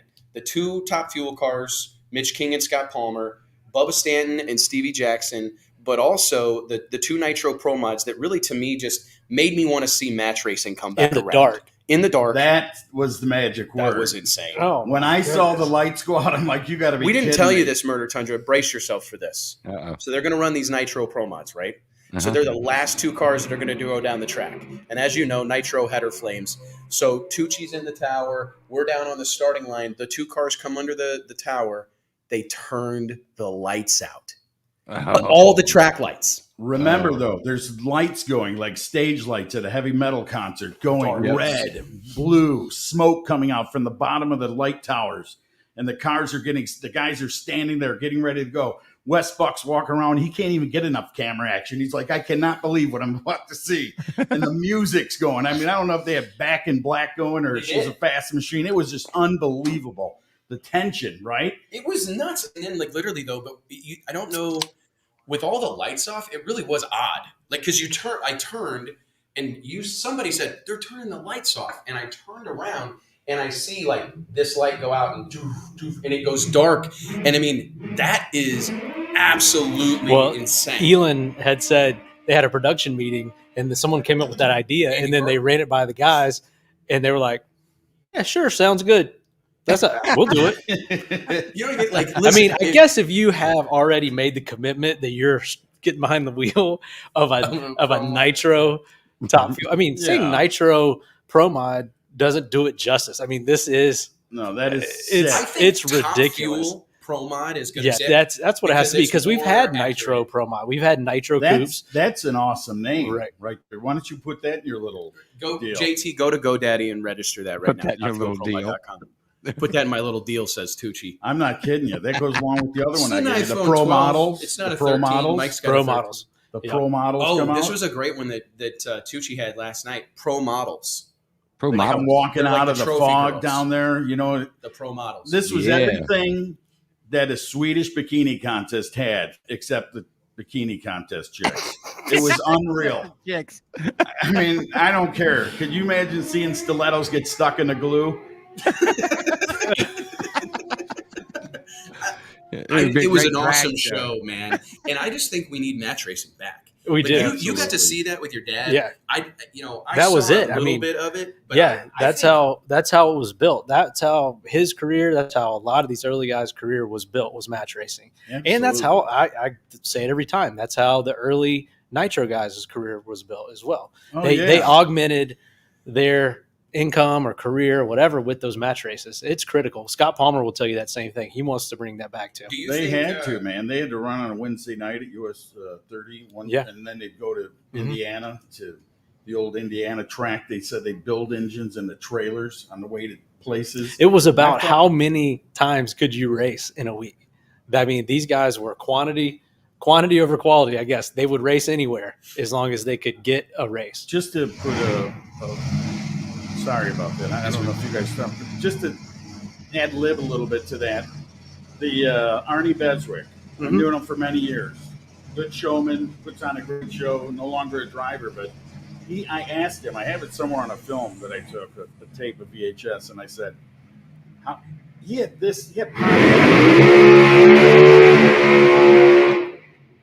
how about that, man? Awesome. He had Pontiac in his back pocket. I mean, he had him right there.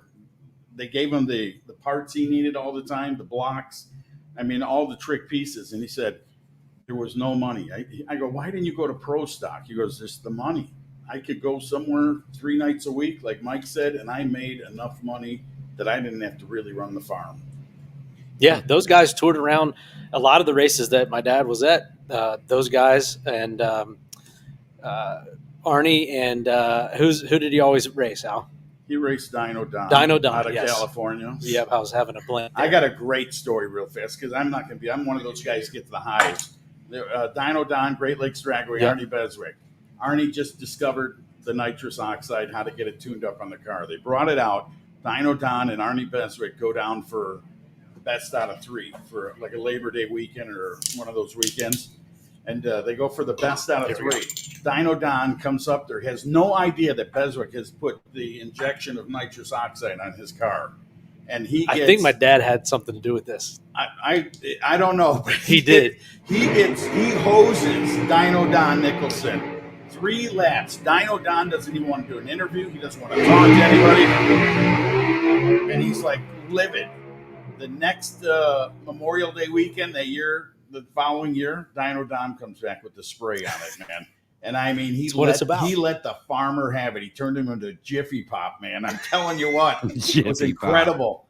And just to see that, the battles. I mean, those guys. But that's when it was based around the driver. And I thought it was interesting. Clay said today that they're worried if they implement some kind of standard health policy or whatever, that guys will take advantage of that to put other drivers in the car. I got a sniffle. But someone like Clay or an Alex Laughlin or any of these guys that I feel like are more on the independent side and bring funding or bring something to the table, they're not getting out of the car. If it did happen, it would be on what Clay called the factory teams or the corporate back teams where they would do that. I don't see that happening. I think it's something that NHRA seriously needs to look at. And in that situation, we can't, politics aside, everything aside, we can't treat COVID differently. It has to be the type of medical issue. I mean, look at Michael Jordan. Yeah. Played with the flu, won a championship, and that's what makes him a legend, right? It does. I was trying to toe up to that with Clay because I didn't want to upset him because I agree with what he's saying, but I also understand that it's a slippery slope. It is a slippery slope, especially right now while it's still new. But long term, it's got to be treated the same. There needs to be a standard policy there. For sure. Question: would you guys buy tickets? Do you think Bubba Stanton, Stevie Jackson? We saw them go head to head, and I'm switching gears here again. But I want to talk about match racing. Is that a sellable show? Like, could you bring Stevie Jackson? We saw him on back-to-back nights, which was kind of a unique experience. We saw them race for $140,000 on Monday night. Tuesday night, they meet in the semifinals, as fate would have it, delivered from the racing gods. Same lanes, unbelievable. And Bubba gets his revenge. On a whole shot. And what do I say? We need to get them back. The whole damn shot. We need to get them back here and go the best out of three. That's what I'm saying. Sorry to spit all over you, but that's all right. The whole damn shot. I had my shot. The whole damn shot, right? Oh, hey, cheers. Cheers. Oh, look at, they're going to try to get me to take advantage of me. Yeah. Anyway, these are two good. We're doing guys. shots Last night. Look! I got special shots for today. Hey, do not drink that. That's been in the fridge of the office for 3 or 4 years. Go for it. Murder, Don't Tundra. drink that. Murder. Yeah, go for it, Tundra. It can't be good, bro. Ooh. That's been in the fridge for. It's alcohol. It's alcohol. What do you mean? Alcohol. This stuff I is like how bad. JT has a whole variety throughout the show. Go get everything that's in the stuff. cabinet above my desk. Oh, There's a lot of weird stuff up there. There's some weird stuff. We have a lot. What if he doesn't come back? He might not. He may not come back. This is what he does. This is what he does on conference calls. He'll just all of a sudden it ends up being just a chair. We'll have like the most important meeting we've ever had at Drag Illustrated. Like we're having this big conference call. Hold on, guys. A UBS man's here. Hold on, guys. My real estate agent's here. Hold on, I got to go let Chad in. Hold on, Tim's here. I mean, it's just a nonstop party at the office in Missouri. It's unbelievable. It really is. But would you buy ticket? I'm serious though. Like, could you see? Is there a world where Stevie Jackson versus Bubba Stanton's on the top of a flyer? I think it's like Stevie Jackson versus the world. Stevie versus all comers. Like, you know what I mean? Because he's the name. Nothing against Bubba Stanton. No, but Bubba's pretty darn good on Facebook, man. He'll put it. Yeah, but I'm saying Stevie's got that name value at this point. It could just be he's just taking on all comers at tracks around the country, and he ain't scared. I mean, he don't care what your name is as long as you got a hand of green. He said, "What are the odds?" He said, "You know how many times?" He told me it down here when they won that race, the Baker's Dozen, the vet. He told me how many times it takes to win and be a champion. He goes, your percentage. He said the percentages to me. I've never even heard anyone say that. He goes, 77% before you're even good. You're going to have 77% losses before you're any good to be good. Wow. Ask him to correct the number, but he didn't. I'm like, for real? He goes, for real. He goes, I'd rather tune those cars than be the monkey any day. And how fired up were those guys after that win last night? I could almost see in Stevie's reaction. Oh, they were. He had lost that previous round to Bubba. Like he got it back. Like, yeah, I tuned that car, helped tune it, whatever his actual involvement is, got it back against Bubba. You know, like he takes it seriously, and he wanted that one back. They wear those wins and losses like on their shirt sleeve. I mean, it's literally like we may as well be out there with like a little knife, like taking some skin because it hurt. Before that run in the $25,000 race, Stevie had gone over to his pits. And right when he walked in, he said, yeah, but there won't be no betting. Get out of here. You wouldn't bet him again. Bubba said, no, I'm not betting. Those guys are banana. Yeah. I'll tell you, Phil Schuler will bet on anything. He'll Stevie bet did a on dance on the reaction line last times. night. He did? Yeah, he almost did a dance after that win. I mean, it was And crazy. Jim Whiteley. Yeah. I mean, I'm telling you, I've never seen Jim Whiteley more excited than I saw him last I think they were night. just they were super happy. They for were having fun. John Yep. Baker is a great guy, longtime crew guy. I don't know. We need to do a story on that. Like as soon as we get off here, we're calling Josh, senior editor, National Drag Illustrated Magazine. Call up Nate Van Wagner. We need to get some interviews going. Yeah, that happens once. Yeah, it's 3/4 of a beer or a quarter of a beer later, and I'm You saying drank the wrong all the company. good stuff, or I did. He's in here. I hey, mean, T, we got, he's like, been down here drinking Bacardi. beer. My I don't know what mother-in-law happened. got me that. He's been drinking beer all Pop-off. week. I did not buy that shit. Something's happened down here. That was a present. I got that in the mail from Oh, someone on the show. Anyway, Really? unlike you, because you're a very solid guy, I was talking to Baker. I was, and I go, the heck, man? I go, you work out? He goes, every day. And his wife goes, and so do I. I go, really? Are you on any type of meds for that? He goes, just testosterone. Just testosterone. Listen, and then he goes, ask her. And I looked at her, and I said, I ain't going into it. You're asking the wrong guy. Dude, it was so funny. One time there's a related party. Someone involved in that whole group, I don't want to name names. A friend of mine was had the flu it was at the Four Wides like 3 or 4 years ago in HRA. And this guy goes, my buddy's not feeling well. And we had told him like, yeah, my buddy's not feeling very well. He's like, oh, come over to the trailer. I'll give him 500 milligrams of testosterone. That'll change the day. That'll help. And I'm like, oh my God, that explains a lot. I'd be tripping on myself. Oh, get over center. You know what I mean? Listen, last night, John Baker winning that race. It was so cool to present him with that belt buckle. Yep. Thanks for the picture. It was a cool moment for him. Can you imagine being a crew guy all these years? I mean, now he's a top dragster racer. He's got a top dragster. He's raced. But like, this is high level stuff, right? And you've been crewing on the car. You just busted your ass all weekend in Tulsa at the Midwest Drag Racing Series event. And the same car doubled and rounded up twice at two races. So that, they made 100 runs in the last few days. I mean, more than some people race in multiple months. I think that's key. It's key. We talked about it on the way over here yesterday. That momentum, getting into a routine, Getting more seeing laps. the tree a lot. But this guy jumps behind the wheel and goes 0-15 in the final. Wins over Bubba freaking Stanton, right? This notorious outlaw racer was racing for over $100,000 the next night. Pro Extreme champion. 2014 got a sign in his own town. He was so good. If I'm John Baker, I'm done. Just quit. Lyle's testing that turbo car, looking better each pass. I think they're getting that looks thing like dialed he in. made it to like 700 feet, got the chutes out, coasted to a 657. Justin Elks and the crew from Justin Modern Elks. Racing down there. Anthony Lum. Anthony Lum, is that what it is? Yeah, Anthony I think Lum, so. Mike Earl. Yep. Burl Ives' I son. see Chad from Bang Shift down there. Justin Elks. That's not Burl Ives' son. Oh, I think it might be. Just naming but how off about that? everybody, Like, so- everybody in the stand. Everybody in the stands, shut up. All right, let's There's Bob. next thing. He Are went we on gonna? this morning at the Conoco? Oh, T. What about? Is anybody going to go 300 miles per hour in a door car? Let's everybody It's answer. going to happen. You It's think, going to is it happen. going to be Scott Yeah. Palmer? Hey, listen. If I think was- so. I don't think that they'll unleash the turbo deal to be able to do that. When I was sitting in Tulsa and Shane T won 221, and he texts me every time, and he says it's driver error. When he went 219, almost 220, I go, man, that was good. He goes, you see the car move? It was there, too, but it was driver error. He went 221. Poor Ed Thornton. But I know if Scott kind of starts this like alternate league or something where like we're just crazy and we're going to try to break these records, and someone kind of signs up to take the reins off one of these turbo deals, do you think someone will do that? You said you talked to Carl Stevens. Well, you I'll talked tell to you, Shane like- T. Would someone sign up to try to like compete? Here was with my Scott? pitch, and I'm going to say this out loud because maybe the folks at Flow are listening. Flow Racing, shout out to those guys. Go subscribe, flowracing.com/drag illustrated. Make sure you use /drag illustrated. Working on a discount. Give me a minute. Working on a discount so everybody can get like a break. Everybody that watches the show, you guys deserve that. You deserve more than that. But I had a conversation with Carl Stevens. So Carl Stevens Jr. won the World Series of Pro Mod the second year we were out there, The Jim Bell 2018, right, in Jim Bell's Pro Mod Camaro.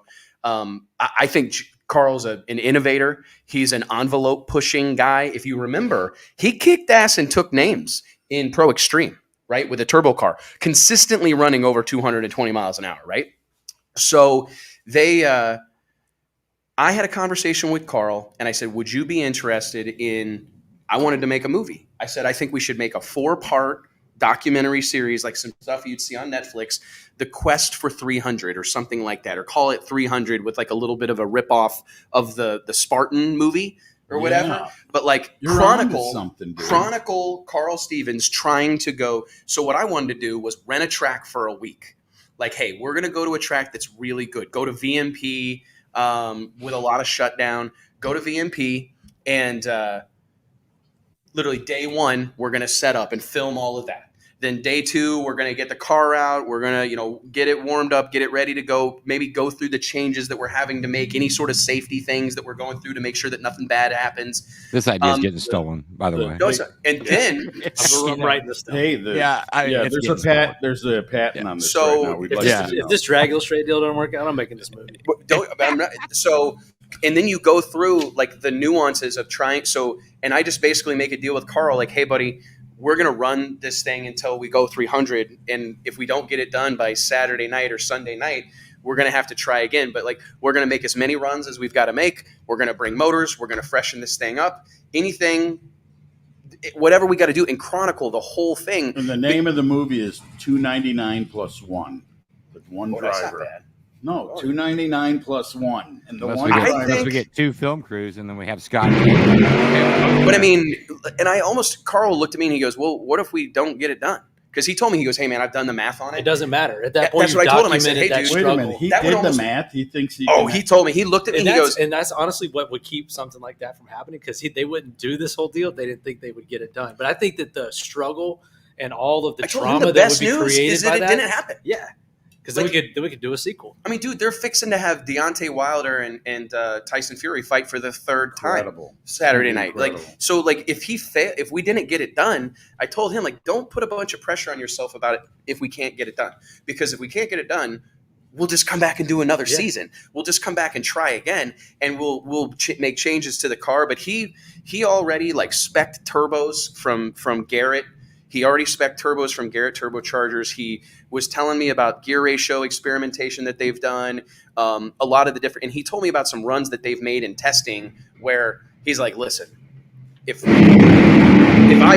wanted to, it's there. And I mean, I think we saw Scott Palmer almost reluctantly talk about it, because I think Scott knows that it's out there like one of these turbo guys. Very intent, like he's on a mission to do it because he knows that some competition's around the corner. He knows because he said it right here. He goes, I got to do it before the turbo. Yeah. So he knows. He knows. He said, I've heard it. I had not heard that whole intel there.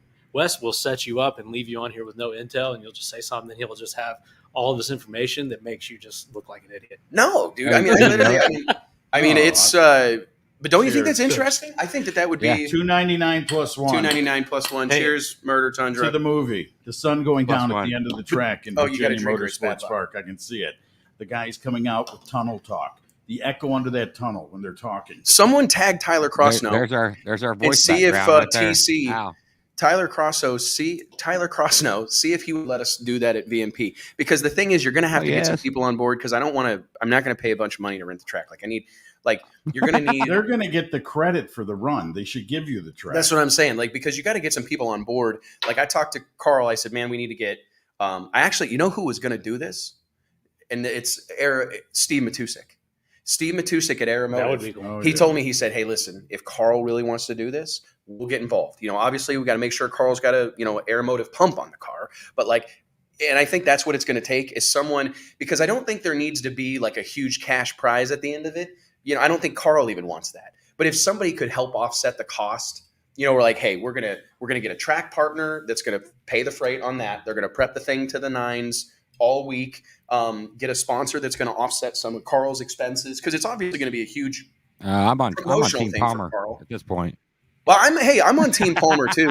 Don't get me wrong, but I'm just saying. I mean, I think the race to 300 is on, and I think that if a Jose Gonzalez caught wind of this, and like, because he was the guy that was showing up at PDRA races saying, hey, prep it to the quarter mile. I don't care if I can run in competition or not. I just want to try to run this thing out the back door illegal, with outlaw conditions. Yeah. It wouldn't be. I mean, are we that far away from 2, 3, 4 guys trying to do this? It's interesting. It's something I hadn't really even considered, but you know what? You could make it like one of those documentaries at the Bonneville Salt Flats, how they do that. And they take the 3 guys, and Palmer's one of them, and Carl Stevens, and whoever. Yeah, this would be a great show. And then you can say, and you do little bits in their pits, and they're away from each other. And then you go over there and you say, what are your thoughts? You're up first. You make them do like the illegal chip grab to see who gets the first shot at the track, like in that stuff, and say, okay, you get the first shot at it. Can you imagine the intensity? Oh, the intensity. On like Thursday when they've been running for 2 or 3 days. Can you imagine the tickets you could sell for people to want to just watch that? Even though it's a mellow deal, it's quiet, and you just have 10,000 You tickets. likely know more than I do, Al. Like, how many tickets did like Evel Knievel sell to like the Snake River Canyon jump thing? Did you see the place? Yeah, there was a lot. Besides the 35,000 Hell's Angels that were there, they were just hanging. But don't you out. think we could turn that into a sellable event? Absolutely. Yes, you could. And that's what would get them on board is for promotion, sure. involvement. If we got some kind of major production going behind it, that's all. I think that's all it would Real take. fast. Close your eyes and open them fast. Go. $2.99 plus 1. Oh no, I like it. It blanks up. It blanks up on the screen, and they're going, be there. Hey, You'll let's want to talk be about there for another $2.99. Oh, interesting wait a minute. thing. I got to do the info. Wait. Sorry, Michael. I know Go. that you're a nitrous guy. I saw you last night get wood and have to put a bag of ice on your lap. After that. Stan Waxberg's talking about e-canoe. They'd be in on this, and you could do this in the Middle East. Trying to read because they'd throw some. It's like an money eye at that. test. Read the Anyways. comments today. All Sorry, right, go guys. ahead, Michael. I Well, apologize. we touched on a little bit and how interesting to see Austin Prock out testing for John Force today. What's your take? Well, you mentioned your take. Al, what's your take on John Force? If he wins the championship this He's season, not going anywhere. He's not going anywhere? No way. He's gonna Mike win. thinks he's done. I think, no way. Look I at think how healthy the man he's not looks. going anywhere as far as his involvement in the sport. No, he's not going anywhere as a driver. But I think this deal with Prock, I could kind of see it as him saving wear and tear on his body.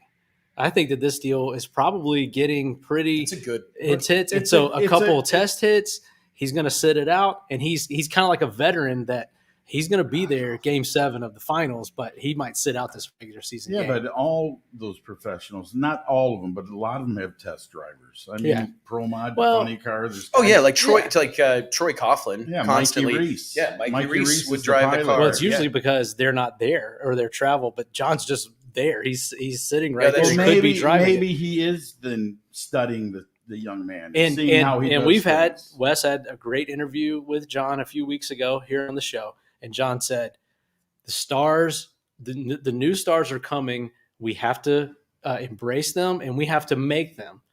He knows. I think he can see that changeover coming. I think Austin Prock is part of that for his team, his daughter Brittany, and just seeing him. At Charlotte. I could see in the media center after he qualified number 1 a few weeks ago in Charlotte on Saturday night, what it took for him to pull that off that day, and he was gassed. He was tired. He showed up in the media center and he answered the questions, and he was John by and large. But then at the end of it, he said something like, as he got up to walk out, he said, "Don't worry, guys.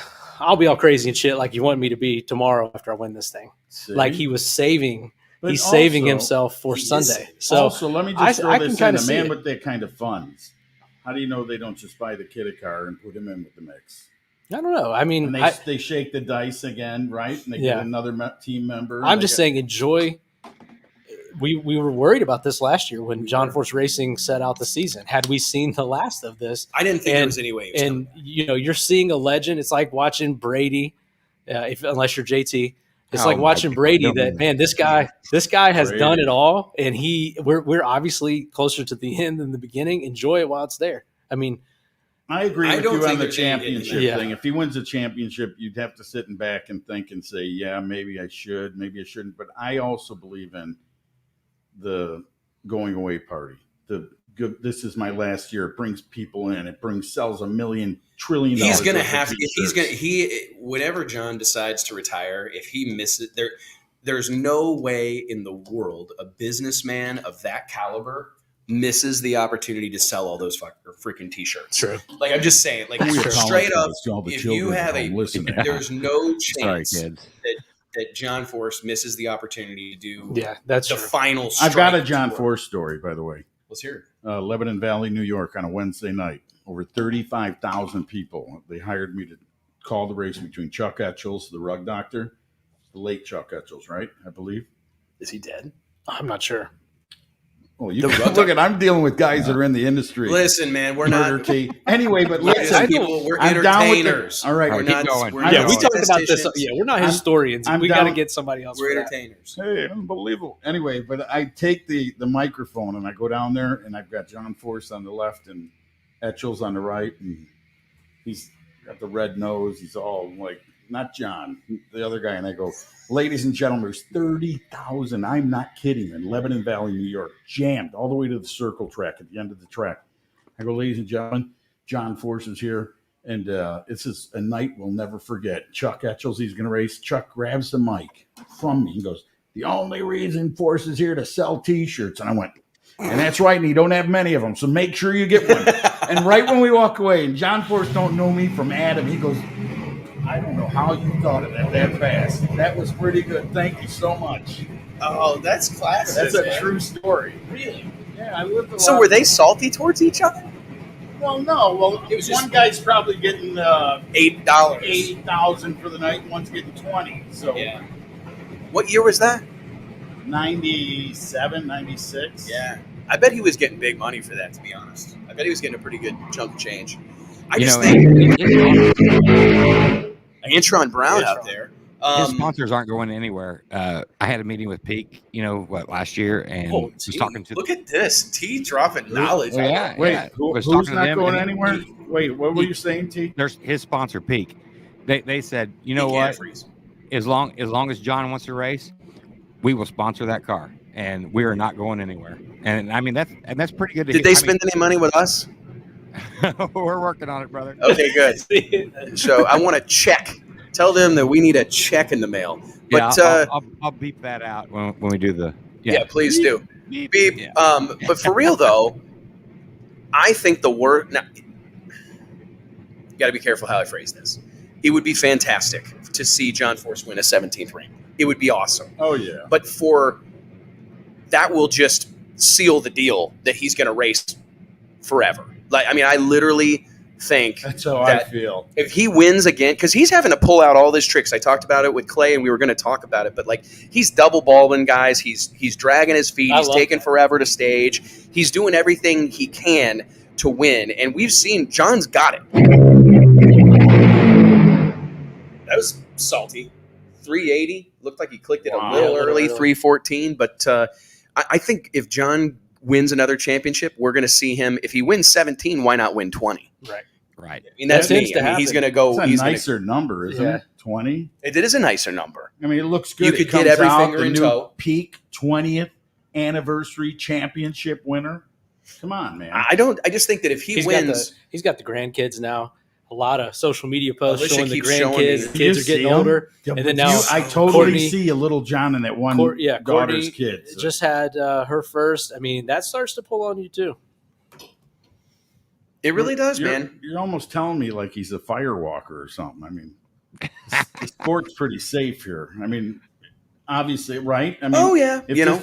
this, I think it's a little more safer than NASCAR from watching, from my point of view, out of the window.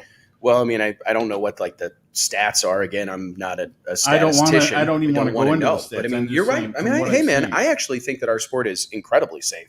I mean, you think about some of the wild stuff that we've seen happen: cars flying into scoreboards and John's everything. had some. Of the John's most had wi- some I mean, terrifying situations. I think that's a part of the legend too. it is. Is that he's what he say? I've seen Elvis at 1,000 feet. Yeah. Been on fire from here to Australia. Oh, damn, John, don't worry about a thing, man. I'm going to put you out. Yeah. Who's that? That's the Tim Wilkerson car again. Oh, that's Hunter Green getting his license. Oh, cool. Chad Green's son. No right? way. He's not. Yeah, he was driving Tim. Are you Wilkerson's serious? car. I swear to you. Yeah, there's Chad out there on the starting line. Yeah, don't second guess the guy who's a goofball behind the mic. There's reasons. Oh, I see for Joe that. McHugh down there on the starting line, longtime drag illustrated photographer. Joe texted me a minute ago. Send Tucci down here with a beer. Joe, to all the American We will in a photography heroes. I want to tell you what, though. This car did make a burnout a few hours ago, and it would not go in reverse. And he had to idle it down track. Oh, really? Okay. I've roomed with Joe before, and I'm not sure that he'll ever get over it. But yeah, maybe me and Joe should start a club. Did you room with Joe in Denver? yeah, for a couple nights. Yeah, Really? Maybe a couple different times too. Yeah. Hey, shout out to Curtis Thomas. Oh, we saw Curtis Yeah. Thomas last night here at the track. Absolutely, Yes. man. Huge shout out to Curtis, man. He's We giving us saw some him. intel in here. Someone should take this picture from behind. Legend for the kid. Oh yeah. No, We don't keep do that on here, here. Al. We don't do that here. Oh, I'm sorry. Joe, take the picture. Yeah, Joe's down there. We need to get a selfie. Except for JT. Well, I'll just screen grab this shit. It's fine. Here we go. Feelings of animosity. Whoa, is that nice or what?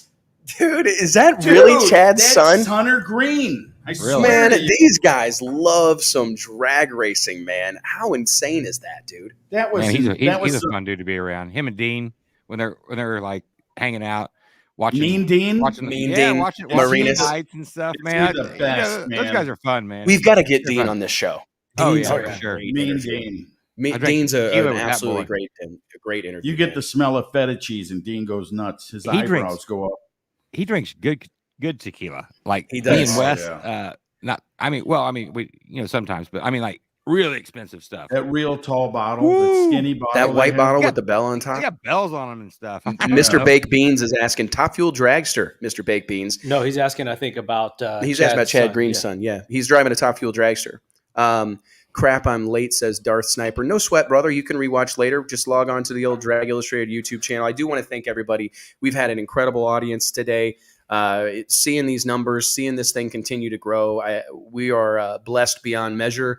We're very excited about this. We're with the support of some great sponsors, Stroud Safety, Elite HP, Flow Racing, Jag. I mean, the list goes on. There's so many companies that have supported this project for 16 years. I was going to tell you guys this, but like next year, it really is 16 years since we kicked the doors open at Drag Illustrated. And Congratulations to you guys. thanks, man. No, that's- You've been I remember you when you were wearing Oh, out we're gonna tennis hug. shoes. Oh, shut No, up. hey, Murder T. Hug. I'm telling you the truth. Or Silver Serato, whatever I call you.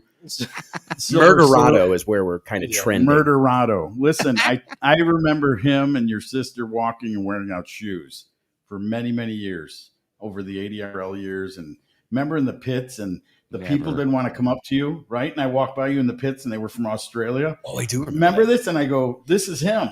And they go, oh, it's Wes Buck. Can we get you? And they took both our pictures. Because we're just- They did.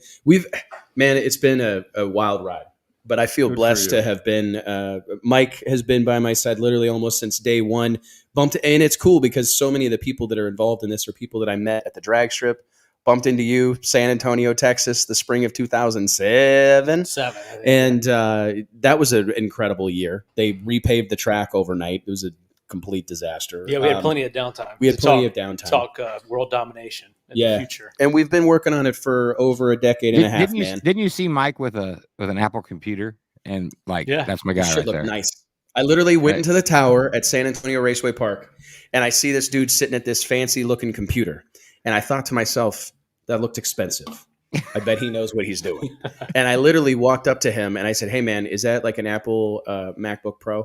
And he's like, yeah, it's like the brand new Gen whatever. Yeah, you know, right. I did not say No, that. he said Were you I really bet that you tough did. about it? no, but you were like thinking in Photoshop too. Yeah. You were like looking over his shoulder, and I'm like, okay, this guy's working in Photoshop.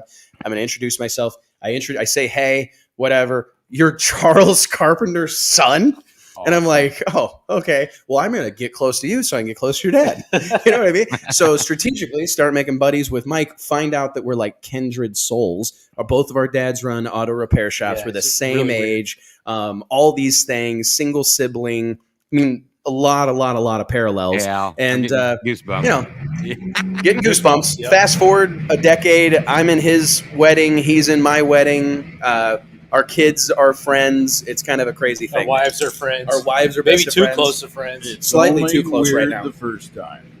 Yeah. And then it just gets less and less awkward. That's You Then he all right. bumped into my sister.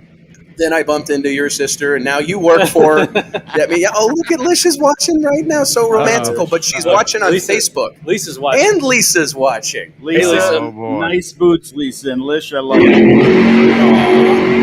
Yeah, as soon as I came in here yesterday, Lisa, Tucci was talking about your boots. I won't First say. thing. At least I'm a silver fox, dear.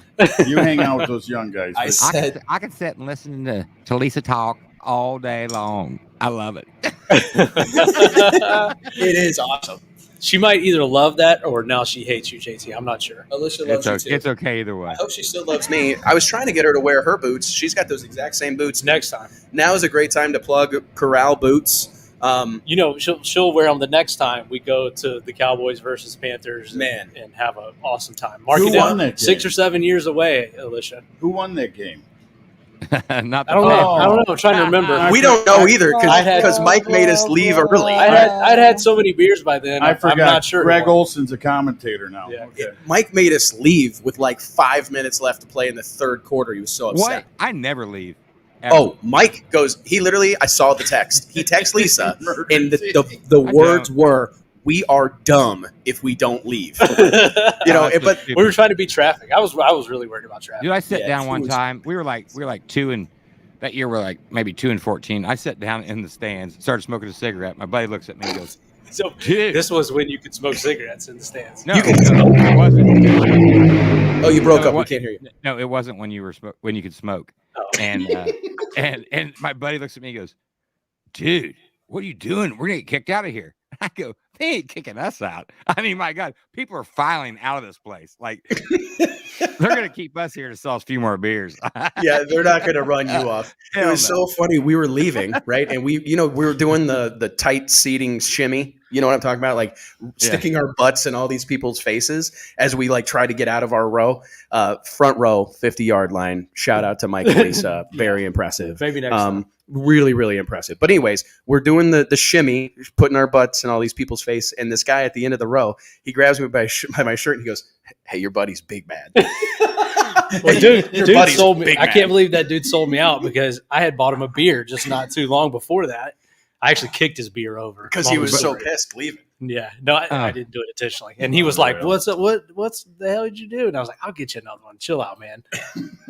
That is nice. It was a great time, though, man. You talk about learning. I could see you, Clark Kent, getting that pissed off. You know, I can yeah. really just see ask Lisa. She has to deal with it all the He's time. such a mellow Love you, guy. Lisa. This dude, I'll be home tomorrow. When the Broncos beat the Panthers in the Super Bowl, Mike didn't talk to me for 2 weeks. He didn't I'm work like- for 2 weeks. He didn't work. I mean, I was like, I "Hey, had- man, I are you had going to to be take on a- the conference call?" And he's like, "It's going to take me a few days to Yeah. recover from this." I'm like, "A few days? It's been I had to a have- week." Are you Yeah. kidding me? Emotional. I took some personal days. Well, how did you do? Devastating. How did you do when the kid got stuffed last year? Mahomes. Oh, he- I was fine. It was JT.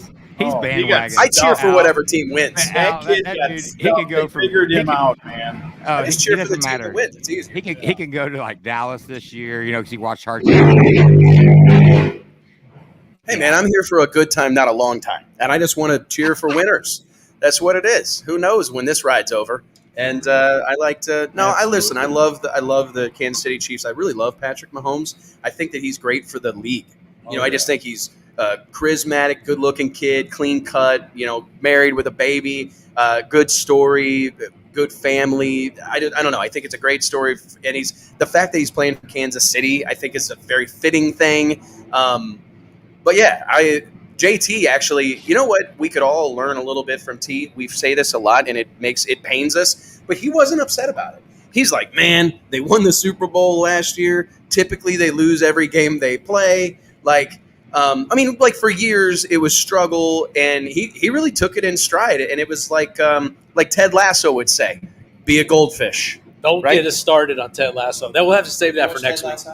Save Ted Lasso for next week. Yeah, we got to bounce. All Guys, right, I thank want to you. thank everybody so much for being a part of this. Seriously, I think I can speak for all three of us. JT from Missouri, thank you. We can't do this without a big audience. Michael Fusen is asking who's going to win the World Series Major League Cardinals, baby. Baseball. Cardinals, baby, says JT. Tonight. Yep. So we're certainly rooting for the Cardinals. I'm from Missouri. Love the show this week, guys. Hey, thank you so much, Mr. Baked Beans. Remember to click Al- like, click share, spread the word, subscribe to the Drag Illustrated YouTube channel. We really feel like we're just getting started. We're on a little bit of a roll here, right? This is what, 7 weeks in a row of like crushing it. Oh yeah. Yeah. Yeah. I mean, it's Look, you got Probably more. Curtis Thomas convinced that I actually took 2 weeks off. It was actually just the next day, Curtis. You guys, No, They were it like, was like, it was like, They were like, let's get started super early this morning, the day after the yeah, Super we Bowl. did. We And- kind of rubbed it in. Yeah. We I kinda rubbed it definitely did not try to get started super early after any Super Yeah, I was Bowl like, guys, ever. Like, fan or dude, not, the JT Super doesn't Bowl get was started last early night. after Monday Night Football. Yeah. no, You know, and and JT, make sure you put this one in the archives. My first time ever on your show. we Thank think you. we That's want right, you Al need to be to on here do more often. Thank yeah, you so we much. want Al to do a recurring bit. Like Oh, yeah. Howard Stern has like recurring special guests. I And when think you're done- Lyle Barnett is a Yep. is a player in Next week. I'm but I going to go really- to the taco place on the street. and you'll Ladies get and fired. gentlemen, boys and girls. that. You get fart, man. I tell you, like Wes, when you're done, I bet Al has a bit to take us out here. Yes. It's all you. Sign off, Al. Sign us off for the day. Well, ladies and gentlemen, on Wait, behalf you know, of all the great people at Drag Illustrated and the ones that make it happen, the fine people down there from Flow Racing, and we thank them, Elite HP. We thank them, and it's special to the newcomers on board, Stroud Racing and Stroud Safety Equipment. Remember, safety users are never losers. And remember, when you're out there and you're in the middle of the beautiful starting line and you see those two guys trying to come at it, and they lay down a beautiful smoky burnout. They lay down the law. That's what it's all about. Get goosebumps and get to your nearest drag strip. Love you guys. Awesome. Later, See ya. y'all. Thank you. Thank you. That was fun.